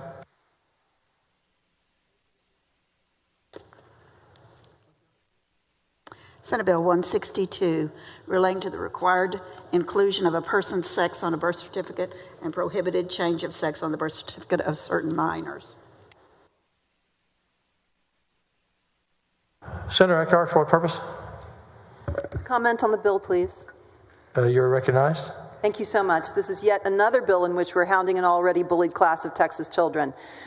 Requests for gender change by minors are rare, and when it does occur under current law, the courts have the expertise to determine on a case-by-case basis whether and when the gender on a child's birth certificate should be changed. We should leave it that way, and my ask to this chamber is when do we satisfy our appetite for hounding this small group of already bullied children? Are we just going to keep looking for every opportunity to cause them harm?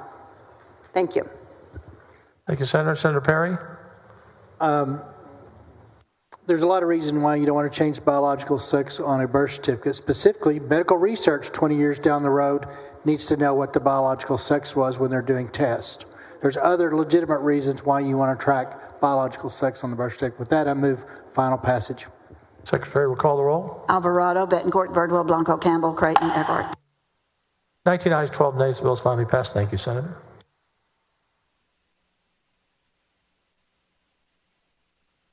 The following report from the Nominations Committee. The Secretary will read the report.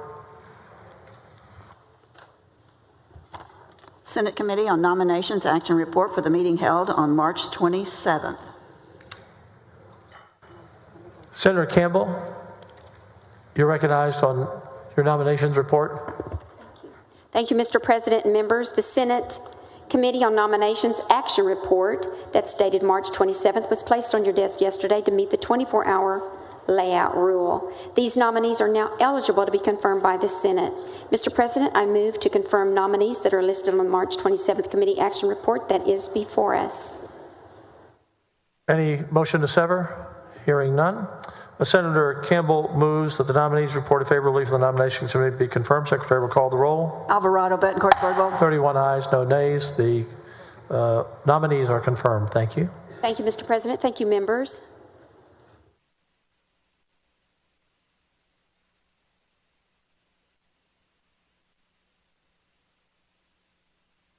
Members, we have one final resolution, and we held this for now because there weren't members on the floor earlier today from Senator Kelly Hancock honoring our veterans, and I wanted to be sure when we did this we had members on the floor.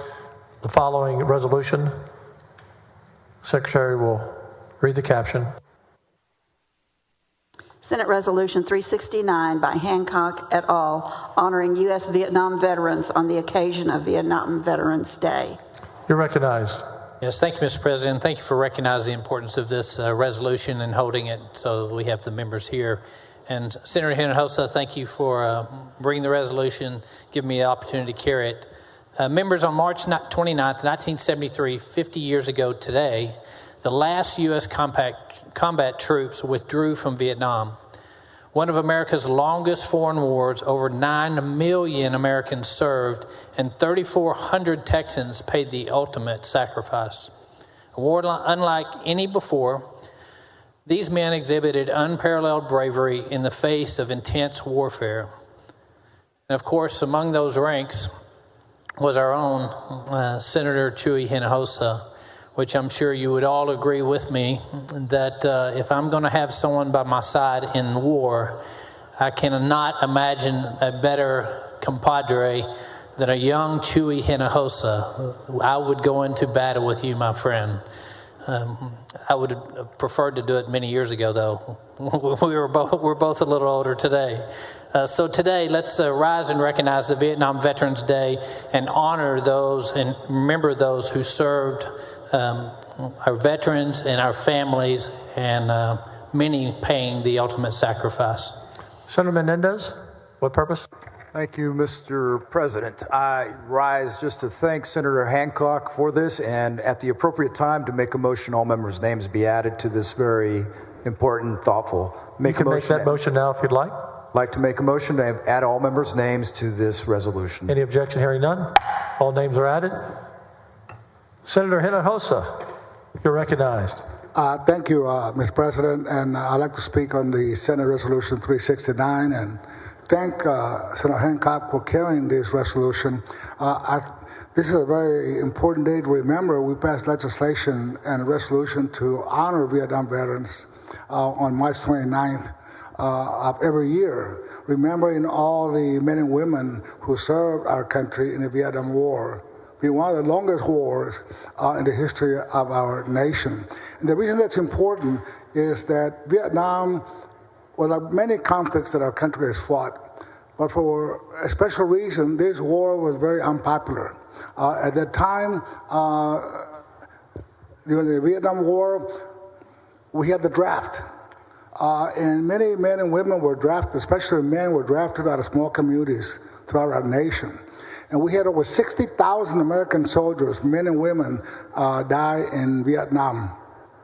And many times when we enjoy our life and enjoy our family and enjoy our freedom and go to church and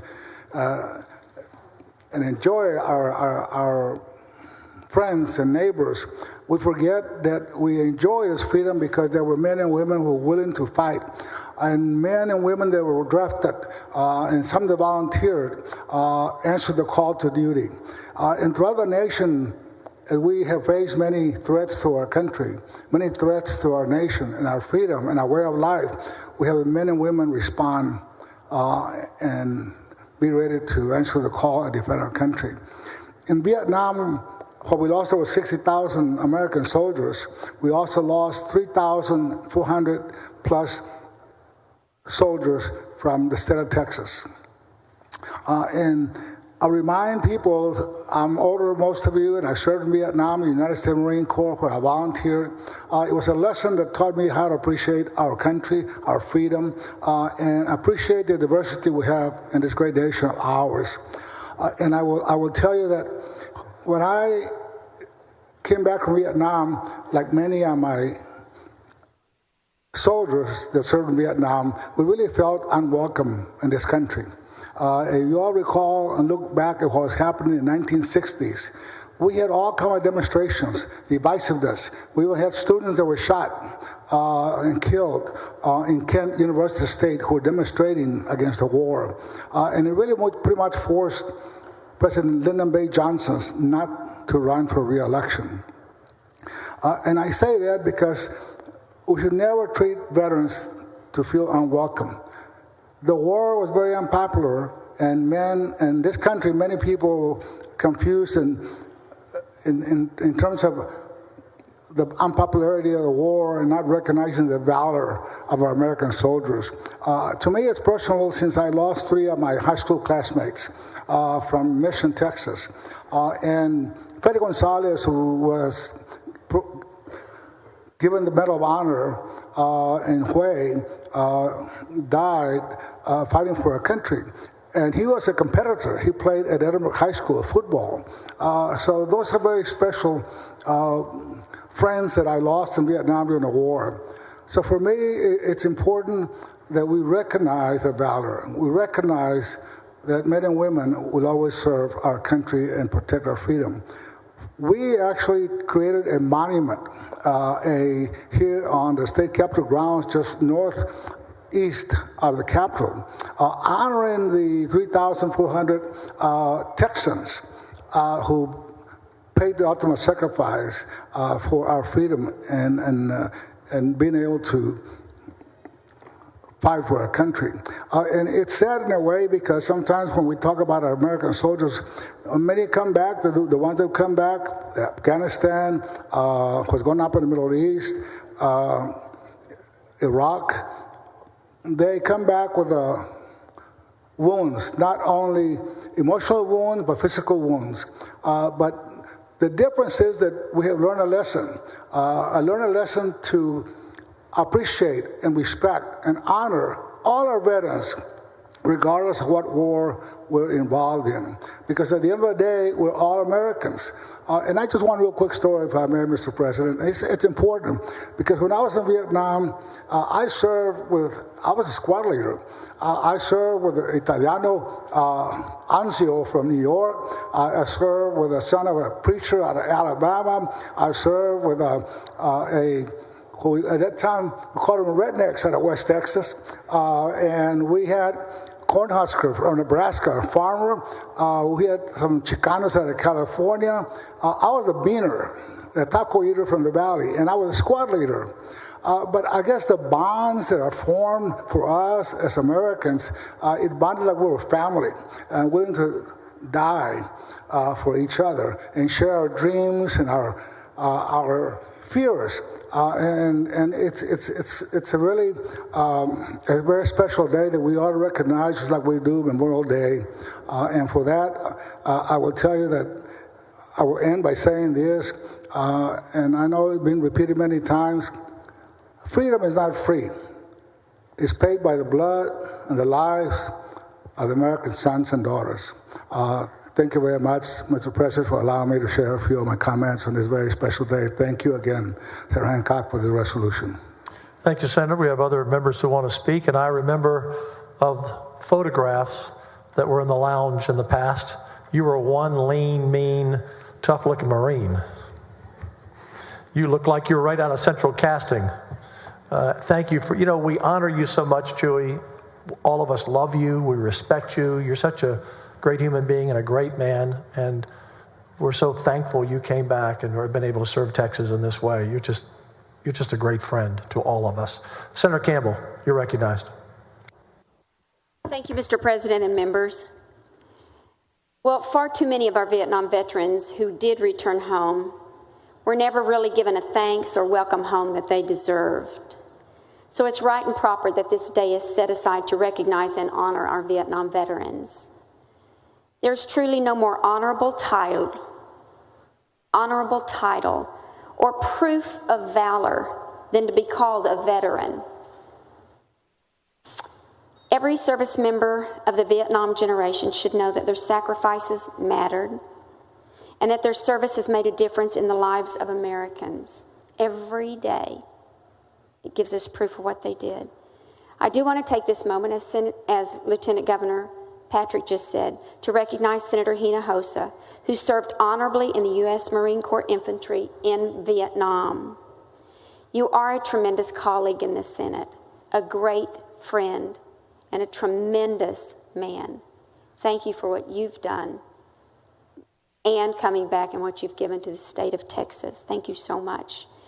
And I'm not sure if you're the only Vietnam veteran in the chamber today, but for any of them that are listening, whether here in Texas or around our nation, thank you and welcome home. Thank you, Senator Campbell. Thank you. Senator Hall, you're recognized. Thank you, Mr. President. Thank you, Senator Hancock, for bringing this bill, and thank you, Senator Hinojosa, for your service.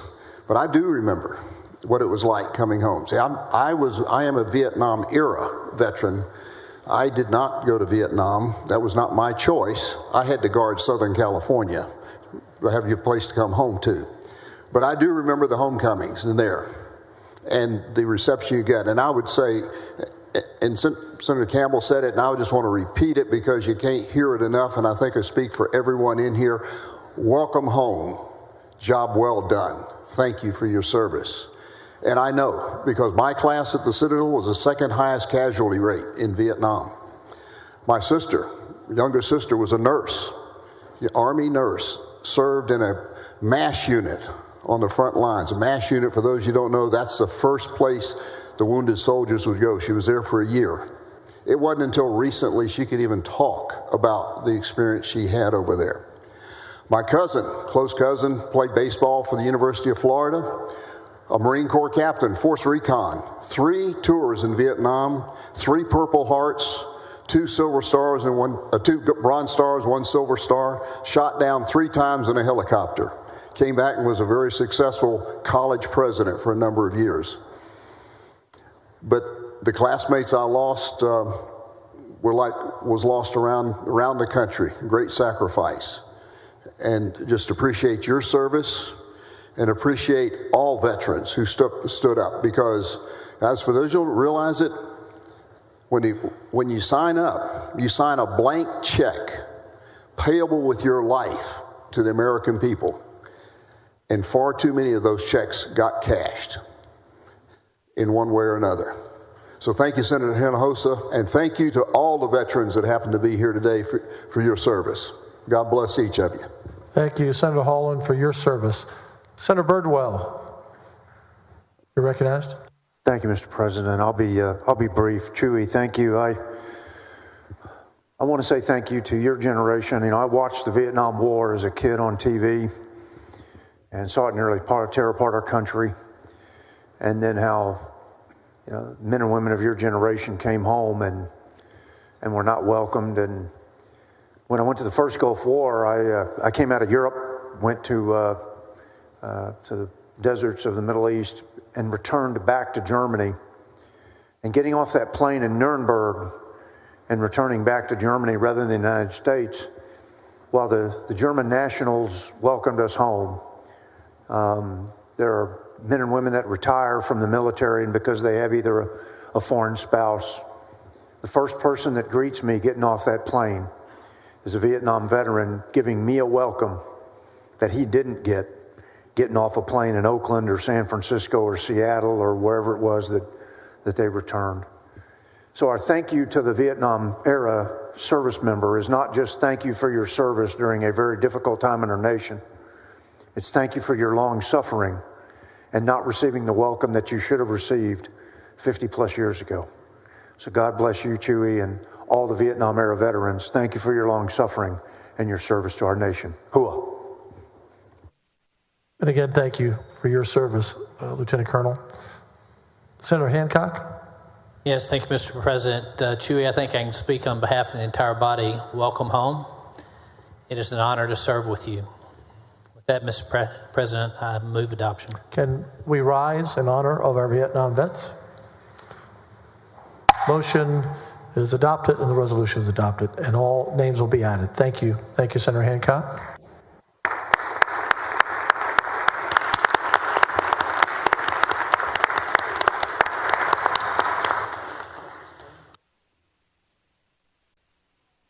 Members, I have a few announcements and motions in writing.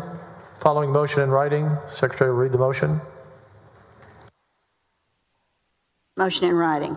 Mr. President, I ask unanimous consent for Senate Bill 2110, relating to the provision of natural gas by and rates charged by certain gas utilities, to be withdrawn from the Committee on Natural Resources and Economic Development and re-referred to the Committee on Business and Commerce.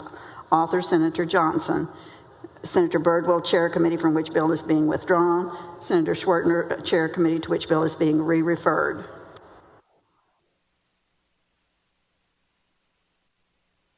Any objection? Motion adopted. Following motion in writing, Secretary read the motion. Motion in writing. Mr. President, I ask unanimous consent for Senate Bill 2111 relating to reporting by operators of certain gas supply chain facilities and gas pipeline facilities on a failure to perform a contractual obligation due to a weather emergency, to be withdrawn from the Committee on Business and Commerce and re-referred to the Committee on Natural Resources and Economic Development. Senator Johnson, author. Senator Schwertner, Chair Committee from which bill is being withdrawn. Senator Birdwell, Chair Committee to which bill is being re-referred. Any objection? Hearing none. Members, the President's desk is clear. Announcements? Any announcements? Senator Birdwell. Thank you, Mr. President. Members, Senate Committee on Natural Resources and Economic Development will reconvene at 4:20 in E116 to continue to hear pending or business from this morning's posting. Thank you, Mr. President, members. Senator Huffman? Yes, members, I move to suspend the 24-hour posting rule so that the Senate Committee on Finance can meet in the Senate press room, that's right there behind us here, 2E9, to vote on pending business today, March 29th. Immediately upon adjournment, members, we definitely need a quorum to get these bills out, and then that should give you time to get to the other committees. Thank you. Any objection? Hearing none. Motion adopted. I have an announcement, members. So when I became lieutenant governor, I had one grandchild. And then I had two more, and now today we're at 8. So we had a granddaughter born today. This is the first grandchild born while I've been in session. A little girl named Emerson Hope. Her sister is Reagan Faith, and I need all your charity to deal with 8 grandkids. So Emerson Hope Scruggs, welcome to the world, and John, if you would adjourn today in her name as well. We have a few more announcements. Senator Kolkhorst. Thank you, Mr. President, and congratulations on the birth of another granddaughter. Good day. It is a great day. Members of Health and Human Services, we will reconvene at 4:30 today here in the Senate chamber. Senator Creighton, announcement. Thank you, Mr. President. Members, the Senate Committee on Education will reconvene today after Finance adjourns their hearing in the press room to continue our committee business. As a reminder, when we reconvene, we will begin by voting on pending business and then continue with the remainder of our agenda. Thank you, Mr. President, members. Mr. Doorkeeper. Mr. President, there's a message from the House. Submit the messenger. Mr. President, I'm directed by the House to inform. Thank you. The chair recognizes Dean of the Senate for a highly privileged motion. Thank you, Mr. President and members. And we have a special message upon adjournment, which the Lieutenant Governor has already shared. But I move that the Senate adjourn until 11 a.m. Thursday, March 30th, in honor of Emerson Hope Scruggs, the Lieutenant Governor's 8th grandchild who was born today, and also in memory of Patricia Pat Martin, constituent of Senator Springer, Jimmy Don Blair, constituent of Senator Creighton, and Brian Taylor Kelting, constituent of Senator Bentoncourt. With that said, Mr. President, I move adjournment. Thank you. Any objection? Chair hears none. The Senate stands adjourned until 11 a.m. Thursday, March 30th. Thank you, members.